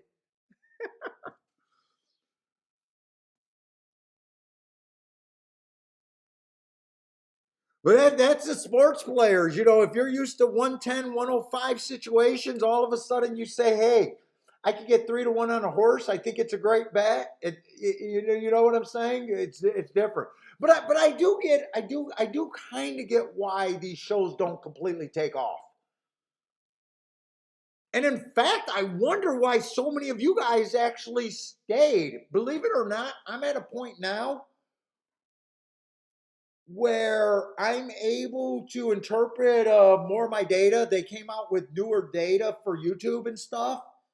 I'm able to see how many returning visitors I get on each show, whether you subscribe or not. I also get how many brand new visitors I get per show.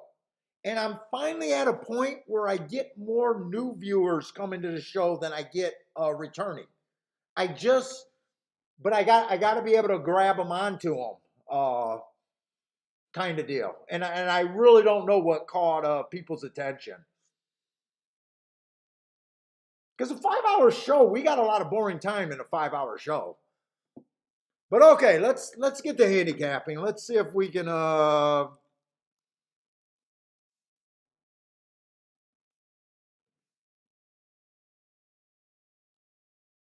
what is Cindy saying? That's not true. That people can win at this game. I believe Cindy wins at this game. It's hard for me to think that Cindy wasn't profitable after having $100,000 month. But I'm curious to hear what she's saying is not true.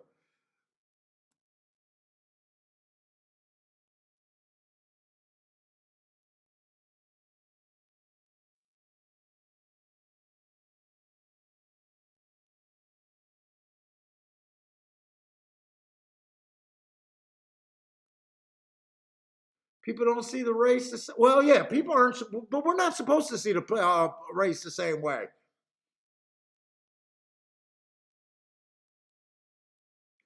I don't think my opinion on how to handicap, because I don't think I'm on how to handicap show. And I appreciate, so when watch a guy show and I think he's good, I appreciate watching their show whether I handicap like them or not. I'm not sure if It's just that they handicap different. In fact, the more different a person handicaps from me, I'm more interested in watching their theories. Like the more difference than me, I really like to hear the person's thought process. Like I don't need to hear a clone from me.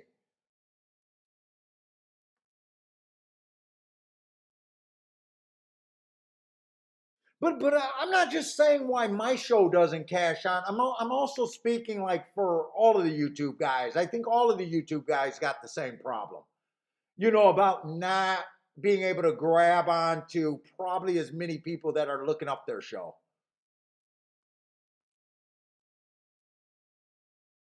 Let's see, we got allowance one X-rays. What's up, Jeff?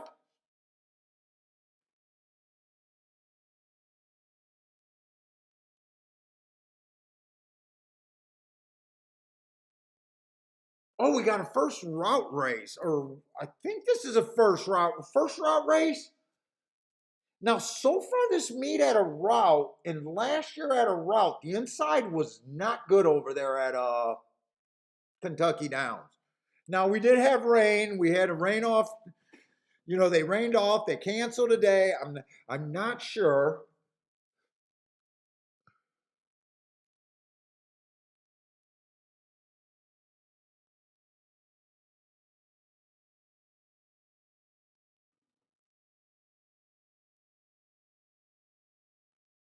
Oh yeah. Everyone develops their own style. Well, I'm just talking about in general about why having a handicap show really took off. There might not just not be enough interest, but right now you guys would. I usually get like 4 or 500 new people watching in a day.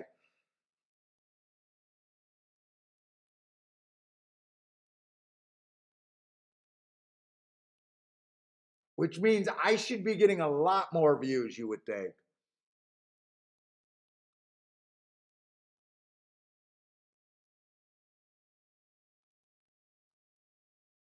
Let's see, I would have liked, well, I got enough time. Well, no, that's not. Well, C Money used to do a live show. C Money and Cam, there was a couple guys that do a live show.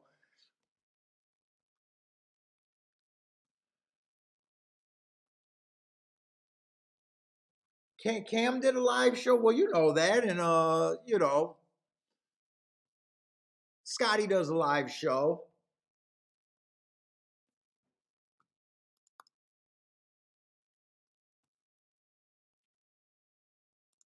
Dude, it could just be personality. Maybe, I don't think I'm the most personal person on the planet. That's for sure. I'm not a speaker and a good, I don't think I'm charming or funny or anything.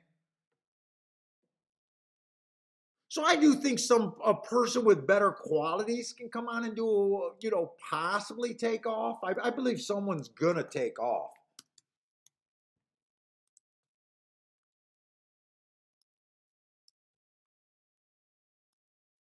If someone takes off, I just hope that they have an edge. I just hope that they have an actual edge and it's not bullshit. I hope they just don't get someone that's attractive and charming and funny and witty and can make people laugh and be that type, but just a bad handicapper or a handicapper that actually never was profitable. It would be like my dad says, people always fall for the fluff. I just hope that if someone takes off, it won't be based on that.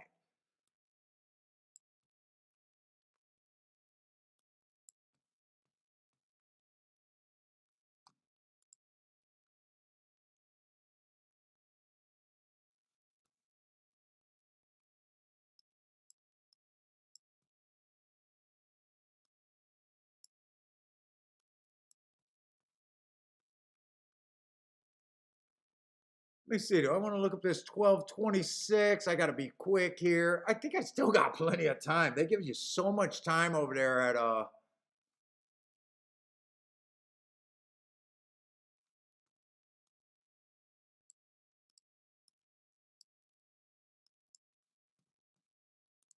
And I think stalkers and closers have been doing better at the routes, and I also think the outside's been doing better at a route. See, 12's just jumping up in class. What is this? What is this race allowance 1x, right?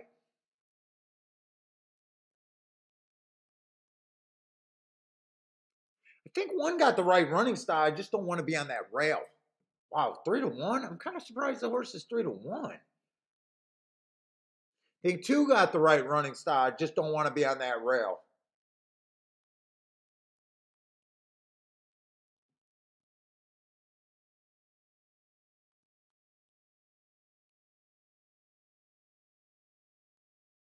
I got a feeling I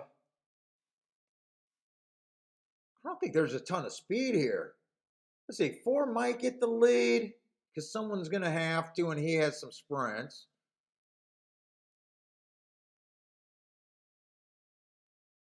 I'm really not sure what this 5 horse is. Let's see, 7 ran one race, went wire to wire. He might have the lead.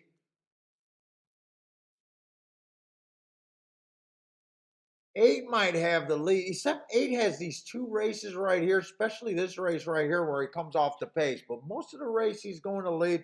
This race is an indicator of form to me, but I think the running style might be bad. Running against the bias while dueling, going too fast to win. I like that. 12-1, I wouldn't be scared to bet him, but I know what I'll be getting into. Got a feeling he might be going to lead.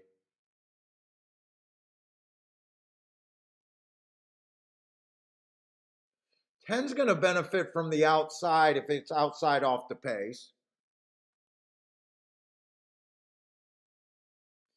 In a way, I do question the 10's class, but overall, I think he's getting helped.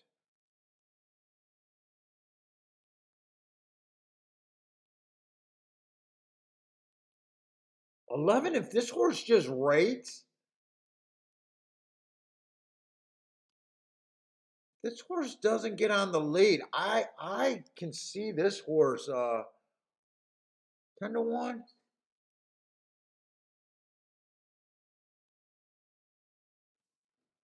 I want to do a bet here? They might have talked me into a bet right here.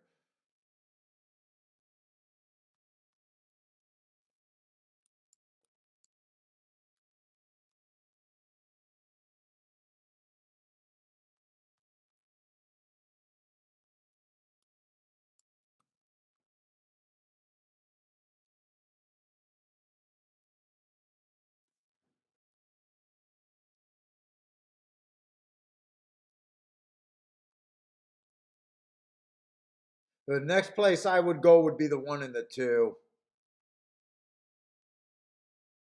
I'm probably overlooking the 5 a little bit, but 1 and 2. Let's see.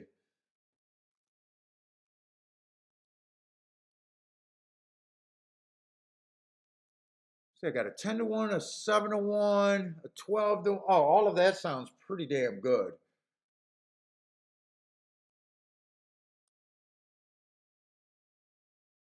Dude, I think I'm just going to start out with a 4-horse box there. I'm going to stay away from the rail. I'm going to use the 2 over the 1, but that's a close call. I probably think the 1 has a better chance.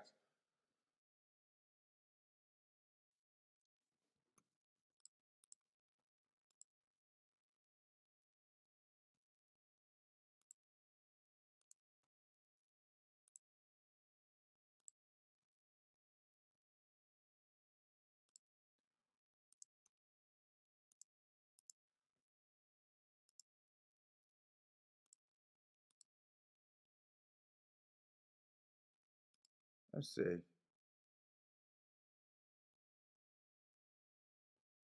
I want to do a 3-horse, 2, 8, 10? Wait. 8, 10, 11. I don't think I want to do a 3-horse win bet. I'm just going to do the 8 and 11 to win. 8 and 11.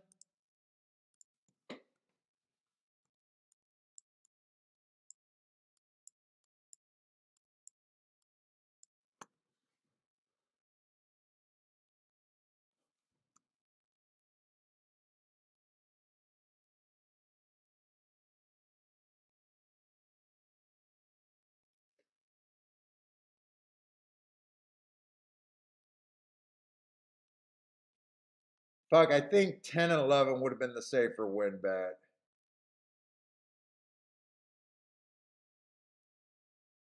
I think I probably should have won 10 and 11. I don't want to cancel a ticket. I want to turn that into a 3-horse Dutch.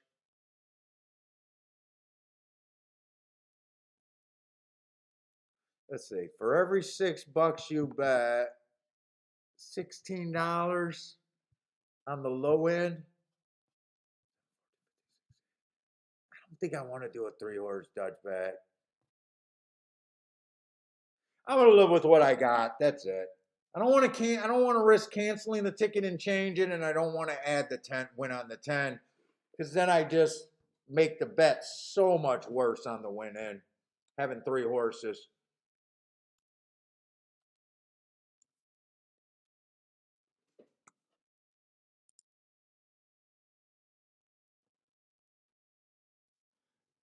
What's up, El Delabo? Wait, you changed your name. What's up? What's up, Superman? Didn't you change your name? I thought that was El Delabo, Invincible Superman or something. What's up, Superman?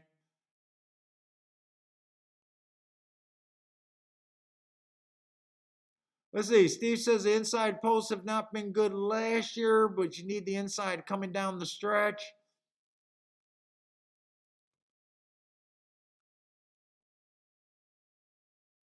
I need a 9 to go away, and I got a shot here. 9, 8, 11. This looks good if they can kind of stay up close and no one comes from too far behind. Right now, I kind of like what I got. But if they're going to be dead tired, I'm going to be in trouble, and I could be in trouble here.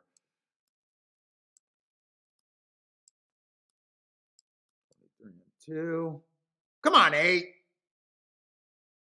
think I got all of this. Yeah, they get so wobbly coming home, you never feel good. That is going to be the 10 horse, but I got a 10. I don't have a 10-3, do I?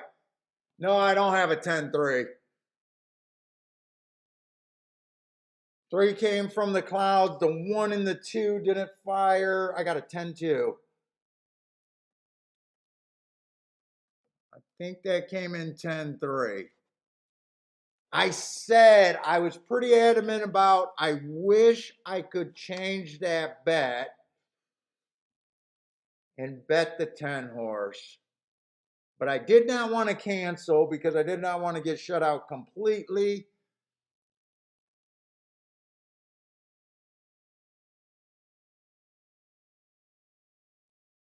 Ugh. Who's the 3 there? All right, I'm 1 for 3 on my plays today.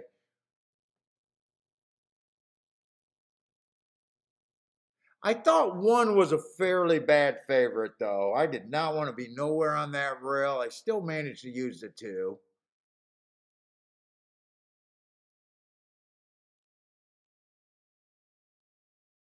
All outside horses. Well, I shouldn't be that mad. I think the 11 and the 8 were both there, 4th and 5th. So it's not like I didn't have a shot to cash another big ticket. I think that's what happened. I'm just not sure what the numbers were. I can't trust my eyes what I see these numbers are. I think it came in 10, 3, 12, 11, 8, something like that is what I think it came in. And I'm not that disappointed with that there.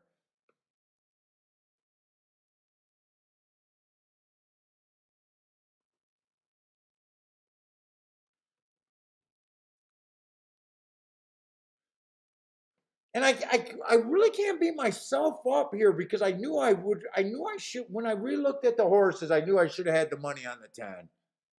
That actually is making me probably stomach this a little bit better.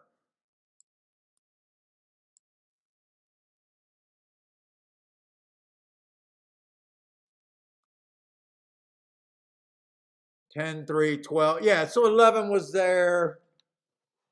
I looked at the 12, except I thought 12 just, I think, broke his maiden at the fairgrounds, and I wasn't. I could see him. I thought he had the right running style. He actually earned a heart 3 races back, but I did see he was stepping up. 3 was the horse that could I have got to the 3. 3 had the right running style too. Did 3 take money?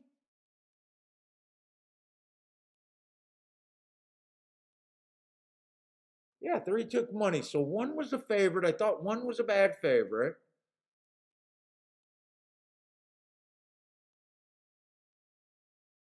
Who was a 7? 7 was the second choice? I don't remember. Oh, I didn't like the 7 at all. Yeah, I didn't like the 7 at all. That was second choice. Who was third choice? 12. I could see the 12 taking some money there.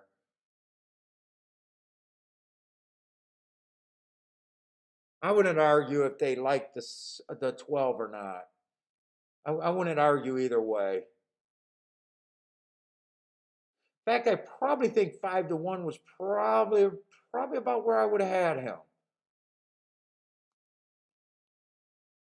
Thought the 1 had the right running style, but I was really questioning the rail.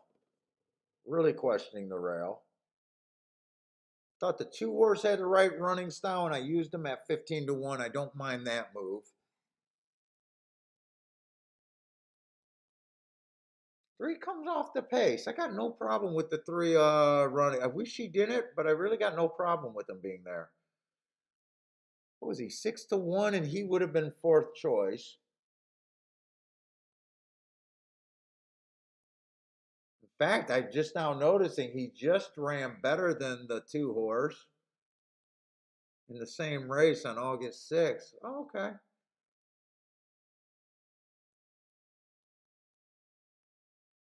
And he just ran in the same race with the 4 horse. I didn't like the 4 because I thought there was a good chance that the 4 would go to lead and be inside.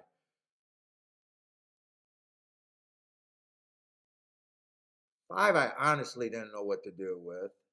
By the way, if you guys are new to the show, this is what I do. I review stuff in my head and just say where I was and what I could have done differently, if anything.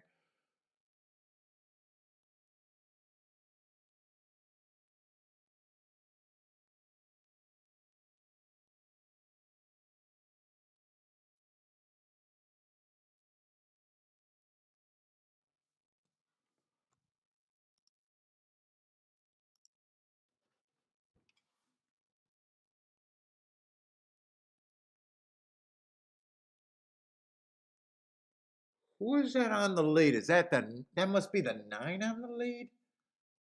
9 on the lead. Yeah, I don't even think that's where you wanted to be. 8's in second, 7 is there, 11's there. 3 came from dead last. I'm trying to find out where the 3 came from. 10 came from about 6th place back, about 6 or 7 lengths back.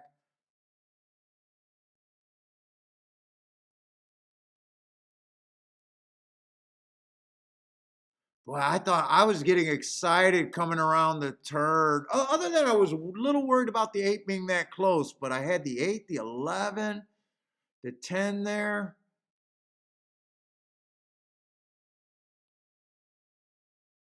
I feel like you can't relax and watch a race over there at Kentucky Downs. I feel like they're hard races to follow along with.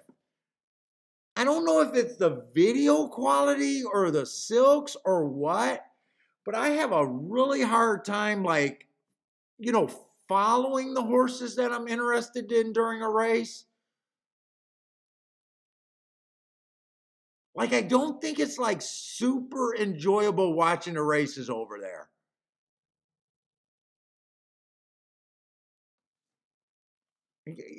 And I don't know if it's just my vision.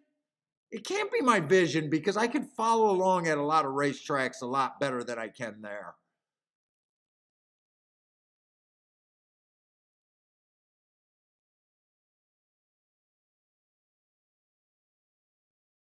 But it doesn't feel like a friendly race for me for like being able to follow along my horses during a race.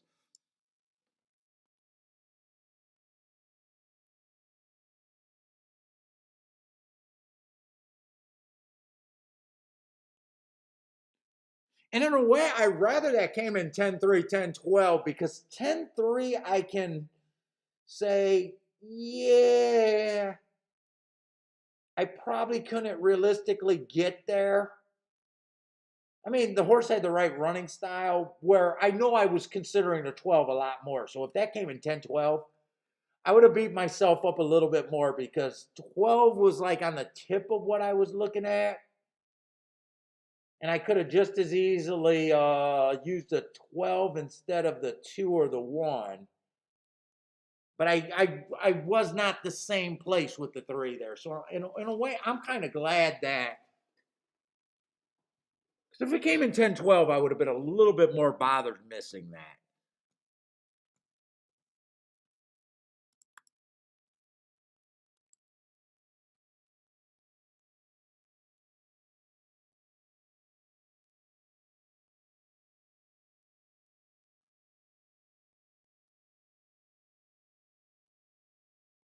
Greer says, "Try watching it." Oh man, if you're on the grandstand, it's probably brutal. And do they got a big telemonitor? They probably don't even have a telemonitor out there, a big old screen, do they?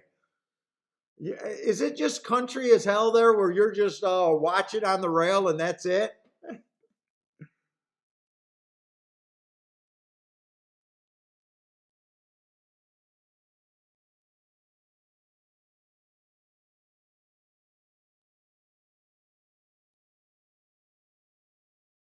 See, Money says it's the video quality combined with the wacky angles. That okay? So I'm not the only one that struggles to follow. Yeah, it's not the most enjoyable. I mean, it's super. Don't get me wrong; it's super high quality. The price is. There's not a problem with chalk after chalk. Like it's almost what every player wants. But I'm not enjoying watching the races. It's hard to follow along.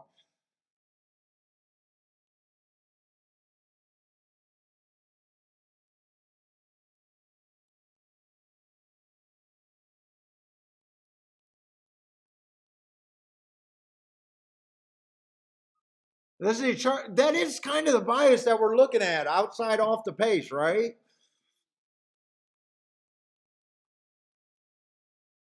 Did that exact? Yeah, that exacta should have paid. You said 63-1 on that exacta. Yeah, that exacta should have paid.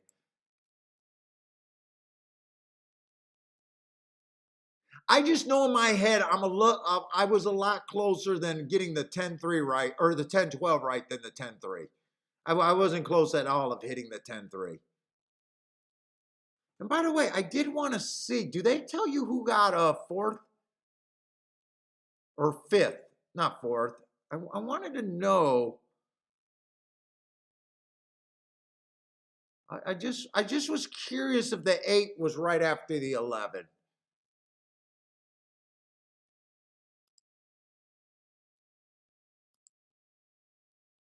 Yeah, I don't care that much. I'm kind of curious.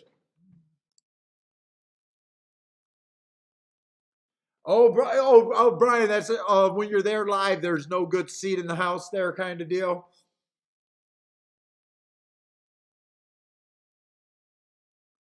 Cindy's having good. Cindy, those are what do you want to call that? A super frustrating day. 3 of the top 4 horses and nothing hitting. That's just as bad as second-itis.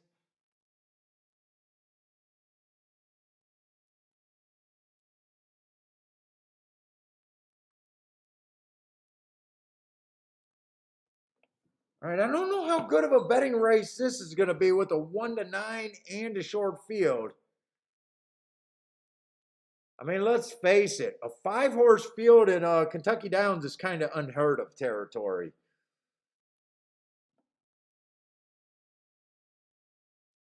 Oh, he did. Oh, did the 1 come in 5th, or the 1 came in 5th? Okay. I thought maybe it was the 8, but I guess I can't see the saddle cloths that good.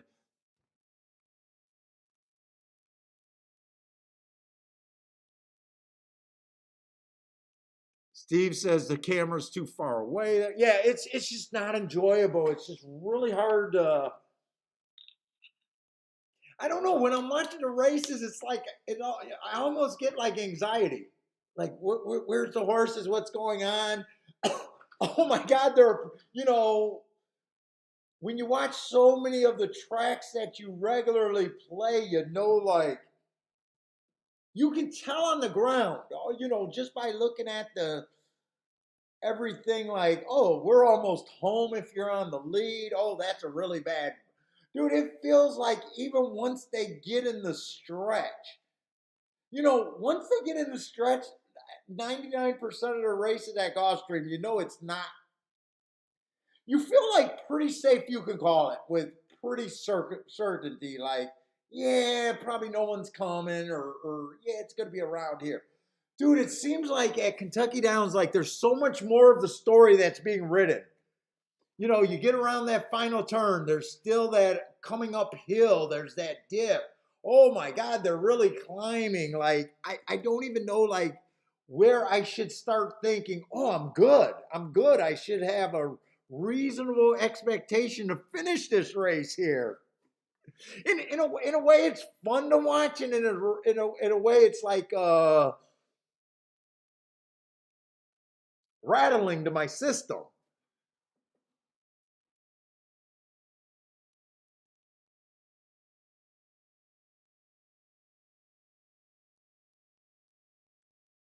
Let's see. Brian says the box the longest and the shortest in the exacta. Well, if you're doing something with the shortest, it's really easy to know what you're supposed to do. You said I want to play exacta, and I want to be a 1 to 5 boy. All you got to do is wait close enough to. Oh my God! Oh my God! Can you believe? I don't know if I've seen this before. Can you believe there's an exacta playing even money right now?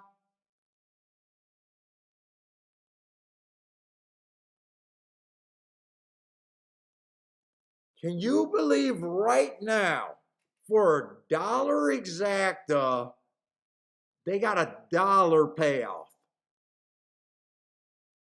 And I'm not, wait a minute. I'm not supposed to rip on horse players. You tell me that I'm not allowed to pick on horse players.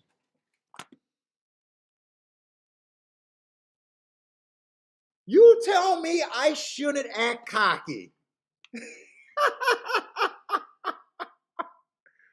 There's an exacta in a 5-horse field that's paying $1 for $1.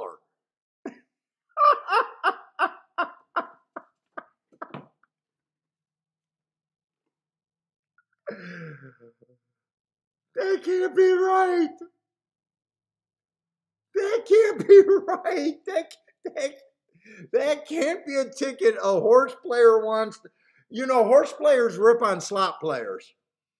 Horse players rip on casino players. You guys know you do it. And I'm looking at exacta that plays $1. How much is in the pool? Tell me how much is in the pool. Where's the fucking exacta pool? Tell me how much is in this damn pool. There's $29,000 in it, so it's not like there's $1,000 in the pool and it's just a mistake. Charles says, who bets that? No, Charles, horse players are betting that right now. Horse players like to come across so smart. Horse players are playing that right now.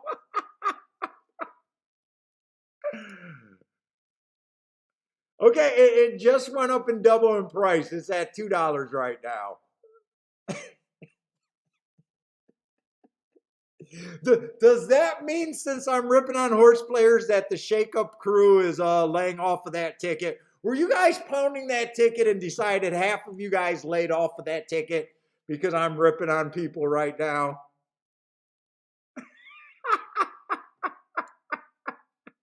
There's 30,000 in that pool right now. They're decent money.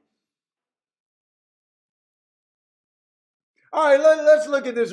I would have a hard time. Oh, by the way, I know a lot of you guys know this play, but if you really had to do something with the 1 to 5, or you were convinced that the 1 to 5, right now, there's actually two exactas that you can bet. The 6 and the 7 right now, $18 and $21 don't sound terrible, but it's just like, you're taking a horse and just saying, what could I get to that pays anything? I cannot support playing a $2 exacta. I cannot. Oh, is there a bridge jumper? There could be bridge jumpers in here.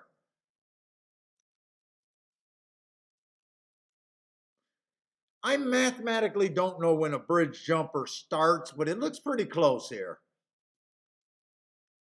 15,000 with 9,000 on the on the 2 horse.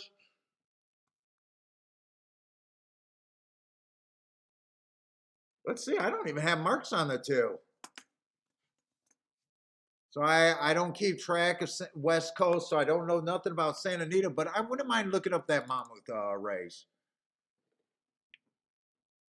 Yes, and 1 to 5, I don't care if the horse wins by twice the length that Flightline did. I will not apologize. This horse can win by a country mile, and I'll still say it's a bad bet.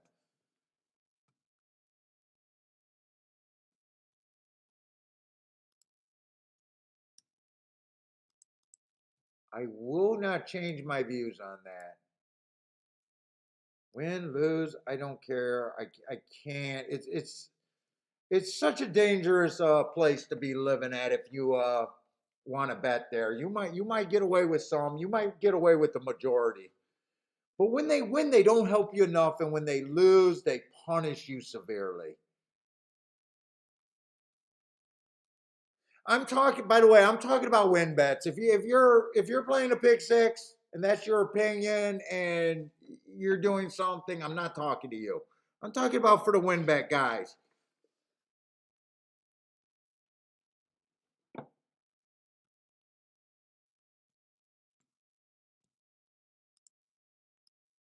You're playing. When you're advancing and getting multipliers, you're playing a different game. Now, if you use them, I wouldn't spread, and if you're trying to beat them, I'll give yourself every chance to beat them.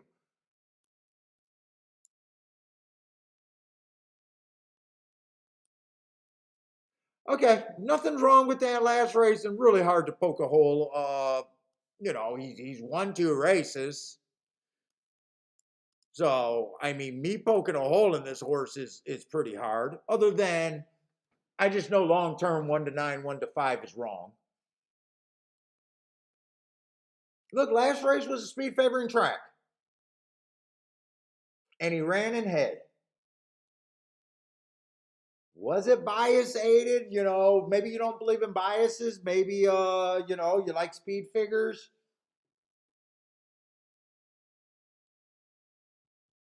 I got to take the contrarian, or what is that? Contrarian, or looking for reasons to bet, looking for reasons to go against the crowd because horse racing, par mutual pool rewards that. I can make the argument that if last race was a speed favoring track, maybe we won't know until after a race, and we still don't know that. But if he gets beaten, we'll say that we were right. Maybe that was a speed favoring track. Maybe I'm right about that speed favoring track, and maybe he's not really that good of that's not that 96 speed figure. And without that 96 speed figure, he's not 1 to 5. In fact, without that last race, the 5 horse is probably the favorite. But he's showing that last race. So if you're trying to get around him, I can tell that story. I thought the track was speed favoring last time. He was a speed horse. Maybe he blew up that day. And like I said, without that race, there's a good chance the 5 would have been the favorite here. Now, I don't believe in trying to beat 1 to 9s and getting that whopping pay raise of 5 to 2. That's enough to keep me where, yeah, I don't care about the 5 or trying to beat the 2 with the 9, because in 90% of the races that I look at, I'm trying to beat the 5 to 2. So why would I try to beat a 1 to 9 with a 5 to 2? I mean, both of those reasons are enough to keep me out of the race.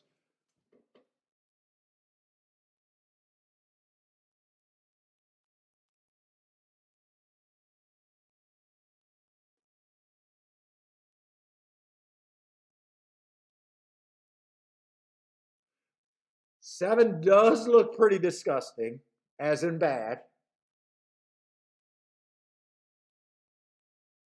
compared to these. I mean, I'm sure he's a beautiful horse, and I'm sure he could go on and have an okay racing career, but right now he doesn't look good on paper. Last race was obviously his best race, and he opened up in one field. Who knows what kind of field that was. But his races before that doesn't look that appealing. And he had to go to Belterra to do that. I'd be hard pressed to say I want anything with the 7. If the pace is crazy fast, the 6 will benefit, possibly. And I wouldn't be scared. I'd be more likely to lose money on a 23 to 1 than take a winner at 1 to 5, 2 to 5.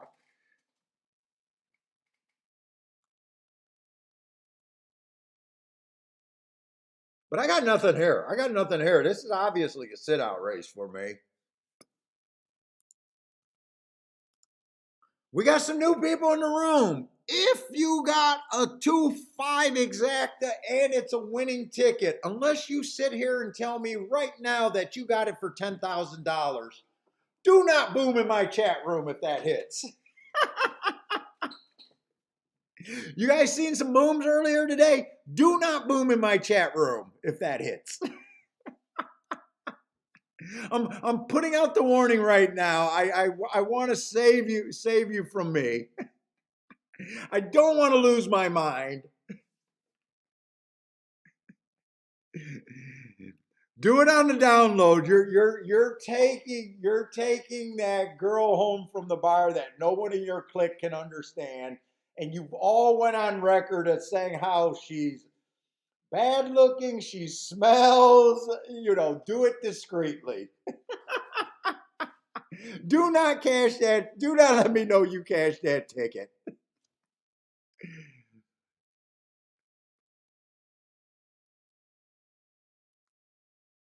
Now, if you guys are super brave, tell me who you're getting to here that you're willing. Now, I'm not super brave here because I'm not doing anything here, and I have no real opinion to back up doing anything here. But if you guys think you got a good opinion, and not think you guys have an opinion, if you guys like why you're getting to a horse and think you got something there, I am interested in hearing it. I don't mind that. I always like to see reason why people are trying to do things. And I don't care if it wins or lose.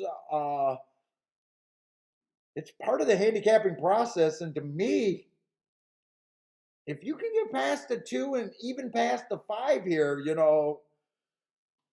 this race turns into a really good race if you can get by that. Derek likes the 2-6 here a little bit. Okay, he likes the 2-6. He thinks there's some upside in the 6.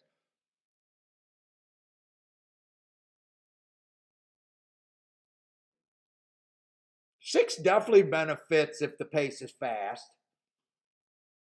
6 definitely benefits if the 5 is makes his move too early, and everyone else, it looks like the 1 horse is going to lead.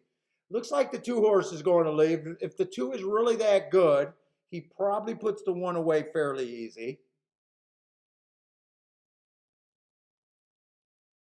I don't know what the 7 looks like, but I see a lot more upside in your 6 than the 7.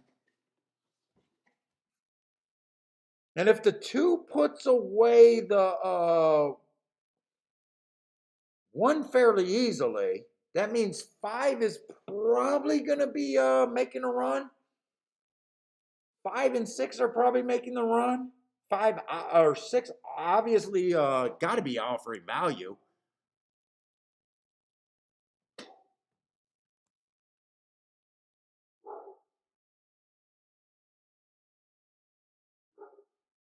And if the 2 horse is not that good and he gets burnt out, 5 and 6 I think are the 2 horses coming.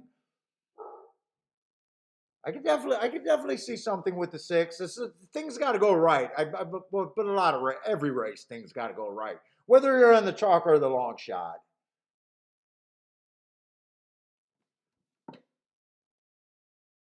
Oh my God, I thought Steve was putting up the 2-5. I read the 2-5, but then I had to read the same thing. Okay, so he's passing. No thanks.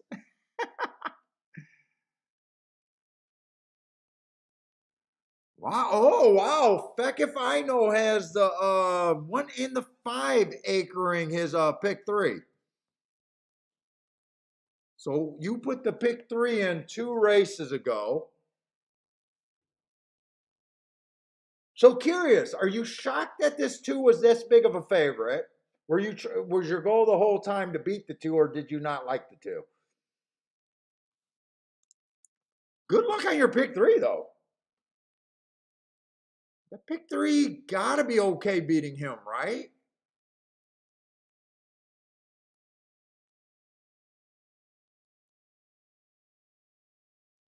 Boy, I'm surprised the pick 3 is paying $56 with him, but it's paying triple to the 5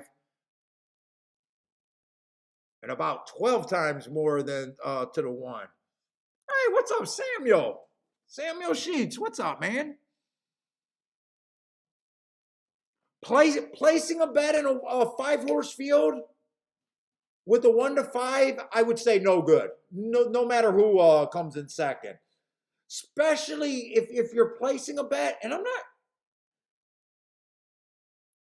You're always at the mercy on if the favorite hits the board. You're always at that mercy. So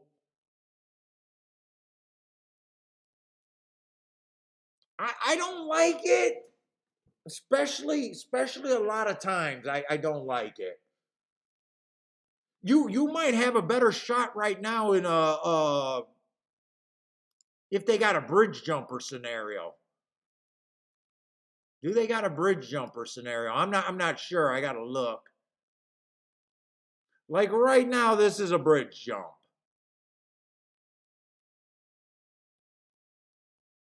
Meaning you bet all the horses to show as long as the 2 and not the 2, as long as the 2 horse doesn't show, you're going to get 2 of your ticket back.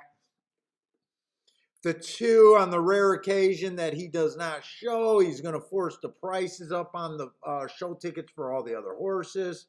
Track goes into a negative pool, has to pay out of their own pocket. No. Track pays out of their own pocket if the 2 horse shows.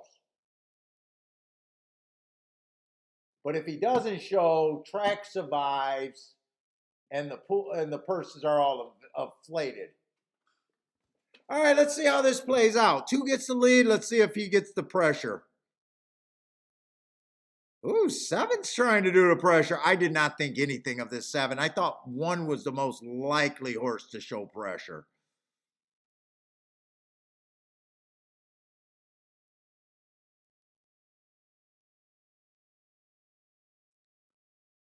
Seven moved over to the rail. I wonder if 7's getting out of the way for the real horses to run, or 7's still trying to win this race. I like the stride on the 6 right now. 6 looks like he's benefiting here, but I don't know when horses should be making their move.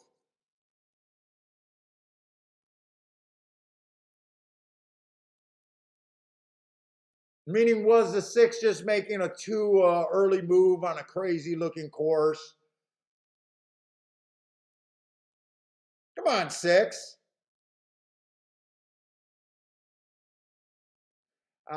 6 is done. 6 looks done. This is just going to be the 2 chalks. And the 1 to 9, 2 to 5 is going to get beat. So there is an upset there.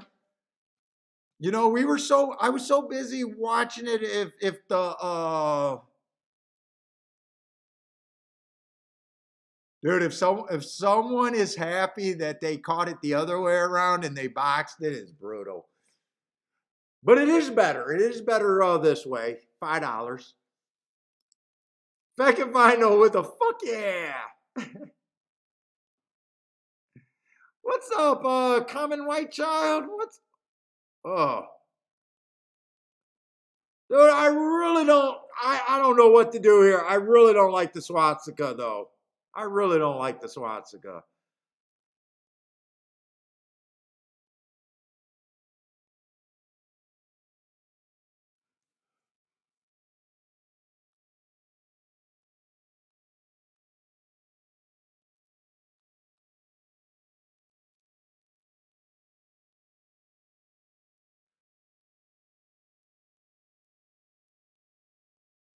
But he wasn't a guy that was the other guy. I'm not sure if he.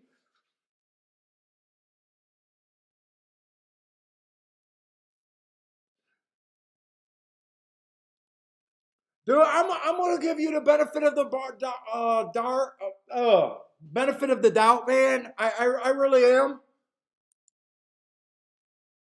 But the other day we had someone throwing a swastika. But I will put it out there. They definitely had a different name.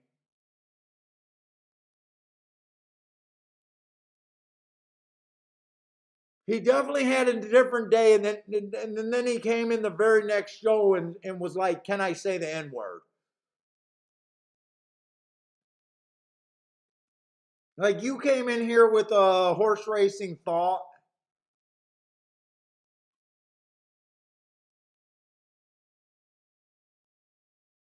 So I'm definitely gonna give the benefit of the doubt, but you know, you gotta know, just doing a show and stuff. You know, we gotta, you know, we're a little sensitive to the chat room thing.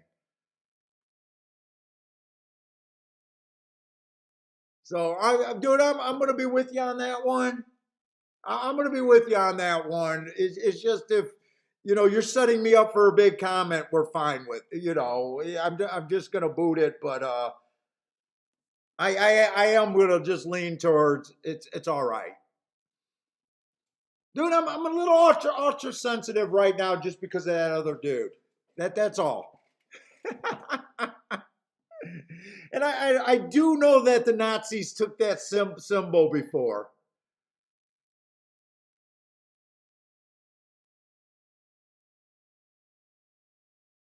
But I also don't want to get set up. You got my antenna. But anyways, about your question, a show bet there wouldn't have mattered because they don't let you bet 5-horse show bets in Kentucky, do they?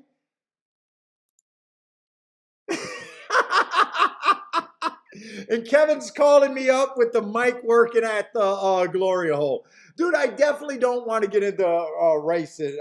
I'll call people. You know, I don't mind blue jokes. I don't want to go. I definitely don't want to go Politico. I absolutely don't want to go Rachel shit. You guys know that I was also raised for a good part of my life being the only white kid. And yes, I suffered from reverse racism. But I'm not, and I'm definitely not going to compare that to what other races have. But definitely don't want to go down any racism either way. I'm more worried about.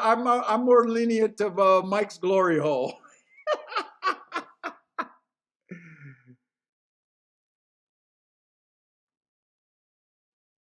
Dude, he didn't. Brady, I'm giving him the benefit of the doubt. He didn't come in here doing something, but he does know that he could.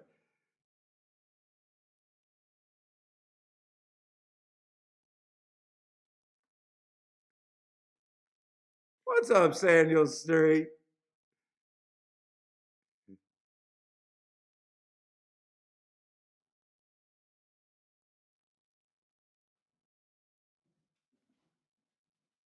I want.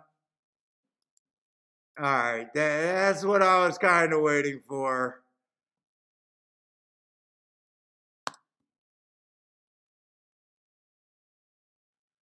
I think that was just it.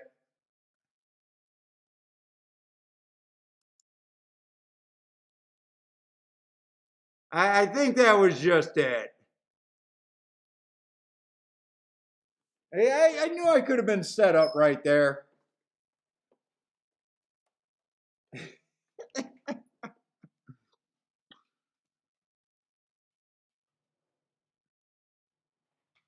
Come on, at least shoot for a show where they got an audience. Hey, dude, come on, I'm one of the smallest shows out there. Come on, I'm so damn small it's not even funny.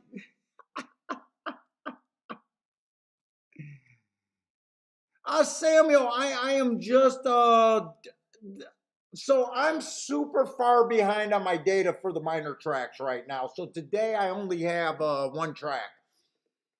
Tomorrow I will be having on my best days I'm only able to do two tracks, maybe two and a half. If some of the guys, if they're playing other tracks, but with this being a Thursday and we only got Saratoga's not running right now, and all the other tracks are on the sea level.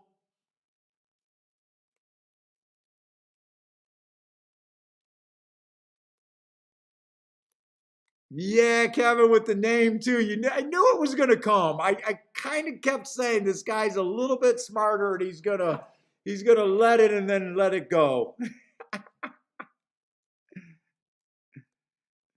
Because it's like some of you guys are thinking, well, why have that symbol if you don't even want to approach it?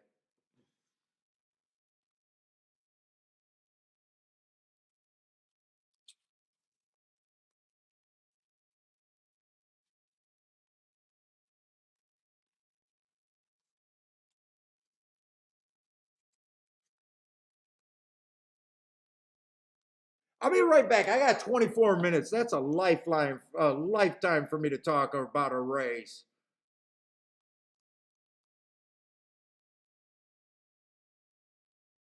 I just wanted to check my gaps before I ran. Actually, this race got a lot of gaps that I just can't fill. A lot of gaps that I just can't fill. I'll be right back, guys.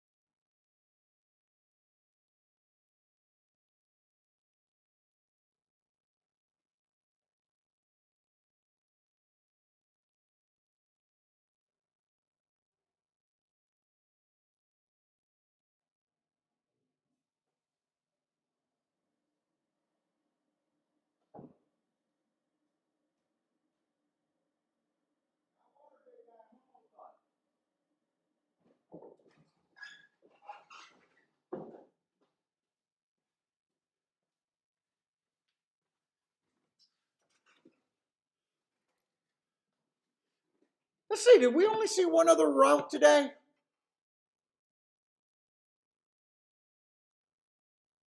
And that was won by the 10 horse. I'm pretty sure we only seen one other route race today.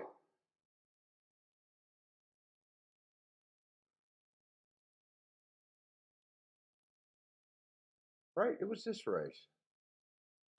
Yeah, what was won by the 10? Let me just make sure. I'm pretty sure I already did this. Oh no, we've seen two route races. Seventh.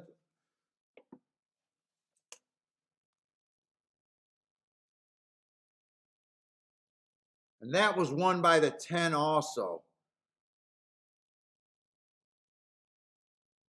And we were from last year's and the opening day. We were saying that I thought the bias looked stronger for the route race than the sprints. Outside off the pace. Yeah, everything else was a sprint. You know what? I want to fill in this right now. I still got a lot of time. I still think I got 18 minutes. That's a lot of time.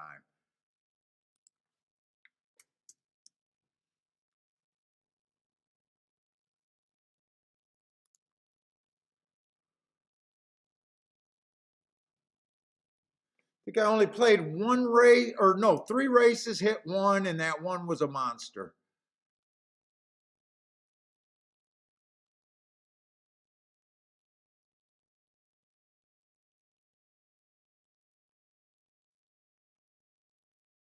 Another day I can't fuck up.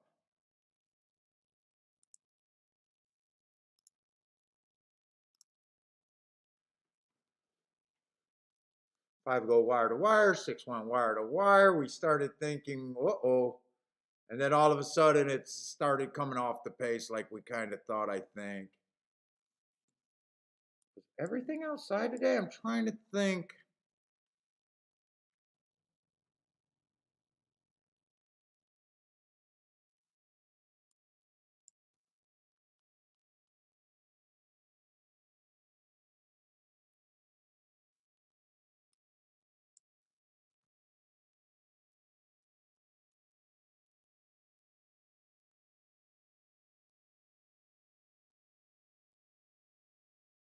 A hundred and oh, I thought that exact only paid 163. It paid 193.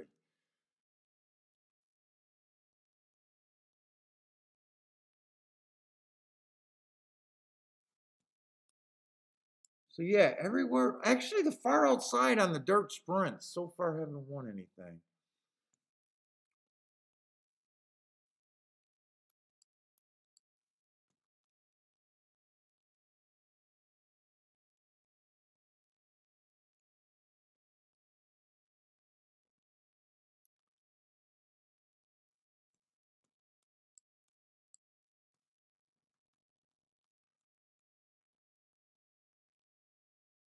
That's just missing last race. Okay, I got everything there.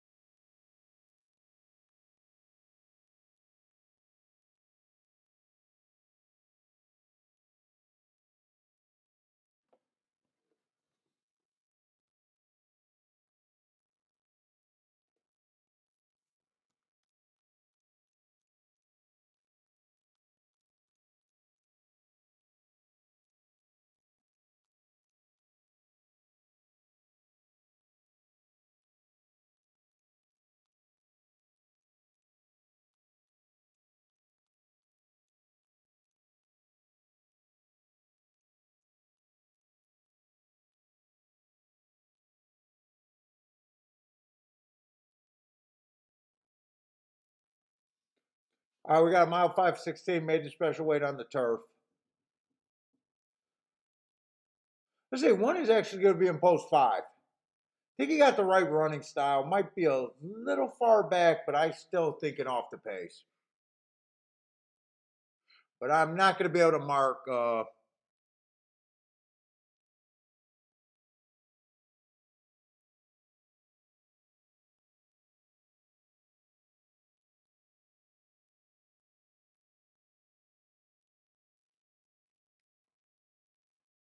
Let's see, two's going to be in the one hole. I definitely don't want nothing to do with that one post. Taking a lot of action, but I definitely want nothing to do with the one post. Let's say the three is going to be in the two hole, questioning the entire inside on the dirt or on the turf routes. Ran against the inside bias last time out. Wasn't the ugliest first time out, but I probably want no part in him.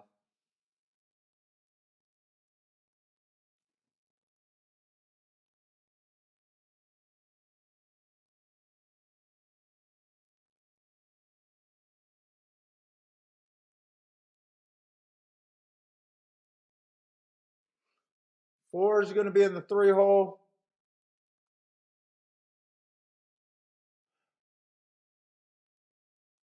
Definitely been doing a good job getting in position.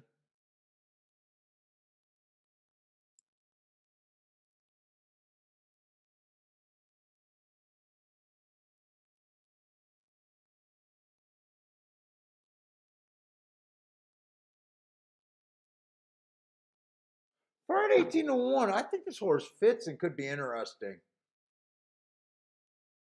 I even liked that race 3 races ago where he ran on an early pressing track, was too far back.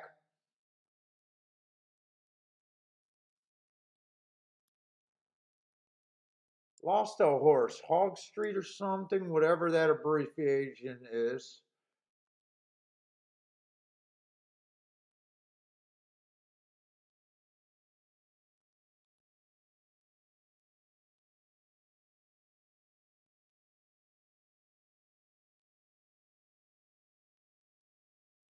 Let's say 5's been off a year.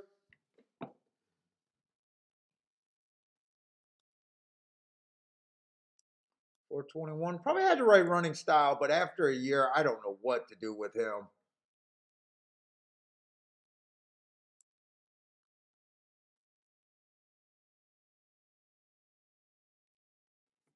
Really don't know what to do with him.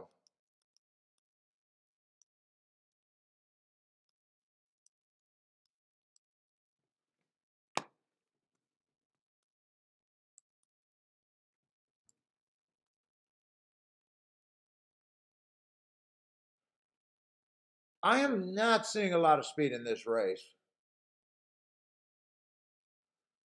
6 is kind of tricky for me to look at right now. Had some speed there.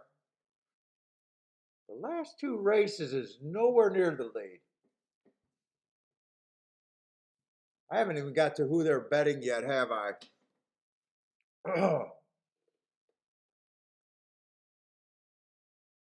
7 fits on the outside.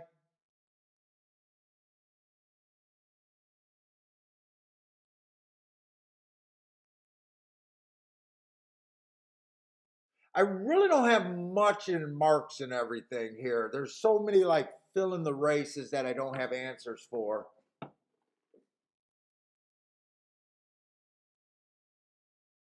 Probably going to have to look at some more traditional way. Let's see. 9 looks pretty. At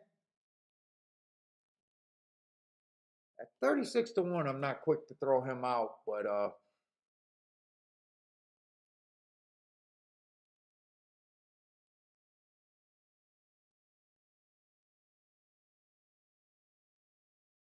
yeah, I know.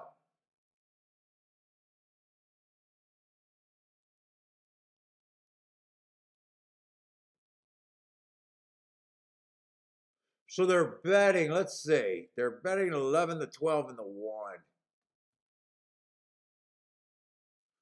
I'm gonna try to do a betting line on this race. It's probably gonna be pretty hard for me.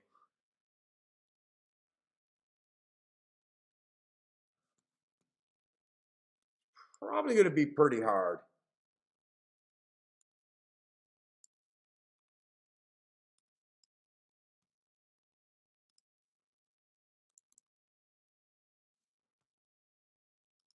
Let's see.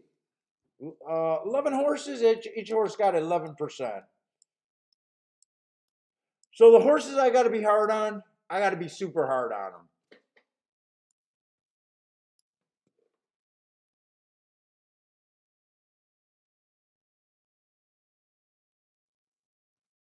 So 8-1, just blind betting is where your math should be before handicapping anything here.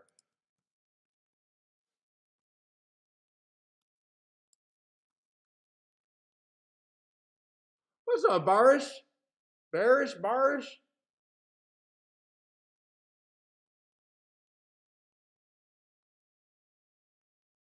Let's see. And when I'm making betting line, it's always easiest for me to start on the horses I just want no part of under any circumstances. If they win, I don't care.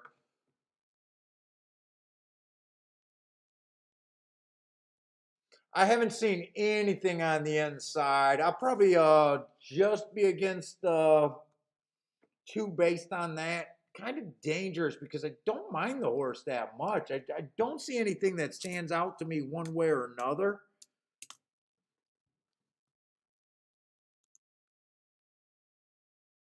Let's see, one has the 5 hole.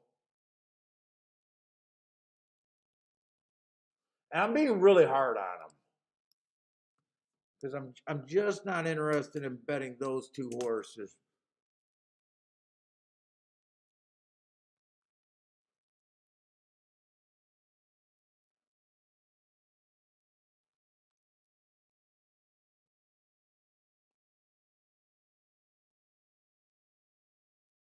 God, this horse off a year.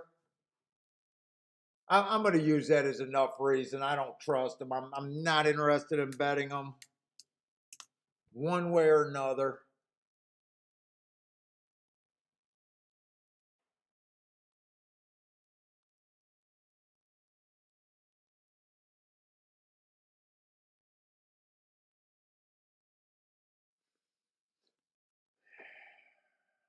Eight does look pretty bad, but he does have the outside.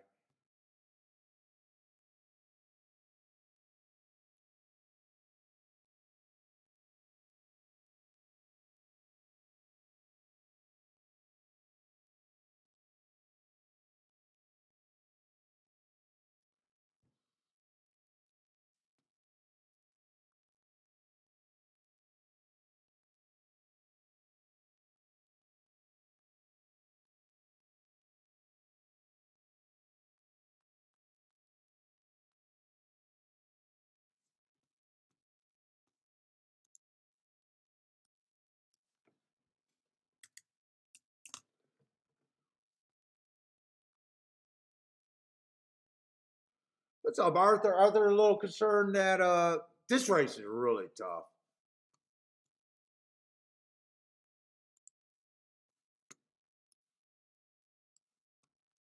Let me see. Let me just see where I'm at right now.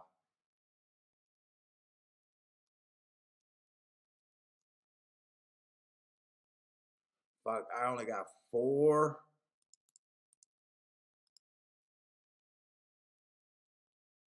So that means I got 7 horses left.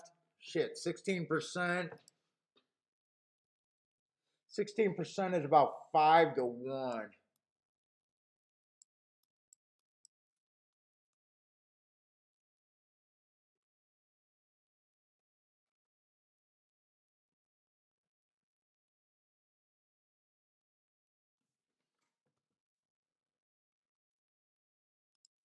I got a feeling it's going to be hard to make the math make sense here.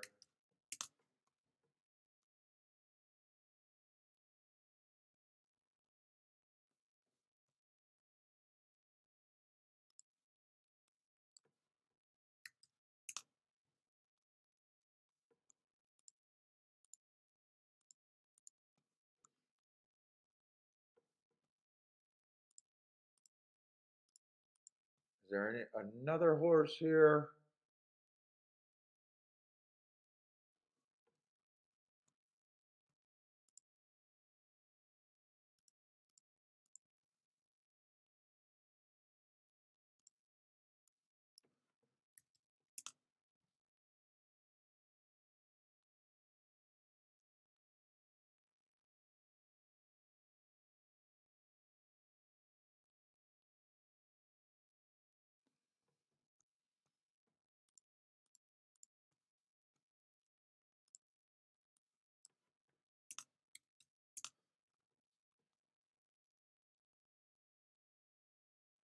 Let's see. 1, 2. How many horses I got left? 3. I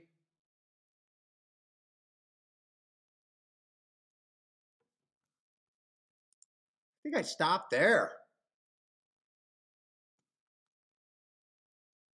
Can I bet this race with that opinion? I'm not even sure if I can. Everyone else at 3 to 1.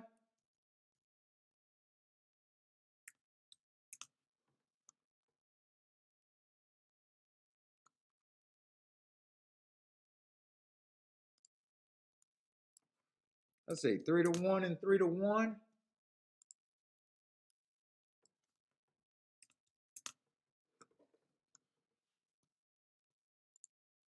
Let's see. So 12's a little bit over bet, even though he's I'm giving about a 25% chance to win this race.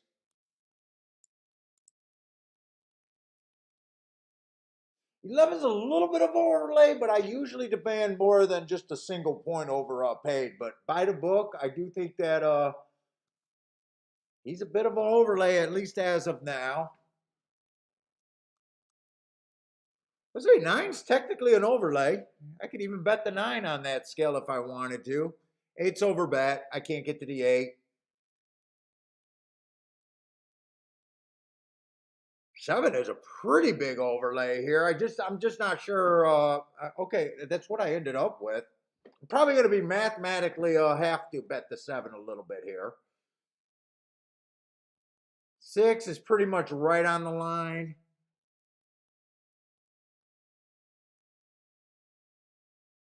5, I don't want no interest in.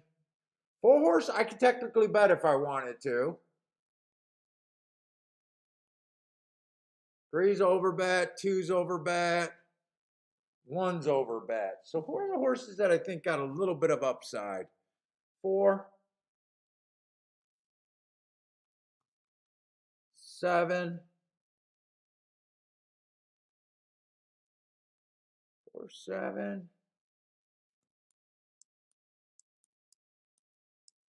9's an overlay, but I only give him about 5%.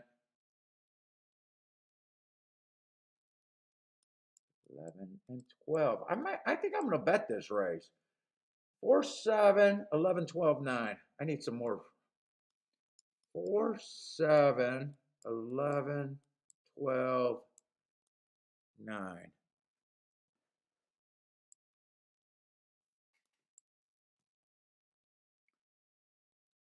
Let's see, 7 to win.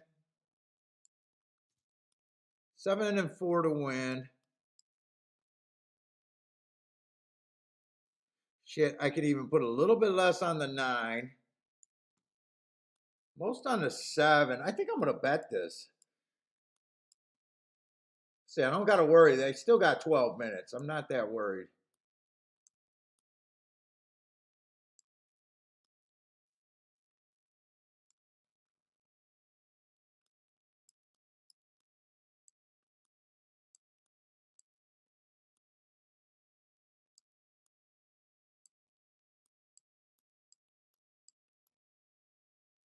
Key box.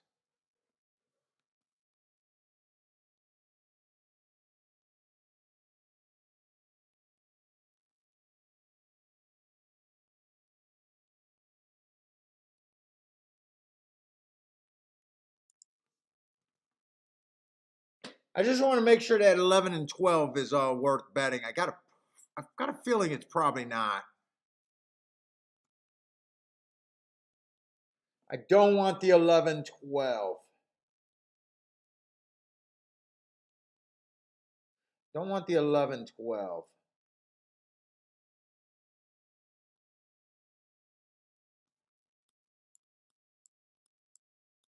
I can do a try. 11, 12, 11, 12 with those horses for third.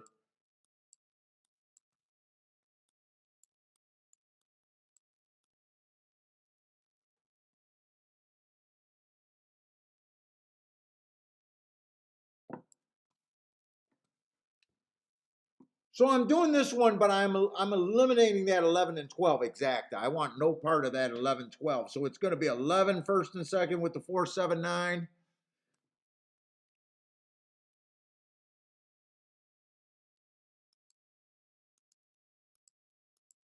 And 12 first and second with the 4, 7, 9. Yeah, I just eliminated it like that.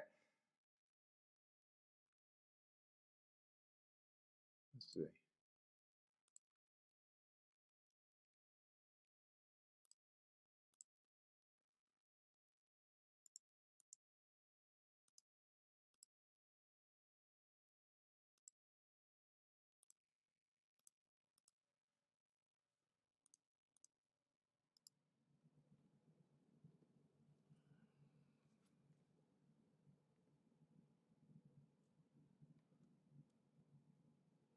Did I want to do that try? I'll take a little shot on that try. Not crazy about it, but I can do that try. 11, 12, 11, 12. That's one times. Oh, that's only $3 for every dollar that I hit it. I could get that a few times.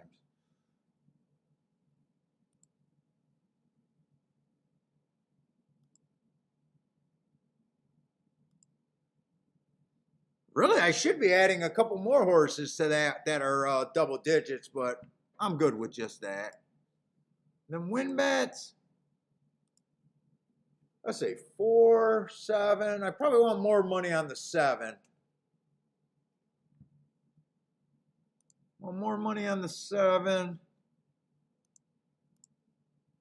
then the same amount on the 4 and the 9.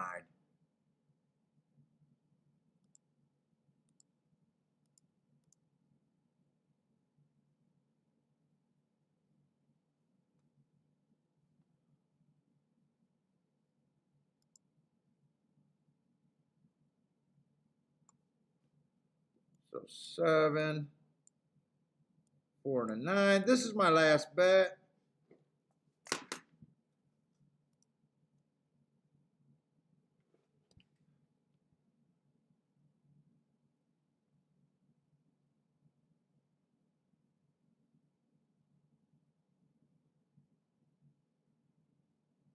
Let's see, Brady, is this Rolex day? Wait a minute.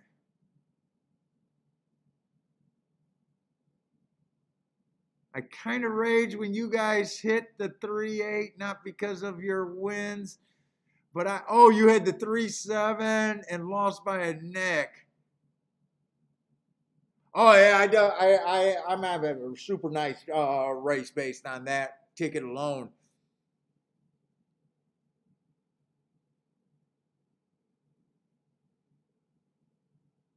But I'm not having a Rolex day. I'm having a really good day. Probably on the half a Rolex side.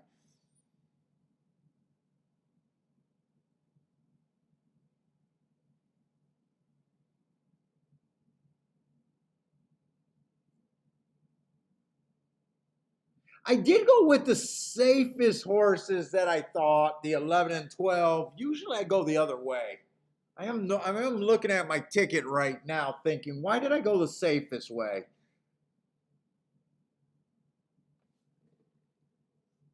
Yeah, why did I? Why, I'm kind of surprised. These are my contenders. I guess I went for safety and the key. I don't know if I like that I did that. I mean, I did bet the my horses to win, but the best exact I can come up with that I'm not playing is 4, 7, 9 in a box. That's the best that I could come up with.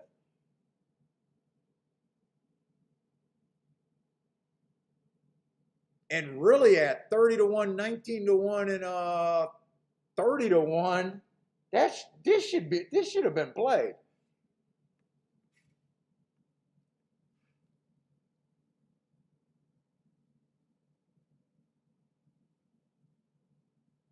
Yeah.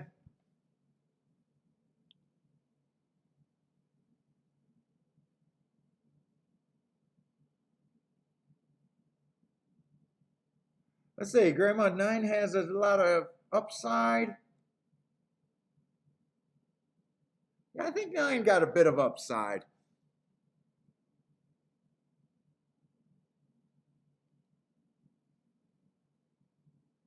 I don't know about now with 9 dueling on the lead, but I guess someone had to go to lead. Hopefully it's slow with the 9. I like where the 12's at. 24 and 1. I have not seen that many paces for the routes today. So I don't know if that's fast or slow right now. I definitely got to root for the 9. Now they're going uphill. I hate the way that looks, man. That looks like they're going up such a hard hill. It's just so makes me freaking nervous. 48 and 3.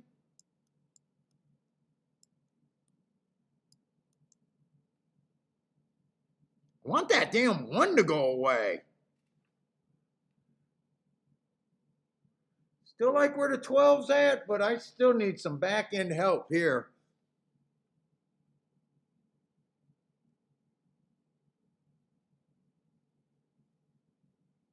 I think they're going to get back end help. I'll be shocked if there's one. I don't want to say it. I don't want to jinx it. Go away, one. Put it that way. Just go away, one.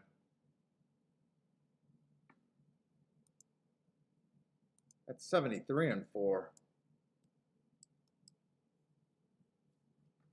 12, 11. Come on with this 7. 7 or someone. Who is this in third coming? Is that the 9? No, the 9's got to be done. Is that the 6? I don't got the 6. I don't have the 2.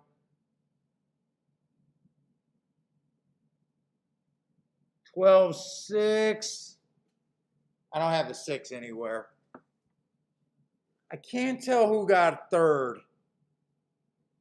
But I know I don't have a 12, 6. I got the 12. 6 was 10 to 1. Who was that 6? Boy, I did not like this. Wow, 10 to 1?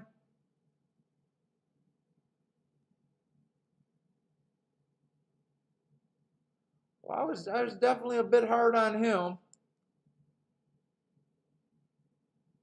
Cindy with the boom, boom, boom. I got to make sure that's the 6, though. I'm pretty sure it's the 6. 12, 6, 8, maybe?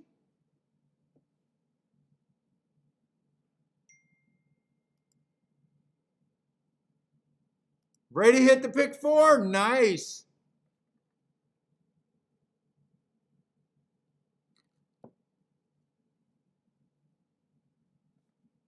$12.6. What did that exact is going to pay? Probably, I'm guessing about 20 to 1. 20, oh, 33 to 1. That exact they even paid good.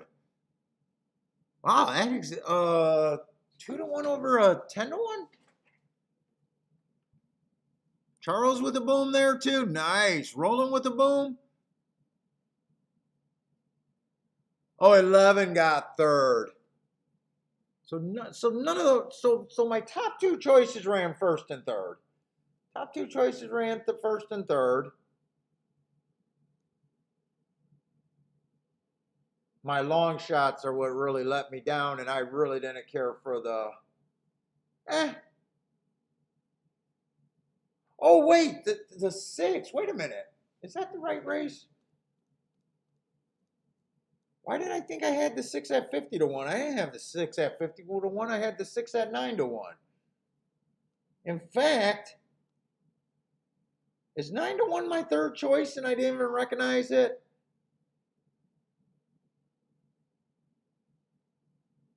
I had the horses that I liked best at 3 to 1. Oh, I don't have to apologize for this. Wait a minute. My top choices ran first and third, and my second horses were 9 to 1. I just don't have that ticket.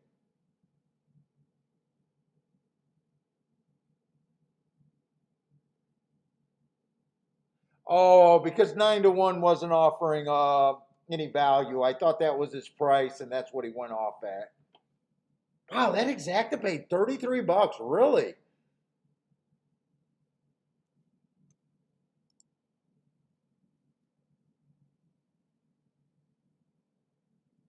Brady lit this card up. Nice.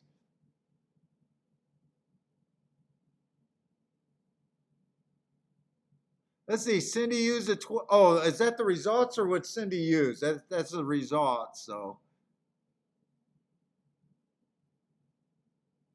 Charles got the exact in the try. Missed the super. Nice way to end.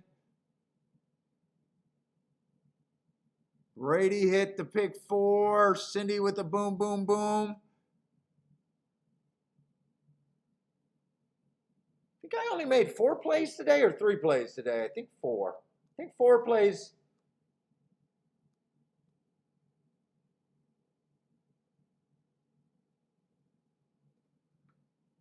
How much is this try paid? Does this try pay good?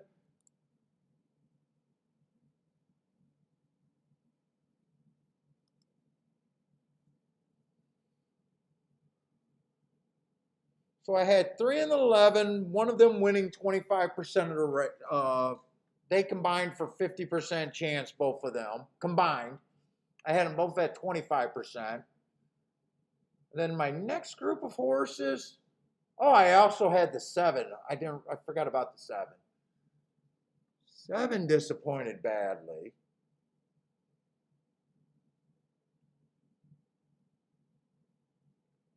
6 I had in my next group, 4 I had in my next group, 1 I had in my next group.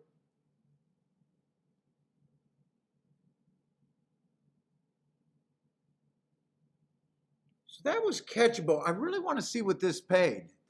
This had to pay good if the exacta paid. The trifecta paid $56. But if I just used the horses that I had in my top 2 choices, meaning all the horses at 3 to 1 and all the horses at 9 to 1, that would have been 6 horses. You could have hit the try, but that would have been 6 horses. I would have still had to make a lot of right decisions there.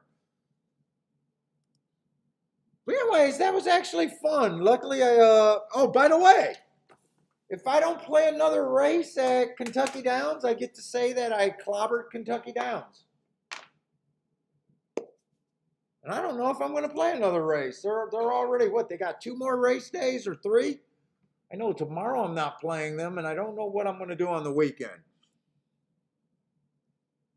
But anyways, guys, that's it for me. And by the way, tomorrow I'm doing a show, but I will be quitting a bit earlier whenever we got reservations for dinner. Tomorrow's Kiki's birthday. But anyways, thanks for hanging out with me. Hope you guys had a good time. Hope you guys got some winners.